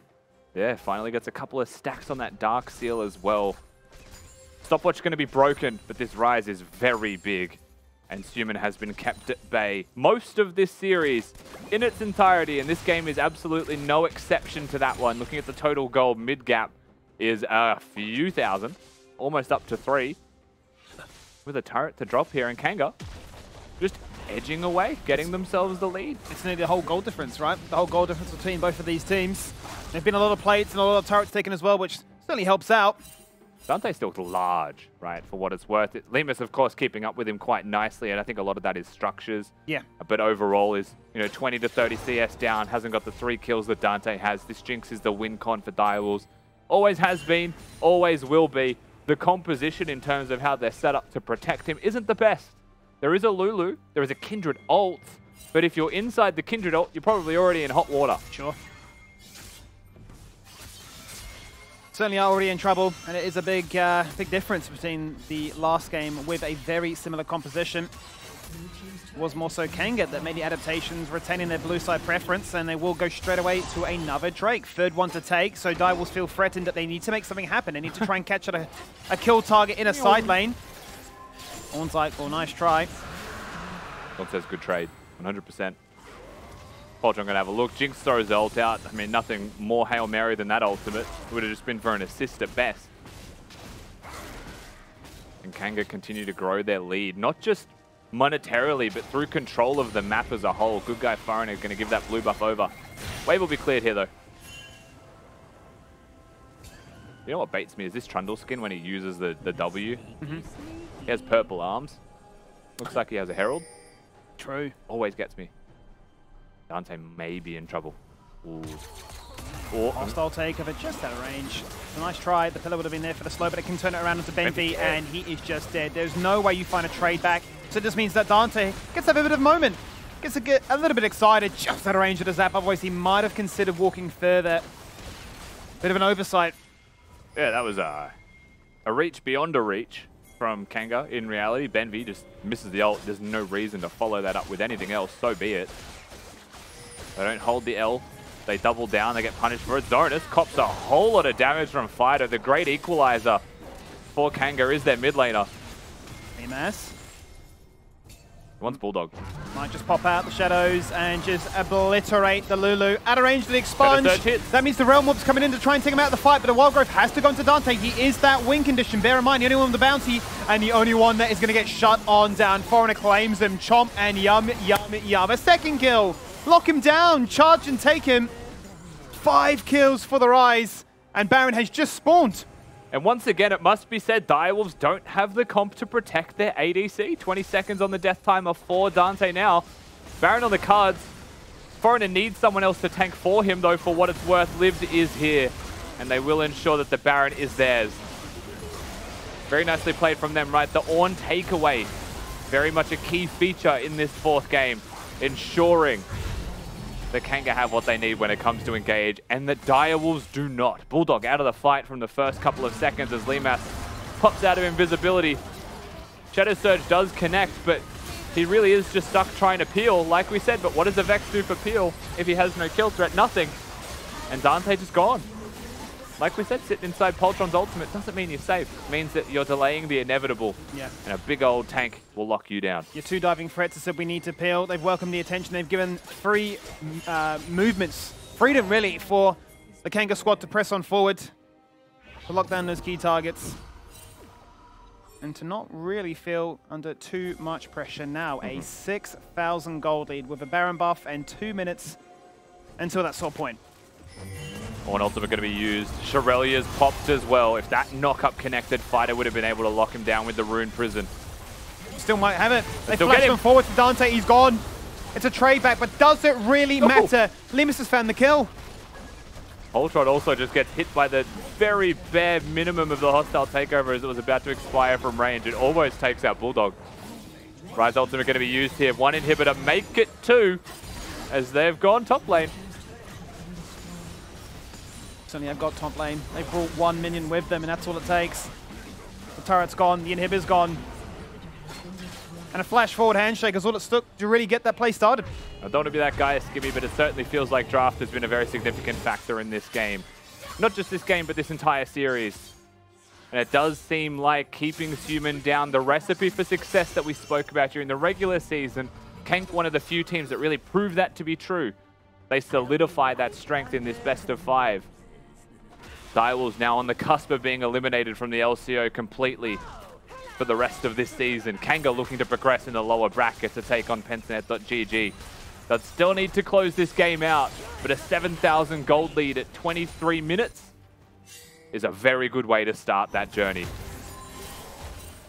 With 2 inhibitors already taken, with that Baron buff still online, and with waves that you can now push to complement the supers coming on through, to then turn your sights onto an Infernal Soul of all things for that complete GG condition. Certainly the cards are stacked in Kanga's favor.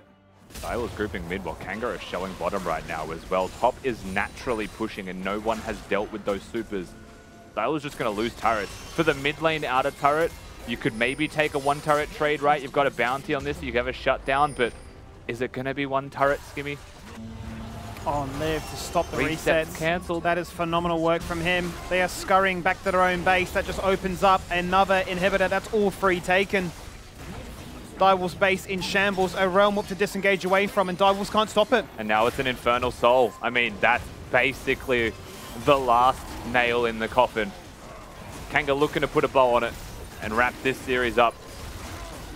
Blue buff to be taken by Fido at the same time as an Infernal Soul.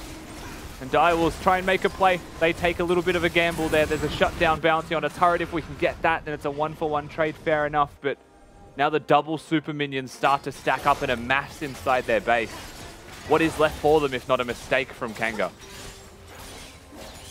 Kanga certainly have pushed the pace in this game despite having some scaling options. They don't want this game to go to distance like last game. It was far too tense, far too stressful. And the cool thing about their comp is, like, while it does have scaling, it also has 1-item spikes, right? Like, Twitch is one of those champions where you go for the Blade of the Ruin King and you actually forego the 3-item crit build, something that we spoke about yesterday. Yeah. And it has to be a 4th item Infinity Edge instead. But at the 1-item spike, you're really powerful. You're an assassin. You take those 1v1s.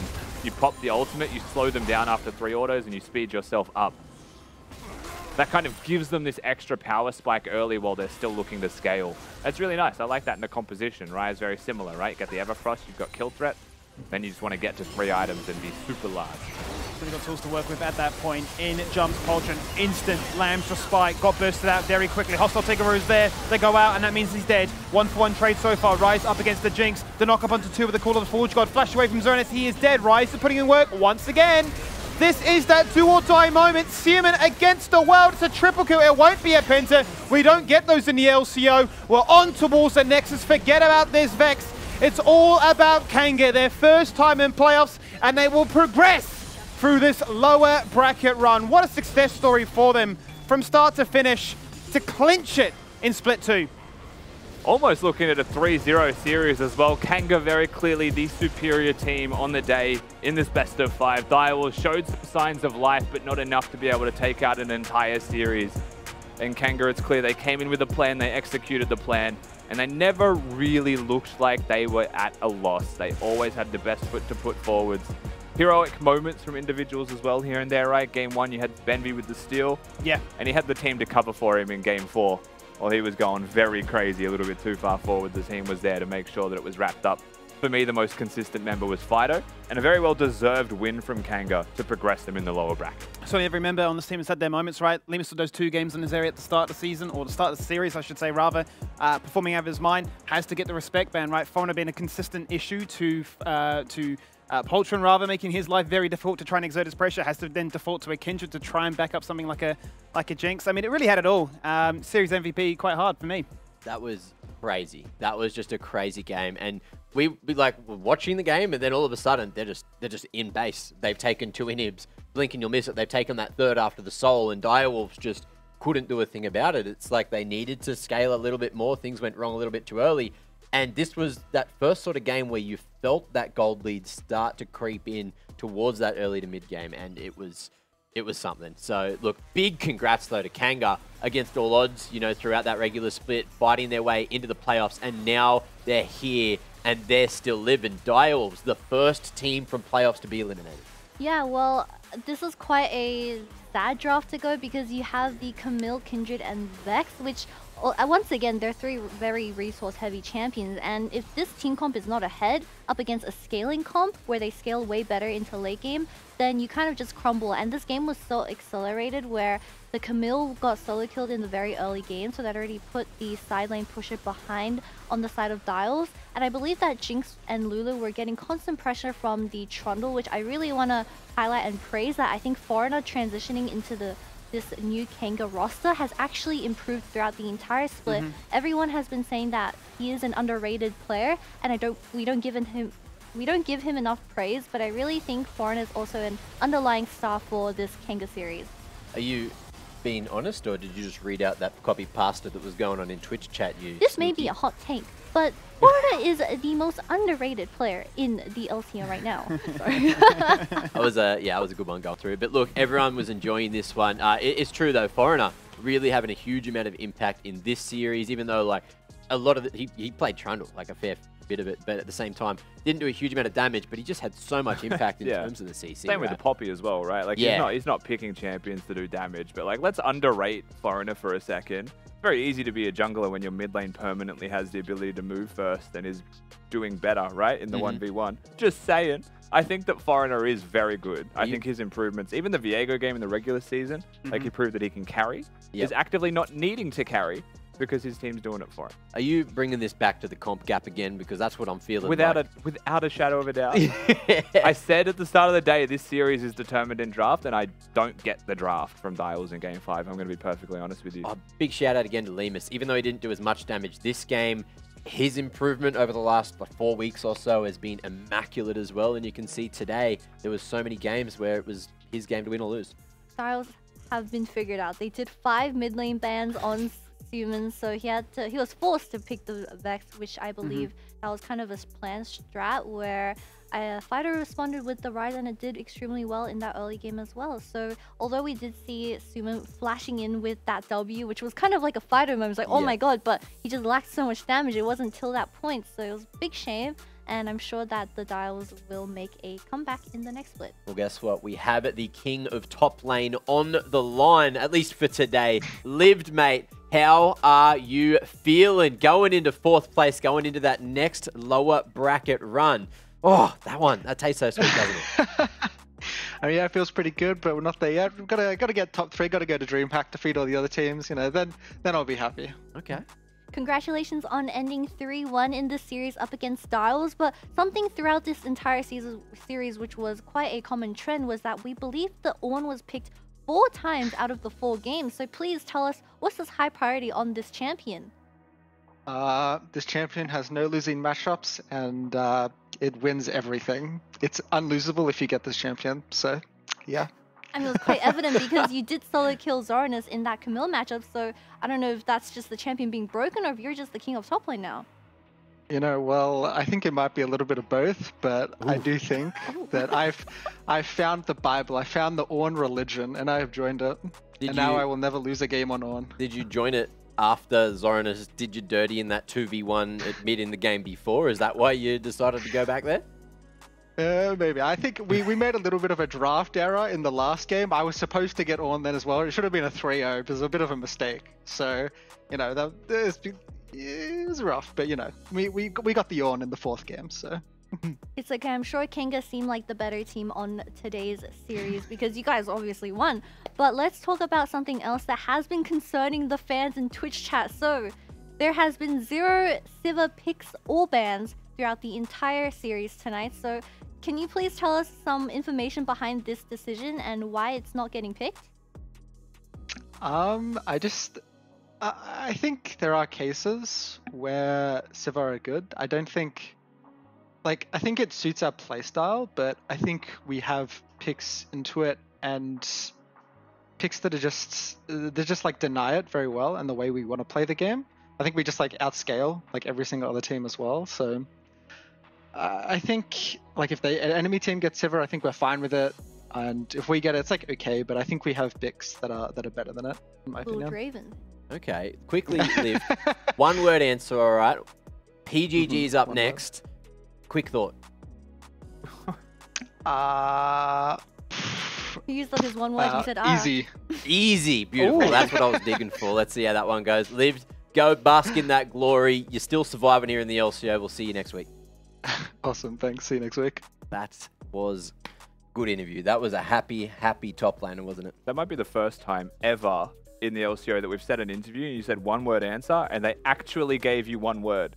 Every other time, it's a full sentence. I was a bit standoffish. I was like, do I let him have the microphone? But Lived plays nice, doesn't he? He plays by the rules. This man playing by the rules, but is that enough to win the Dare MVP for today?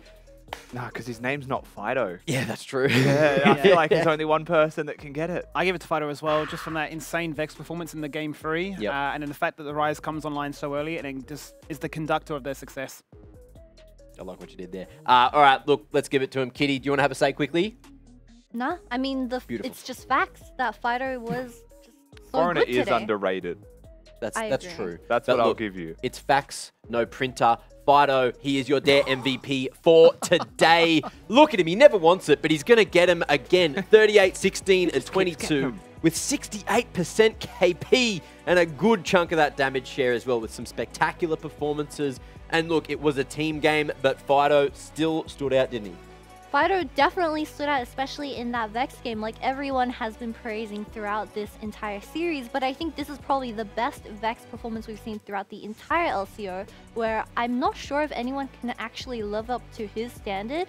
But even pulling out the Rise 2 times because his champion pool was banned out throughout the entire night, his Rise still seemed very solid, especially with the Vex. You know, I'm sure that because Benvi is a big part of the drafting, I was duoing with Benvi when Fido was Vex on the other team and annihilated us. So I have no doubt that when he came into draft, Benvi was like, I know what you're picking. Oh, me. Lock it in. Straight up pick that Vex because I'm sick of it. Well, that's exactly what he did. A little bit of annihilation there from the mid laner.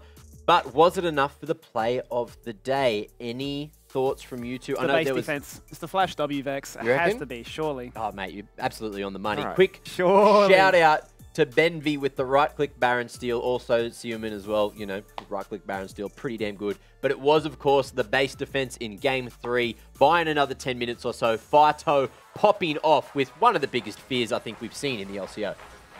It really is. I mean, this is just phenomenal stuff. This is literally where you're thinking Direwolves end the game right here. Flashes in, feeds the entire team. They all just die, and you're just thinking there is no way in and how this works. I mean, how do you have the charisma, the ability, the confidence just to say, boys, watch me. Like, I am called Faker Fighter for a reason. Let's watch it back one more time. Grow. Yeah, it's chiseled, it's handsome, it's beautiful. Robust. What a charismatic play. Hey, Kitty. We need a little shout out to Zornus is like refusing to die on the Ornn. Yeah. His Ornn was actually a menace throughout this game where he made every single trade go even because he is just an unkillable unit. Preach. He just existed. He just, yeah, they really Welcome needed to to the get fridge that out of train. their hands. That was like, look, we heard from the interview as well, that little insight from Lived where he was supposed to get it, but Zornus stole it away. So it goes to show just how strong that pick is. We saw it yesterday a couple of times. I feel like we might get to see it next week as well. But look, before we get to next week, it is a chance for us to quickly have a look at the bracket because that is going to be slightly more filled out now. We got one or two teams technically locked in to DreamHack and two teams fighting for that lower bracket Friday finish. Or at least start at DreamHack as well. So let's have a look here. Direwolves getting at least one game there. Kanga with 3 sends them forward up against PGG, which is going to be the second game next week. So Monday, right up top there, we got Chiefs, we got Order, and the winner of that game is going straight into the grand final. They get to hop and skip straight over that Friday and get to watch from the crowd as well. So I believe there is not too much that you really want to do other than win next Monday. Tuesday as well, same can be said. You lose, you go home, you miss that opportunity from going to DreamHack. You might, look, I'll buy you a ticket, you can come to the crowd, I'll, watch from the crowd Slap with his you at knee. the same time. Not mine. Slap my Go knee, slap slap his Rusty's knee. knee, slap a bloody bunch of knees. Skimmy's got knees too, perfect for slapping. Anyway, looking at the playoffs bracket here, are we all happy knees with do. how this has gone so far, Skimmy? What's that, man? He's slapping his knee. I was too busy The slapping answer my is knee. yes, we're happy with how this has gone so far because I got all my predictions correct, Mac. Thank you for asking me. Me too. So far, so good. Me too. Nice Yeah. score, nice score. Pretty happy indeed. Kitty, are you happy with how the predictions have been going? Yeah. I'm loving mine. I've gone for the wrong team twice. Pretty cool, actually. What? You and I last? Yeah. What a time, hey? Oh, imagine. How good was that? Imagine. At the top now. Yeah. All you got to do is predict order. Let me give you guys a secret. no. They always make the run. No, you always predict Chief. It's true. Yeah. It's Now true. they're playing Look, order. we'll talk about that in a minute because there's something more important. Of course, we have these 1v1s coming up. Rusty's going to be hanging around and taking on some big names in the community, some of the people that have been selected to, of course, do this. This, of course, is all thanks to Binge, Game of Thrones House of the Dragon. That's going to be coming out on August the 22nd, which is next Monday, and I can't wait to get into that one. It is sort of the prequel to Game of Thrones, and thanks to them, they've ran this 1v1, or they will run this 1v1 competition, and the winners in these 1v1s, if you take down Rusty, if you take down Kitty, then they get themselves, the big if, custom House of the Dragon keyboards. We still have them here. We showed them at the start of the show. They're pretty cool. They're pretty damn cool. A couple of custom keys on there, of course. And not only that, but they also get to the competitors, as long as they do well, you know, they get themselves 3-month binge subscriptions as well. So, look, we ran the competition to at least get in last week. You just had to put your details in. So, good luck to all of those contenders who will be hanging around after the show today. And, look, again, big thanks to Binge for putting on this competition, because I'm sure this Game of Thrones season is going to be bloody insane. House of the Dragon. So make sure you don't miss that. And now, we're done with the shout-out, which means it's time for the punishment. What everyone's been waiting for here on the LCO. Right. 2 people who got their predictions wrong today get to close the show. And some handsome individual on the couch has written a very fun script. So, what have we got? Kitty, this one's for you. Do you want to swap chairs with Skimmy? Yes. You come hang over. You come over here to all right. If they're going to wrap up the show, they should be on a couch You together. get to be the host because you get the last word, all right? Come. All right, mate.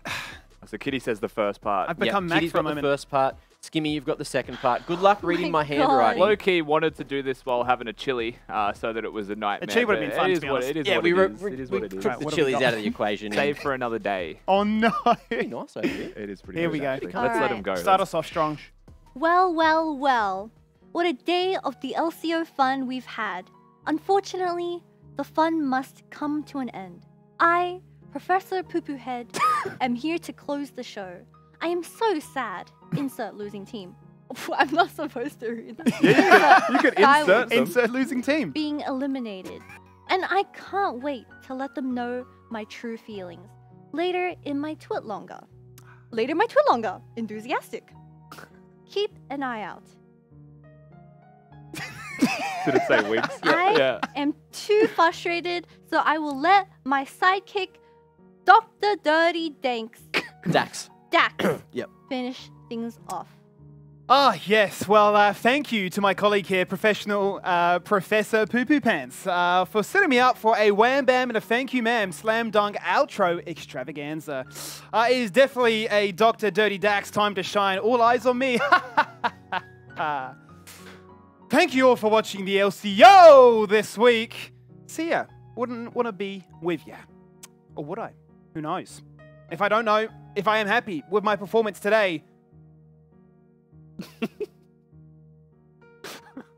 goated on the sticks, full of tricks. Goated on the sticks. The LCO is watched by a bunch of little champions. Thanks for watching. Kind regards, Dr. Double D. He went off script there. Consistently from Zoranus, maybe hasn't resulted in the kills, but you know who's been picking those ones up? There's no way. There's no way. No way in this world. You don't even want to hype it up. It's impossible. Shredded like paper. Trumping across the wall, a zap will miss, but there's a realm warp to really prevent these members from really getting away. A flash across the wall, a double flash to follow, a Hex Tech Soul that zaps you down, and a support Gragas that still lives, Rusty! Oh no. Human is flashing, hunting, praying, and dreaming. To cheat the idea of that little Zonia spike that you talk about, there is the bubble, doesn't connect because it flashes away. Don't be dead. Zoranus is just going to stand and deliver and allow the likes of a Jinx to try and do whatever they can. A self-cast of the Wild Growth, the explosive cast is phenomenal. It's a double kill before his eventual demise. More flashes being burnt, but more resets being found. You've killed 180 carry, but we've got a backup. There's the ace. This is that do or die moment. Seaman against the world. It's a triple kill. It won't be a penta. We don't get those in the LCO. We're on towards the Nexus. Forget about this Vex. It's all about Kanga. Their first time. Hey, look, menu pump. Could be. Could not be as well. Either way, 1 Time has minute. already started. Alrighty. Am I a jungler? Yeah. Oh, crap. Can be. Yeah. Am I a dragon? Yeah. Yep. Shyvana. It's crazy. I think we got time for one more quick one.